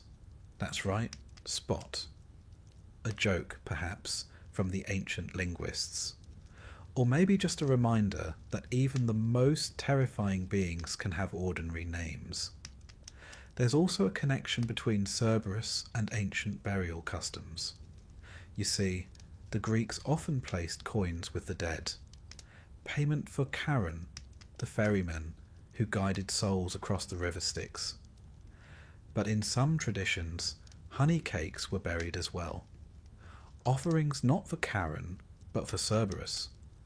A bribe to ease the soul's passage, a gift to the guardian, something sweet for the sentinel. It's easy to forget, amid the snarling imagery, that Cerberus was not cruel. He didn't torment souls. He didn't hunt them. He simply ensured they stayed where they belonged. In a world where chaos was always licking at the edges of order, Cerberus was a gate that held firm. In Roman times, the image of Cerberus endured. Poets like Virgil described him in the Aeneid, where the hero Aeneas must also pass the hound to reach the realm of the dead. Again, the method is familiar. Soporific treats. Sleep, not struggle. And in later Christian adaptations, Cerberus became associated with demons or Satan's watchdog. But that's a different lens, painted in darker strokes. The Greeks saw no sin in his existence, only necessity. Artists over the centuries couldn't resist him. On urns, on mosaics, on medieval manuscripts, he appears, all snarls and scales and flicking tongues, often with only 2 heads, sometimes with 3, occasionally with dozens. Always with a presence that says, here is the edge. Do not cross it lightly. And yet, of course, the best stories are about those who do. Still, once their business is done, the great heroes rarely harm him. They return him, leave him be. Cerberus is not the villain to vanquish, but the challenge to honour. There's something comforting in that, isn't there? A monstrous dog who does not chase but guards, who snarls not from malice but duty, who lets you pass if you are clever or kind or brave enough to earn the right. And as you lie there, perhaps with a dog curled at your feet or snoring down the hall, you might smile at the thought that in the ancient world, even the threshold between life and death had a guardian who wagged his tail for music and drooled for honey. Cerberus was terrifying, yes, but only to those who tried to cheat the rules. He never hunted the innocent, never strayed from his post. He stayed, eternal and watchful, at the gate, a beast of legend, a child of chaos, and still, somehow, just a very good boy. So rest now. The night is calm, the gate is closed, the guardian is at his post, his 3 heads laid gently on stone, watching the road behind you, keeping the silence intact. No need to run, no need to fear. You are not trespassing tonight. You are only drifting. Sleep well, and let Cerberus keep the watch. Let your body settle. Let the weight of your limbs fall into the mattress, like stones sinking gently into a clear pool. The night presses in softly, like a curtain drawn with care. And beneath that hush, somewhere distant, somewhere ancient, is the quiet ripple of a marsh, a breathless wetland choked with mist. Something stirs beneath the surface, something with too many eyes. Tonight we drift toward the swamps of Lerna.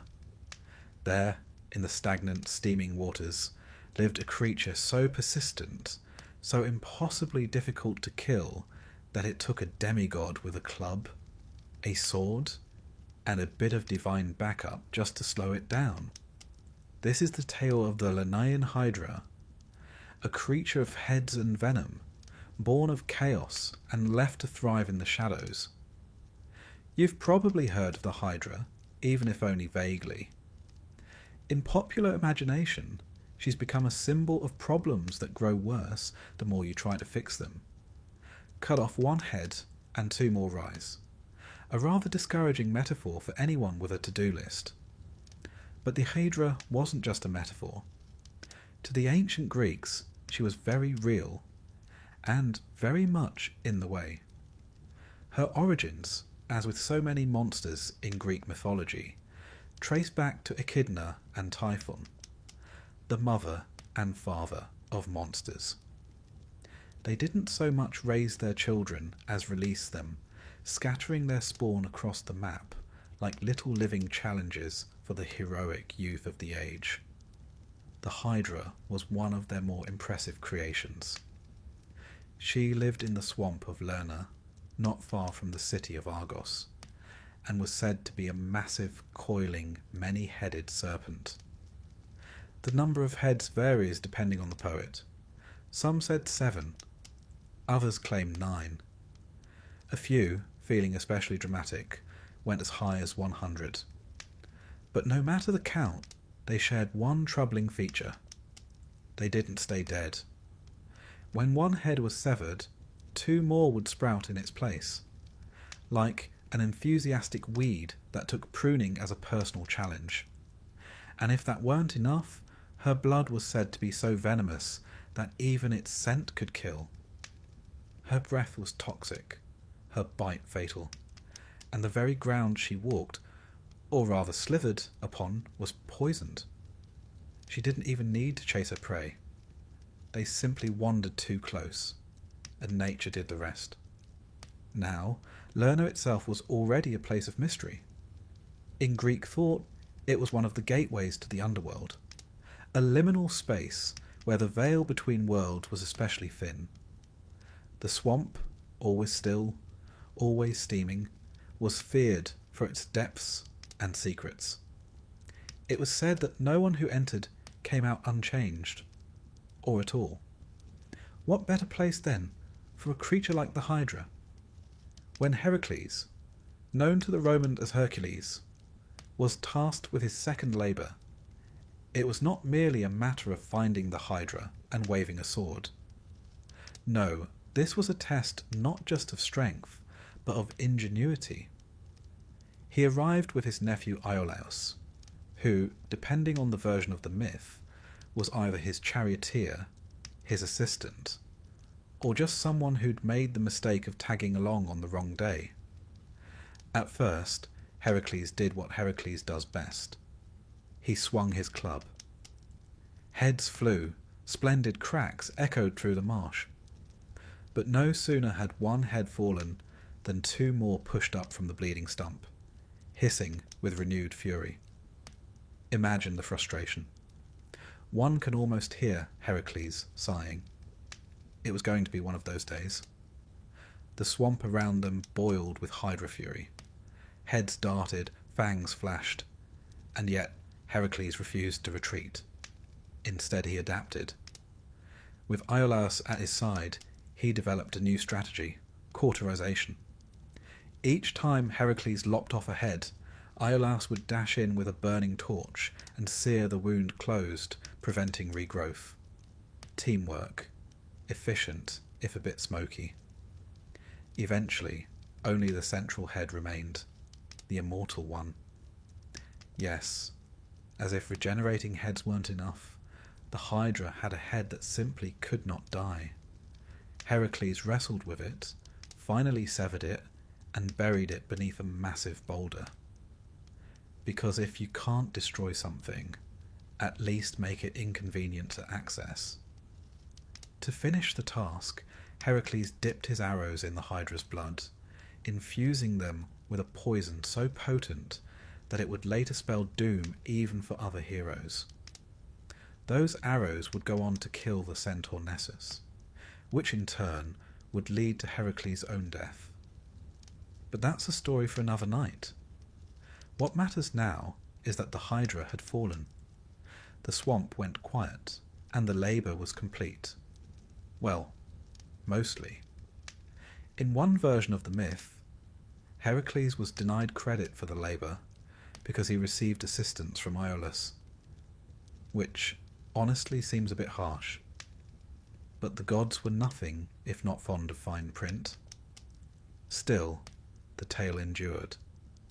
The Hydra became a symbol of impossible problems, ones that required not brute strength alone, but patience, precision, and a helping hand.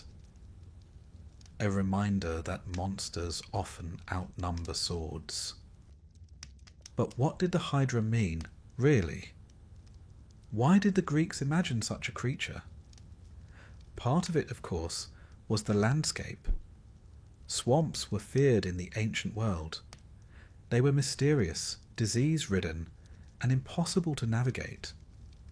They swallowed people without a sound. The Hydra, then, was a personification of the danger lurking in these places, a visible form for an invisible threat. But there's also a philosophical dimension. The Hydra represents the nature of struggle. Not all problems die when struck. Some divide, multiply, return fiercer than before. The ancient Greeks knew that.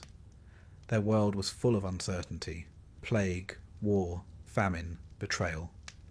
You could win a battle and lose a kingdom. Solve one crisis and find two more waiting behind it. The Hydra, coiled in her marsh, was that truth made flesh. And yet she was not unbeatable. It's tempting to think of Heracles as merely a brawler, but the Hydra reminds us that even he had to think, had to innovate, had to accept help. His greatest victories were never his alone. There's a lesson in that, gently tucked beneath the fangs and fire. The Hydra's legacy extends far beyond Greek myth. Her name has become a literary device, a political metaphor, a psychological symbol. In every era, people have faced Hydra-like problems, those complex recurring challenges that seem to multiply the more we engage them. And still, we remember the torch, the cauterization, the cleverness. In ancient art, the Hydra was a favourite subject. On painted amphorae, she coils and strikes, heads twisting like braids in the wind. Sometimes she is dragon-like, sometimes more serpentine. Heracles is always there, grim and sweating, club in one hand, torch in the other. The scene is dynamic, chaotic, but always frozen just before resolution. We don't see the moment of victory, only the effort. Perhaps that's fitting. In Roman times, the Hydra was reshaped a bit, more monstrous, less symbolic, but she never lost her place in the pantheon of horrors. Later, in Christian allegory, she became a stand-in for sin, for heresy, for whatever needed smiting with dramatic flair. But the essence remained, a creature that could not be defeated by ordinary means. In some Renaissance retellings, the Hydra became almost seductive, a feminine monster, part woman, part serpent, echoing older fears of the wild and the unknown. The swamp became not just a place, but a metaphor for desire, temptation, and danger. But strip away the centuries, and we return to the still waters of Lerna, to the mist, to the hiss. Imagine it now. You're standing on the edge of the marsh. The reeds part with a rustle. A low ripple moves across the water. And then a head, long, narrow, fanged, rises into view. Another follows, then another, until the night blooms with serpents. 100 eyes blink. 100 tongues taste the air. You take a step back, not from fear, but from awe, because this isn't evil, this is ancient power. Chaos wrapped in elegance. A puzzle, not a curse. And somewhere far off, a torch flares in the darkness. A hero steps forward, not to slay, but to understand. So rest now. The Hydra sleeps again in her swamp, coiled beneath lilies and mud. Her heads no longer hiss. Her breath no longer poisons. She dreams of fire and rain, of battles lost and won. And you? You are far from Lerna now, safe beneath your blankets, where no heads multiply and no blades are needed. The marsh is still. The torch is out. And the monster, like you, is at peace. Sleep deeply, and let the world remain quiet. Let the hush of the evening settle around you like soft wool. The air is still now. Nothing stirs except memory, and the faint echo of hooves on ancient stone. The stars above you are distant and patient, watching as they always have. But below, in the smouldering hills of a forgotten land, a creature once breathed fire into the wind. She was impossible, furious, and proud. Her name was Chimera. Tonight, we'll wander slowly through the scorched hills of Lycia, in what is now southwestern Turkey. But once, long ago, this was a place of legend, and in the cracks between rocks, where sulphur steamed from the earth, the Chimera waited. The Chimera was a monster built by contradiction. She was part lion, part goat, part serpent, a fusion of things that had no business being in the same body. And yet, there she stood, a lioness at the front, a goat rising awkwardly from her back, and a long, viperous snake forming the tail, coiled and hissing behind her. And if that weren't enough, she breathed fire. Of course she did.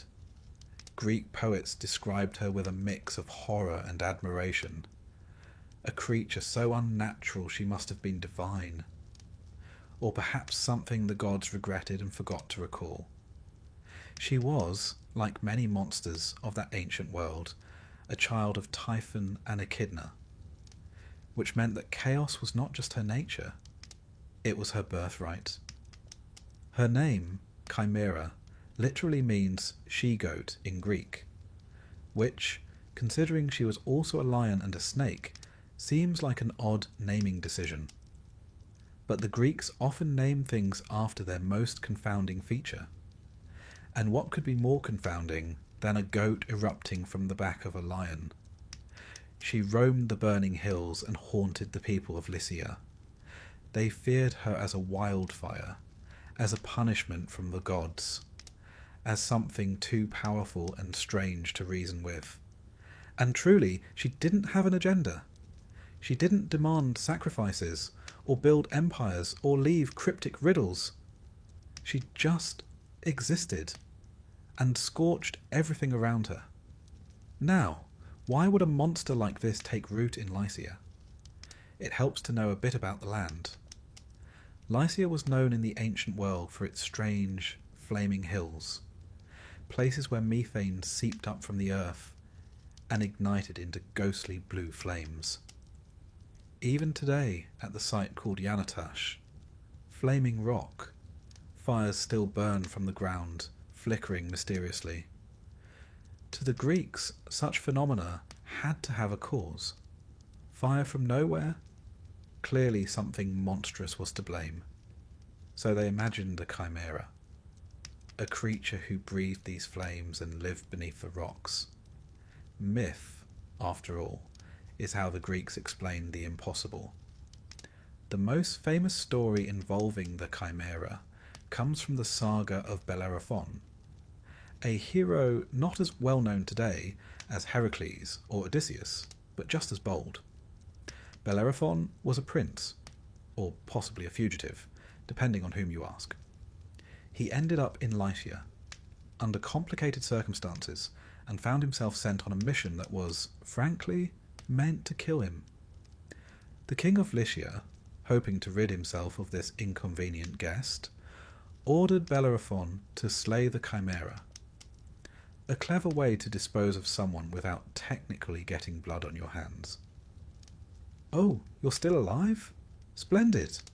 Do pop out and kill the unkillable monster next, would you? But Bellerophon, rather than succumbing to dread or excuses, went hunting. Now, it's important to note that Bellerophon had a secret weapon, or rather, a winged one. He had managed, through prayer, perseverance, and a golden bridle from the goddess Athena, to tame Pegasus, the winged horse. With Pegasus beneath him, Bellerophon could fly, placing him out of reach of the chimera's claws, fangs, and, crucially, her fire. Imagine that scene. The chimera stalking across the cracked earth, the goat bleating as flames pour from her jaws, the lion's roar echoing through the hills, and above her, wings beating like thunder, a man with a spear, circling, watching. He couldn't get too close. One plume of fire, and it would be over. But he couldn't stay above forever either. So he devised a trick. He fixed a block of lead to the tip of his spear. A strange choice, unless one is thinking several moves ahead. Swooping down, dodging a blast of flame, he drove the spear into the creature's throat. The lead, heated by her breath, melted down into her windpipe, suffocating the fire, and with it, the monster. It was not brute strength that won the day, but cleverness. Heat and metal. A smith's trick, not a warrior's. The Greeks valued that. Wit over muscle. Strategy over sheer force. In their world, heroes often triumphed, not because they were the biggest, but because they were the smartest. And so, the Chimera fell. The fire quieted. The people of Lycia breathed easier. Bellerophon returned, not just as a survivor, but as a hero, though, as with many Greek heroes, his story would not end so smoothly. He grew proud, too proud, tried to fly to Olympus itself, and Pegasus, wise beast that he was, threw him before reaching the heights. But that's another tale. The Chimera, for her part, was buried in the hills. The flames, some said, were her breath still leaking through the cracks of the earth. Even today, the fires at Yanatash still burn. Some believe them to be eternal. Others know they're just gas. But there's something undeniably haunting about flames that never die. In later traditions, the Chimera evolved. She was no longer just a creature. She became an idea. Chimera came to mean anything impossible, any fusion of things that should not exist together, a dream too strange to be real, a metaphor for excess. In medieval bestiaries, she was drawn with new combinations, leopard spots, dragon wings, human faces, always changing, always shifting, and in that sense, she became a reflection of our own imaginations. Chaotic, beautiful, terrifying. She also endured in art. On pottery and coinage, she appears snarling, breathing fire, claws arched. Usually with Bellerophon above her, spear drawn, the moment before victory, or the moment before something goes terribly wrong. The Greeks loved that tension, that breath between triumph and tragedy. And what of her deeper meaning? To the Greeks, monsters were rarely just monsters. They were warnings, reminders, reflections. The Chimera, with her 3 bodies and burning breath, might represent uncontrolled imagination, dreams without boundaries, or the dangers of hybrid things. Neither one nor the other, but both. A symbol of the unknown, of the unnatural. Or perhaps she was just a creature of fire, given form so that people might understand the earth they stood on. That, after all, is the quiet genius of mythology. It gives shape to confusion, a face to fear, a story to stand where silence once was. And so tonight, as you lie still beneath your own roof, centuries away from the hills of Lycia, you might picture her, the lioness pacing through blackened stone, the goat's head bleating and burning, the serpent tail twitching in anticipation. She is not coming for you. She never was. She was born, she raged, she was defeated, and remembered. That's all any monster asks. Now the hills are quiet, the fires dim. Pegasus flies on. And Bellerophon, prideful and fallen, is long gone. But the Chimera remains. Not as threat, not as curse, but as story. Sleep now. The wings have passed overhead. The flame is just a flicker. The beast is at rest. And so are you. Close your eyes now. Let the soft tide of silence lap gently at the edges of your thoughts. There is no hurry, no weight of waking hours. Just the breath in your chest and the drifting stories of the old world. Tonight, we do not go underground or into the swamp. We do not follow lions or serpents or beasts with too many legs. No, tonight we gaze into eyes. Not yours, Not mine, but hers. And if we are not careful, we may never look away again. This is the story of the Gorgons, and of one in particular. You know her name, even if you don't remember where from. It lingers in the back of the mind, like a warning from a dream. Medusa. Say it slowly, softly. The name is already an incantation. Now the Gorgons were 3 sisters, Stheno, Euryale, and Medusa, and depending on which version of the myth you prefer, they were either always monstrous or became monstrous later. That's the thing about Greek mythology. Nothing is ever simple. Everyone has a past, often a complicated one. Let us start with the old versions, the ones that came before sympathy was invented. In these, the Gorgons were born monstrous, children of the sea gods Phorcys and Ceto, creatures of dread from the moment they took their first breath. They lived far off in the west, at the edges of the world, past the boundaries of maps and reason. They had wings of bronze, snakes for hair. Their skin was scaly, their teeth sharp, and their eyes could turn you to stone. Not metaphorically, not emotionally, literally. One glance, and your body would freeze in place, your breath would stop, and your soul would drift from flesh turned cold and grey. The Gorgons were not pursued, they did the pursuing, and no man returned from their lands intact. But then a different version arose, a softer one with tragedy. In this telling, Medusa was not born a monster. She was a maiden, perhaps a priestess of Athena, dedicated to the goddess of wisdom and war. She was beautiful, so beautiful in fact that even the gods noticed, and one did more than notice. Poseidon, god of the sea, desired her, and according to the myth, he pursued her. In some tellings, he seduced her. In others, he assaulted her, and not in a quiet meadow, but in Athena's own temple. When the goddess returned and found her sanctuary defiled, she did not punish Poseidon, she punished Medusa. Because in mythology, justice is not always just. Gods, after all, behave like people, which is often the most dangerous thing about them. And so, Medusa was cursed. Her hair became snakes. Her face, once lovely, became something unlookable. Not because it was grotesque, but because it was too powerful. She was given the gift, or curse, of the petrifying gaze. No longer a priestess, no longer human, no longer desired, she fled west with her sisters. And from that moment on, she was both feared and hunted.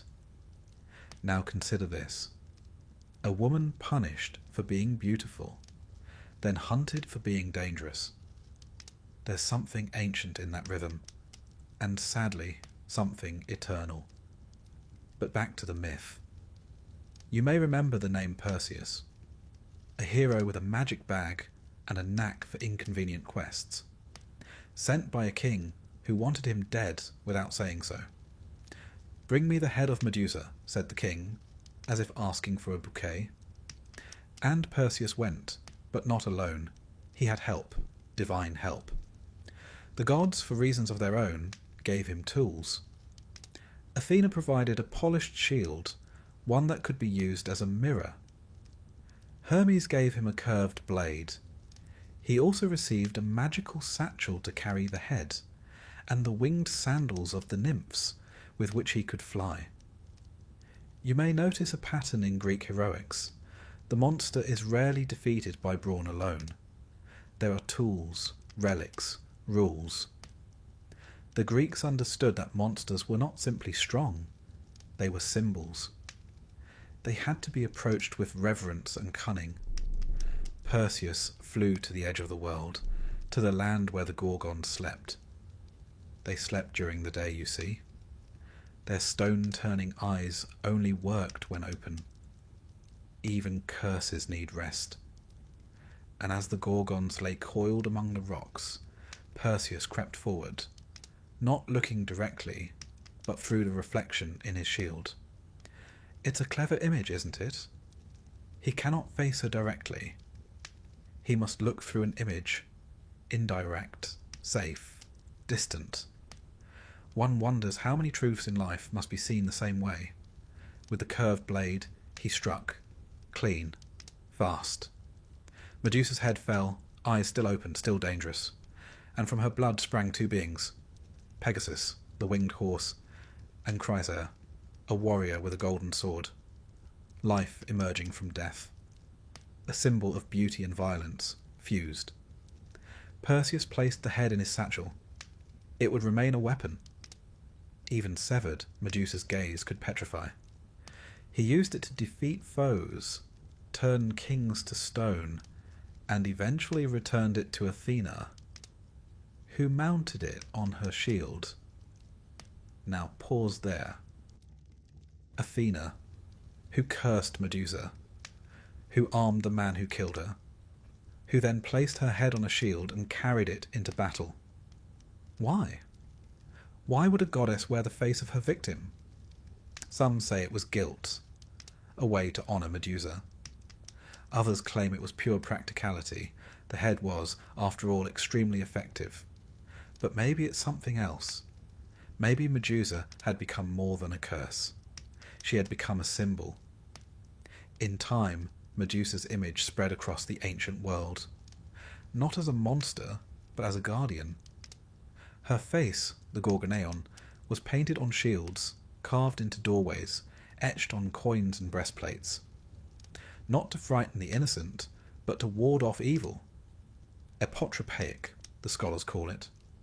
A fancy word meaning something that turns danger away. A reversal, then, from hunted to protector, from cursed to divine. Her face, twisted in rage, eyes wide, tongue protruding, became a kind of ancient alarm system.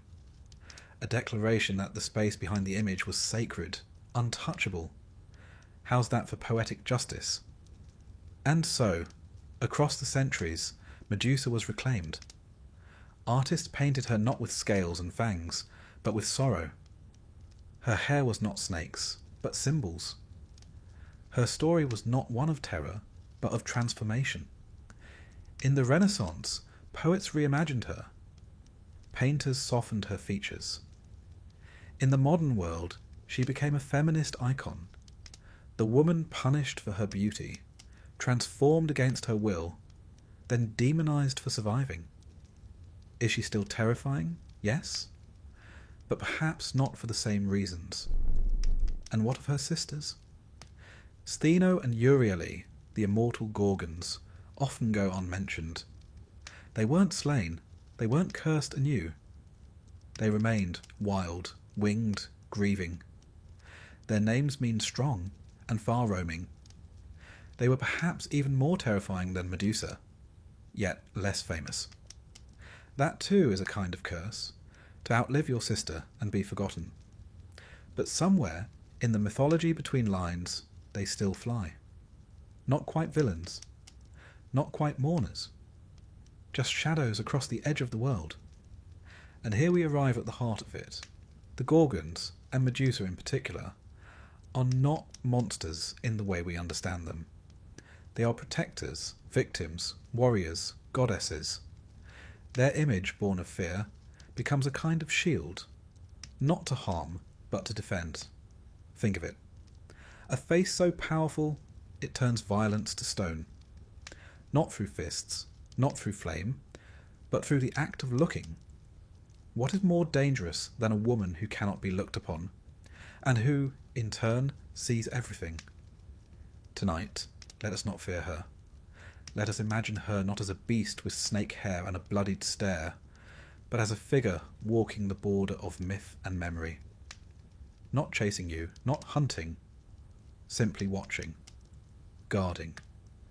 Perhaps she stands outside your window now, not to petrify, but to keep watch, to hold back whatever else the night might bring. Sleep beneath her gaze. You are safe? The monsters she once faced are long gone, and she, Medusa, has become something else. No longer victim, no longer villain, but a quiet goddess of the threshold. And you, dear listener, are on the peaceful side of that line.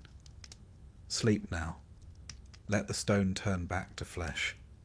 Let the hair become wind. And let her eyes, gentle now, close at last. Take a breath. Not too deep.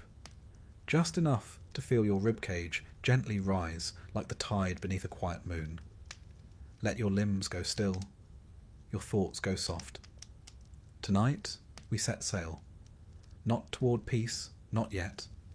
Tonight we pass between monsters. There is a place in the world where the sea narrows like a throat, and ships must slide carefully between high cliffs and deep waters. A place where every sailor knows that, to steer clear of danger on one side, he must come perilously close to disaster on the other. This place, very real, very present, is the Strait of Messina, between Italy and Sicily. The ancients knew it well, but they saw more than water, more than current. They saw jaws, they heard voices, they named the dangers that lurked there, gave them form and history and appetite. On one side stood Scylla, and on the other Charybdis.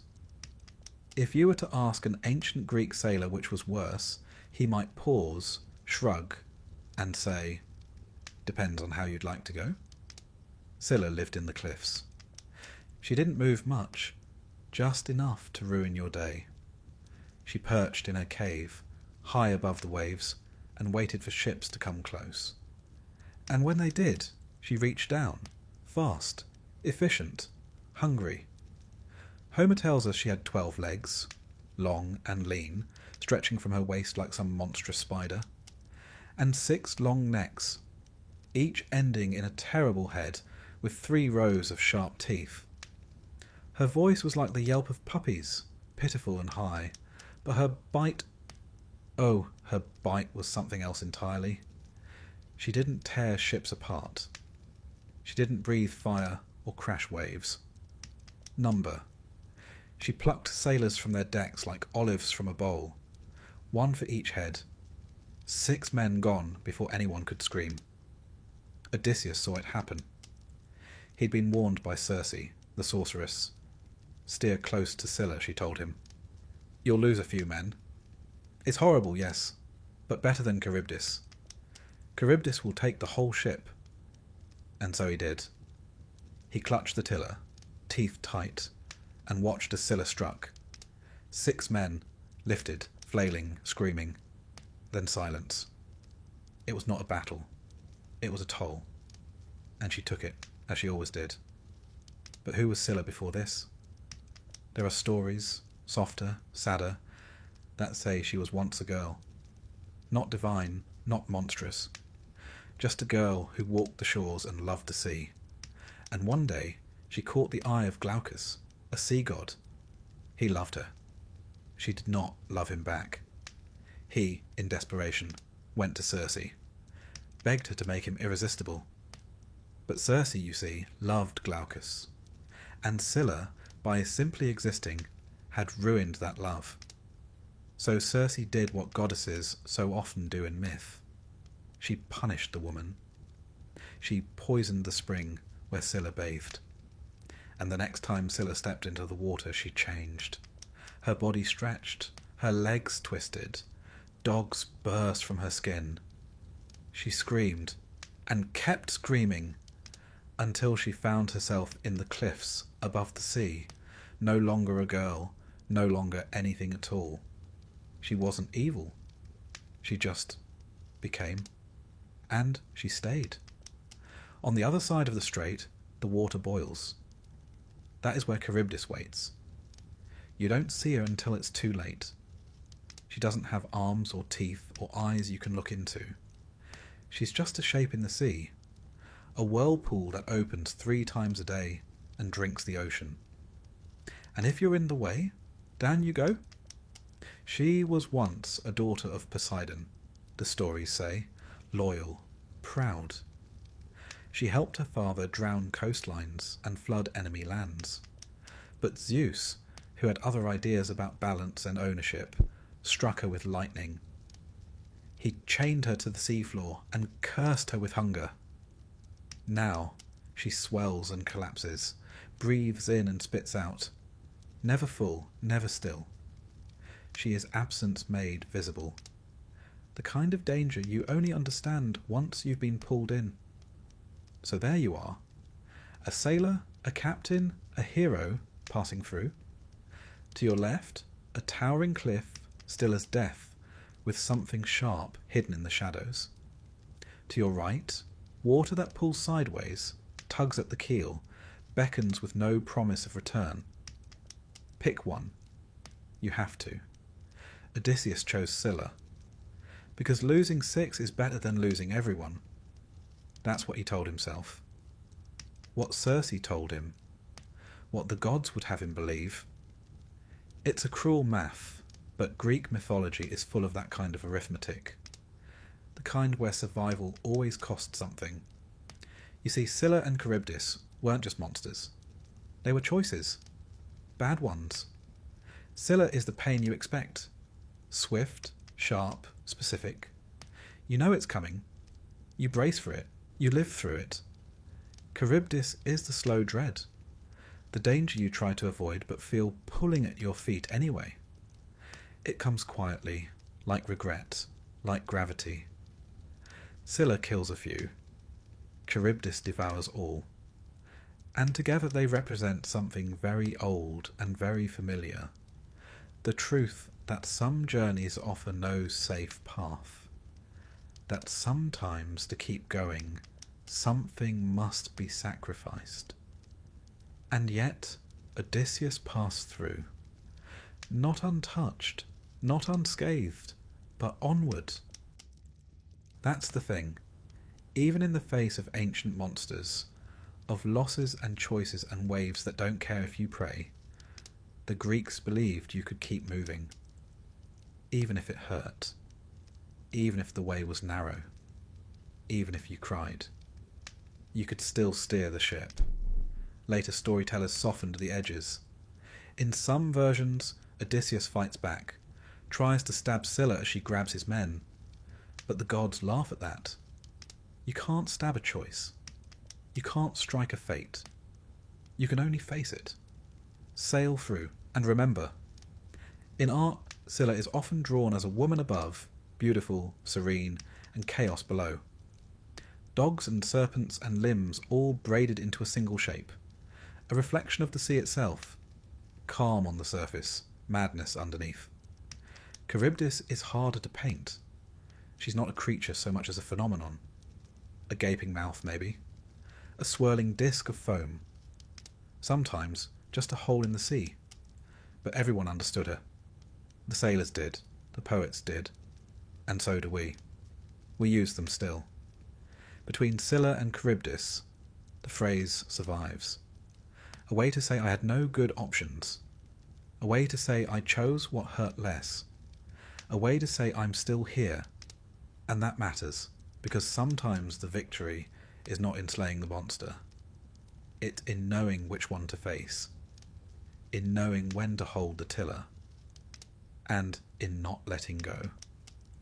The ancient world was full of things the Greeks couldn't explain. Earthquakes, storms, currents, loss. But instead of surrendering to fear, they gave those things stories. Not to tame them, but to understand.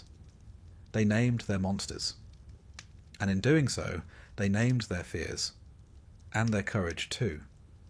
So tonight, as you lie in your bed, you are not at sea. You are not between rocks. There is no whirlpool at your feet, no jaws in the dark. You are safe, the strait is behind you. Scylla sleeps in her cave, curled around her sorrow. Charybdis turns slow and silent beneath a peaceful sea. And you? You are the sailor who passed through. Not unchanged, but still sailing. Let the wind go quiet. Let the water calm. The monsters, just this once, are still. Sleep now. And drift. you've already done the hardest part. It's quiet now. Let the hush of the evening wrap around you like a cool linen sheet, the kind worn by kings and commoners alike in the Mediterranean dusk. Imagine a torch flickering in some far-off corridor. Footsteps echo, marble beneath your feet, a door opening and closing behind you. And now you are in the dark, in the labyrinth. It does not matter how you got here, only that you have, and somewhere, at the centre of this winding puzzle of stone and shadow, waits the monster. Tonight we meet the Minotaur. Not just a beast in a maze, though that's how he's often remembered, but something far older, stranger, sadder. Let us begin at the beginning, which, as with most Greek myths, is not simple, not clean, and certainly not family-friendly. It starts with a king, a Cretan king named Minos. Minos wanted to rule not just men, but the sea itself. So he prayed to Poseidon, god of the oceans, asking for a sign to prove he was chosen. Poseidon obliged, sending up from the surf a magnificent white bull, powerful, radiant, divine. Minos was to sacrifice it as a show of loyalty. But Minos, being human, made the usual mistake. He got attached. The bull was too perfect, too beautiful. Surely the gods wouldn't mind if he kept it and substituted a lesser one for the altar. They minded. In particular, Poseidon minded. And as punishment, the god cast a strange desire into the heart of Minos' wife, Queen Pasiphae. She was struck with a longing not for a man, not even for a god, but for the very bull her husband had refused to sacrifice. What followed was, depending on your level of poetic tolerance, either grotesque or tragically divine. The queen sought help from Daedalus, the great inventor, and Daedalus, as artists often do, obeyed the brief without judgment. He built her a wooden cow, hollow and lifelike, in which she could climb and, well, deceive the bull. And from that strange union came a child with the body of a man and the head of a bull, the Minotaur. He was unnamed at birth. The name we use, Minotaur, simply means bull of Minos, as if he were a possession, a problem to be solved. And in many ways, that's exactly what he became. The boy, if one can call him that, could not be raised among people. He grew quickly, grew strong, grew wild. Minos, horrified and shamed, again turned to Daedalus. And Daedalus built the labyrinth, a palace of corridors, a maze so complex that even the architect could barely escape it.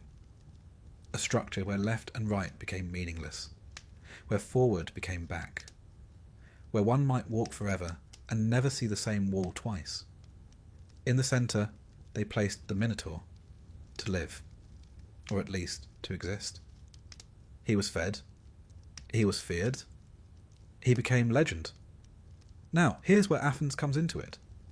At the time, Crete was a naval superpower, and Athens, still young and growing, had once rebelled, and lost. As part of the peace, Minos demanded tribute. Every 9 years, Athens would send 7 boys and 7 girls to Crete, and those youths would be placed in a labyrinth. With the Minotaur, no weapons, no guide, no escape. It wasn't execution, not formally, just a disappearance, a slow forgetting. They entered, they never returned, and so the Minotaur became more than a monster. He became the engine of fear, a reminder of defeat, a story told in Athens to keep young people obedient, a sacrifice to power and to shame. But then, of course, came a prince, Theseus, son of the king of Athens. Brash, clever, reckless. A walking definition of heroism, at least the Greek variety, which included equal parts nobility and ego. When the time came for the next tribute, Theseus volunteered to be among the youths. Not to die, but to kill, he sailed to Crete. And as the stories go, he caught the eye of Princess Ariadne, daughter of Minos and Pasiphae, half-sister to the Minotaur, if anyone was counting. Ariadne, moved by the handsome foreigner, or perhaps simply sick of the bloodshed, gave Theseus a tool. Not a sword, not a map. A thread. A spool of golden string to be tied at the entrance of the labyrinth. A guide back, if he could survive. Theseus entered. He walked the winding paths, let the walls close in, let the silence deepen. And finally, he found the creature. Imagine that moment. The hero face to face with the beast. And the beast, not roaring, not charging, just staring. Because here's the part the stories often skip over. The Minotaur didn't ask to be there, didn't ask to be born, didn't choose the labyrinth. He was made, then caged, then fed strangers in the dark. Was he savage? Yes. Was he a monster? Perhaps, but also perhaps not. Theseus fought him, killed him, left his body in the dark, and then, following the thread, escaped. Victory. The end. But as with all Greek myths, the ending leaves questions. Who was the Minotaur, really? Some say he was simply a cautionary tale, a symbol of unnatural union, of pride punished by the gods. Others see him as something deeper, the unwanted child, the castaway, the embodiment of shame buried at the heart of power. In historical terms, there may have been something more. Archaeologists studying the ruins of Knossos, the grand palace of ancient Crete, have found vast, complex layouts, rooms upon rooms, corridors with no straight line. Some believe this was the labyrinth, not a trap, but a court. Not a prison, but a palace so complex that visitors felt lost. The bull too mattered in Minoan culture. Bull leaping was a sacred sport. The animal was revered, not feared. Its horns appear in art, on altars, in frescoes. So perhaps the story of the Minotaur is a Greek reinterpretation, or misinterpretation, of a foreign custom. The Athenians, after all, loved a good narrative, especially one where they, the clever city of democracy and reason, triumphed over the strange islanders with their bulls and their rituals. It is history retold by victors, dressed in myth. But whatever the truth, the story has endured. The image remains. A beast in a maze. And the maze? Oh, the maze is the most important part. Because it's not just a building. It's a metaphor. The labyrinth is the mind. The past. The trap of guilt. The structure we build to contain what we don't want to face. And the Minotaur. He's what we've placed at the centre. A fear. A memory. A mistake. Something we would rather forget. And so we wall it in. But it never goes away. It waits. Walk far enough into yourself, and you'll find it. And then, if you're very lucky, or very brave, or very foolish, you'll find the thread. And come out again. Theseus did. He left the labyrinth, but not without cost. He abandoned Ariadne on an island. Reasons vary. Some say he was ungrateful. Others say Dionysus claimed her. But the result was the same. Betrayal. He returned home. Forgot to change the sails from black to white, as he'd promised. His father, watching the ship from the cliffs of Athens, saw the dark sails and believed his son dead. In grief, he threw himself into the sea. And so the Aegean was named. Even victory in Greek myth comes with mourning. The Minotaur is dead, the labyrinth is empty. But somehow the story still echoes. We still build mazes. We still lock things away. And deep inside, the part of us that once heard the story as a child, that part still walks the halls, wondering what waits around the corner. So let's leave the torchlight behind. Let the corridors fall silent. The thread has been followed. The monster has been faced. You are no longer in the dark. You are no longer in the maze. You are back here, where it is warm and still, where the Minotaur cannot find you, where the walls are no longer closing in, where sleep is waiting, gentle and slow. And whatever monster you face, it is not tonight. Let the labyrinth vanish. Let the hooves fall silent and rest. You've already walked far enough. It is night again, the kind of night where the wind hushes the trees into stillness, and the moon casts pale silver through the window like a watchful eye. You are still, and all is quiet. But long ago, in the world of myth, the wind was not always so gentle. There were times when it came shrieking across the sea, tearing sails from masts, snatching food from tables, stealing men from the decks of ships, and sometimes from the very skies. And if you were ancient Greek, and you heard that wind howling through the cliffs, you didn't just call it a storm. You might have whispered harpies. Or, if your conscience was not clean, if you'd wronged the gods or shed innocent blood, you might fear something worse, the Furies.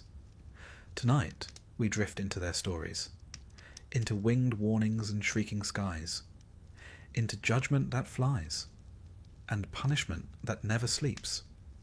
We begin with the Harpies. Their name comes from the Greek harpazo, meaning to snatch, which is exactly what they do: snatch, take, steal. They were not always evil, not precisely. In the earliest myths, they were storm spirits, daughters of the sea god Thaumas and the oceanid Electra. Their names were Aelo, Ocypete, and sometimes Kaleno. Lovely names, really. Storm, Swift Flyer, and the Dark One. At first they were merely elemental, fierce winds given form. They raced through the air, screeching across the sea like a bad omen. Sometimes they helped carry souls. Sometimes they stole objects from the hands of mortals. They were fast, unpredictable, and always hungry. But over time, as stories grew darker, the Harpies became less abstract and more terrifying, less weather and more wrath.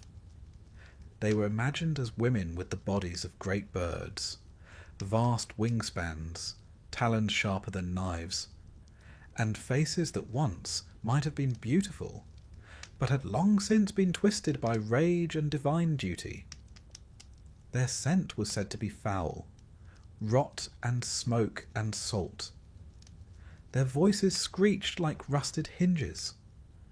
Their feathers were streaked with filth, tangled with the remnants of whatever they had taken last.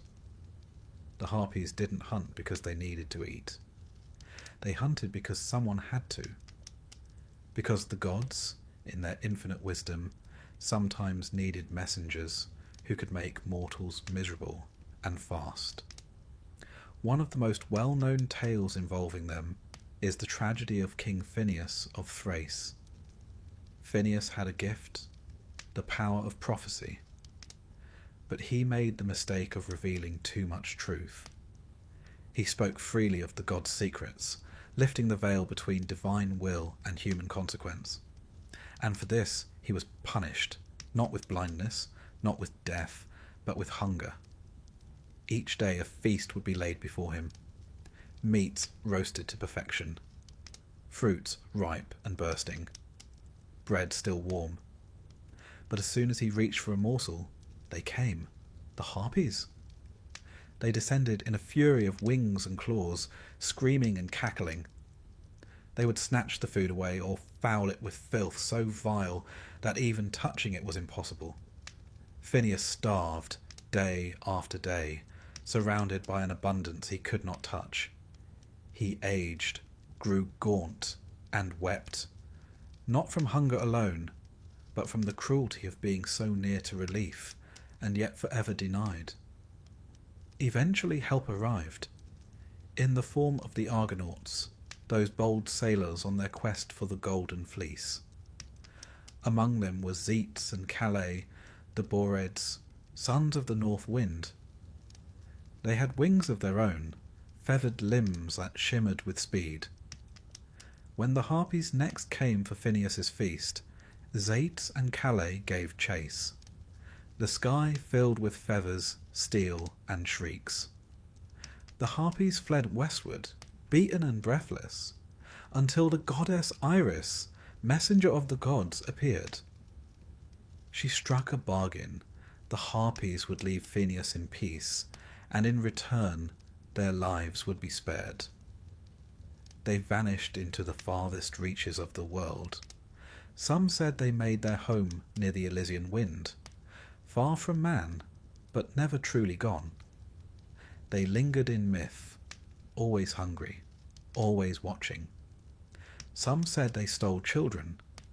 Others believed they carried away the souls of the guilty. Others still believed that they were divine instruments of pestilence, bringers of plague. And perhaps they were all these things, in one form or another. Because the Harpies don't just represent theft, they represent torment. Unrelenting, unjust torment. That shadow of cruelty that sometimes hangs over those who are already suffering. They take what cannot be taken again. But the Furies are not thieves. They are not mischief makers or shrieking winds. They are judges. They are punishment given wings, older than gods, born of blood. Their origin is a tale soaked in myth, and myth alone. When Uranus, the sky god, was overthrown by his son Kronos, his blood fell to the earth. And from that earth, Gaia, mother of all, rose the Erinyes, the Furies, Alecto, Megaera, Tisiphone. They were not created, they emerged, primeval forces, not evil, not good, but necessary. Alecto punished moral crimes. Megaera, jealousy and vengeance. Tisiphone, murder, especially within families. They did not come uninvited, but once summoned, they never stopped.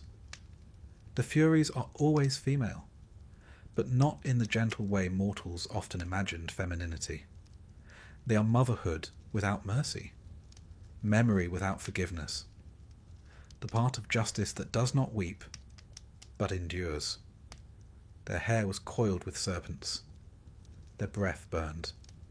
They carried torches, scourges, and poisonous snakes. Sometimes their robes bled. Sometimes their very footsteps caused madness. Their presence brought guilt alive. Their pursuit made the mind their hunting ground. They didn't just punish you. They made you punish yourself. No crime summoned them faster than kinslaying, particularly the murder of a parent by a child. And so we return to Orestes, the son of Agamemnon and Clytemnestra. Agamemnon, who sailed to Troy, who sacrificed his daughter Iphigenia to win the winds, who returned years later only to be murdered by his wife, Clytemnestra, and her lover. And Orestes?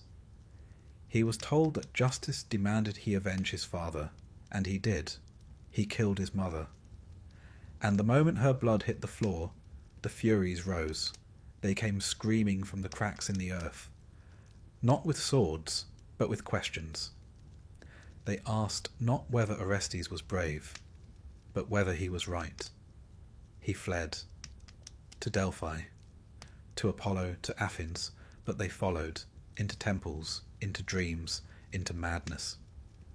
The first trial in history was held to decide his fate, not by mortals, but by gods.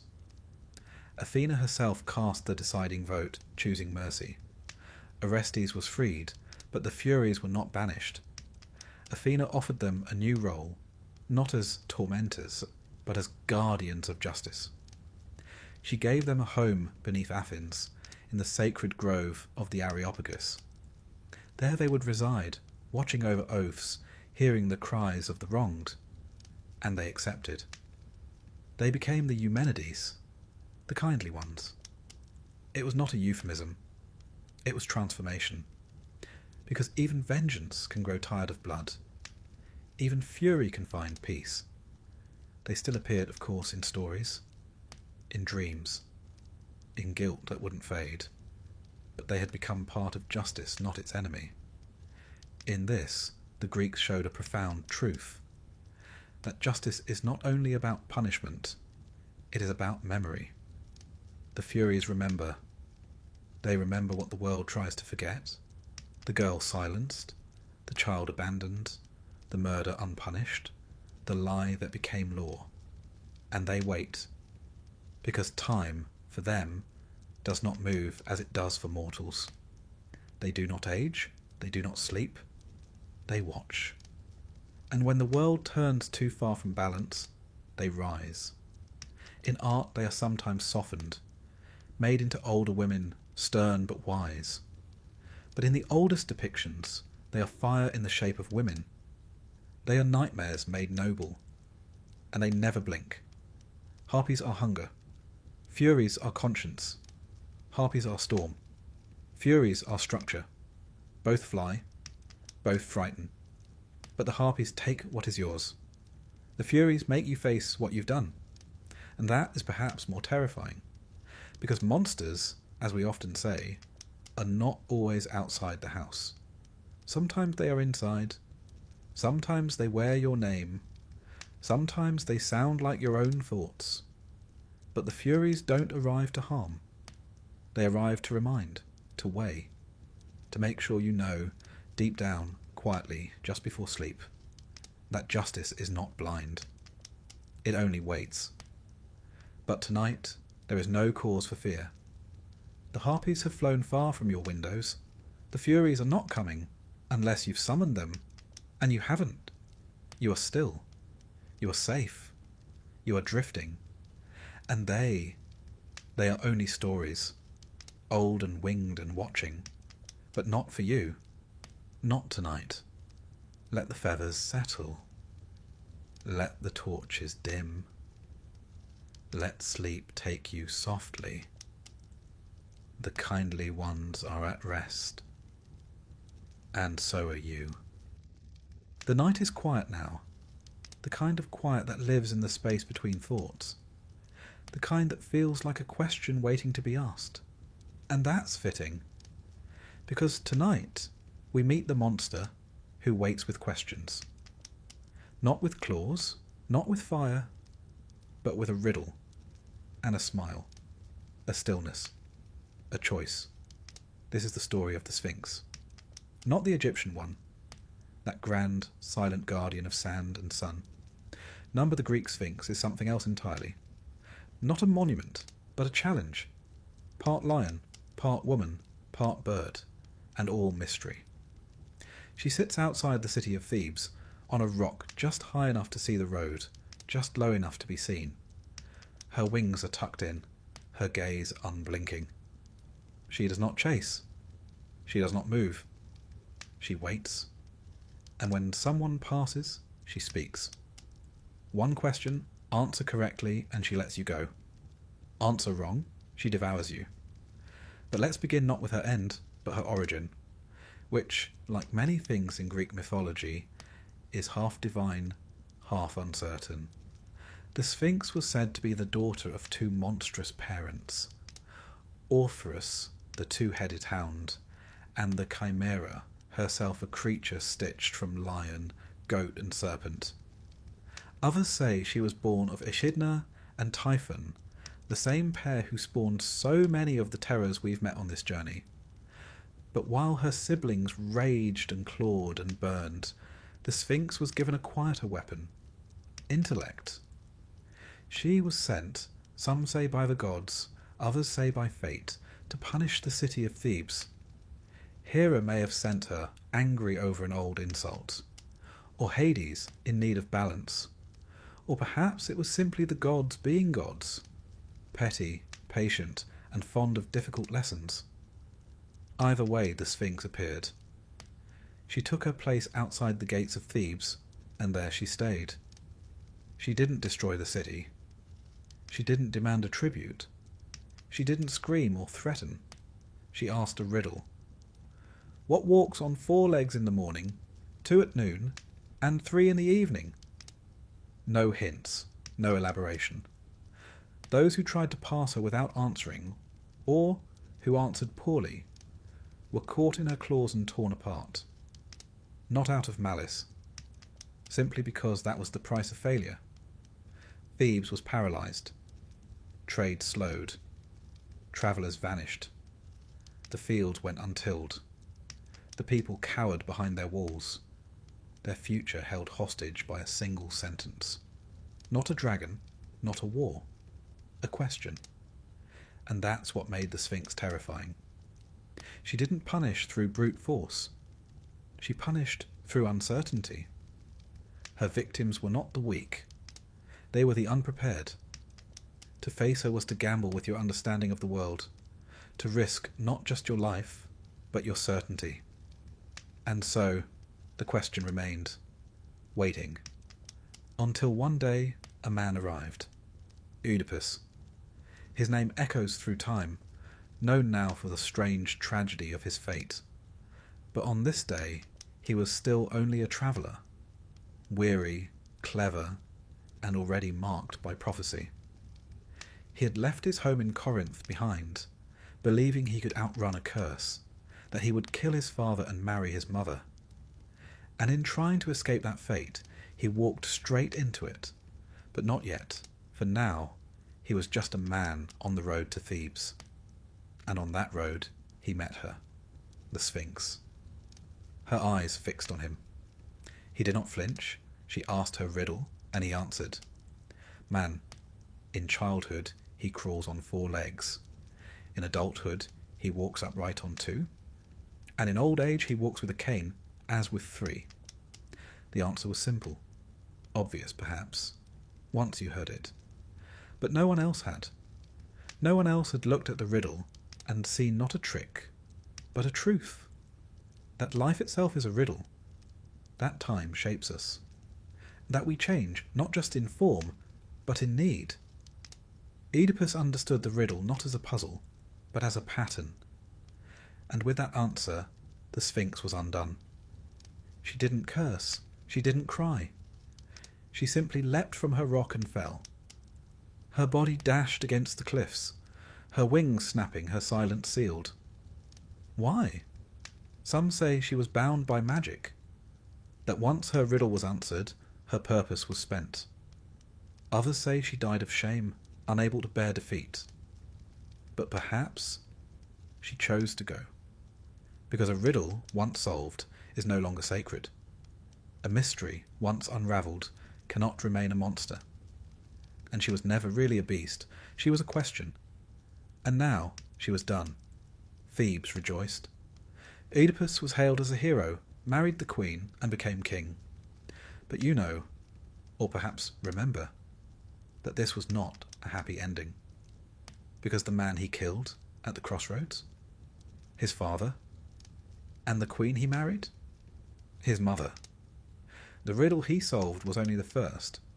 The harder one, the one about who he truly was, would take much longer to answer, and cost him everything.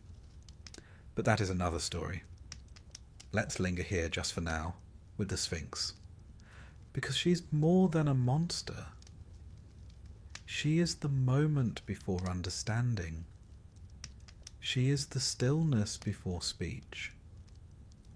She is the test that cannot be passed by strength, only by reflection. The Sphinx is what waits when you stop running, when you are alone, when a question rises inside you that no one else can answer. She is not an enemy. She is a gate, and every one of us must pass her. Sometimes once, sometimes again and again. In art she appears regal and restrained, lioness body curved in repose, wings arched like thoughts on the verge of flight. Her eyes distant, not cruel, not even curious, just waiting. In the most famous depiction, a verse from the 5th century BCE, she sits on a pillar. Oedipus stands below thinking. That's all. No drama, no violence. Just a question, and a man trying to find the shape of its answer. The Greeks didn't draw her with fire or gore. They didn't need to. Because the Sphinx is terrifying not for what she does, but for what she requires. She requires you to know yourself. And there's no weapon for that, only thought. Even now, she waits in our stories. In classrooms, in crossroads, in quiet moments before dawn. She lives wherever a question is asked that might change you. And she doesn't threaten, she challenges. There is something oddly comforting in that. All the monsters we've met so far, they lash, they howl, they hunger. The Sphinx? She only asks. And sometimes what she offers, that moment of understanding, is worth the risk. Because knowledge, like all sacred things, must be earned. And what we learn in silence often stays with us longer than what we learn in fire. So if you ever find yourself standing before her, not in a myth, but in a moment, don't panic. Breathe. Think. The answer may not come right away. It may feel impossible, but it is there, and she will wait. Not kindly, perhaps, but patiently, because that is what the Sphinx does. She waits for us to grow into our answers. And now she is gone. Her cliff is empty, her wings folded for good. And you, dear listener, have passed. You have walked the road, faced the riddle, spoken the words, and now you may rest. Close your eyes. The question has been asked, the answer given. The monster has stepped aside, and the gates have opened.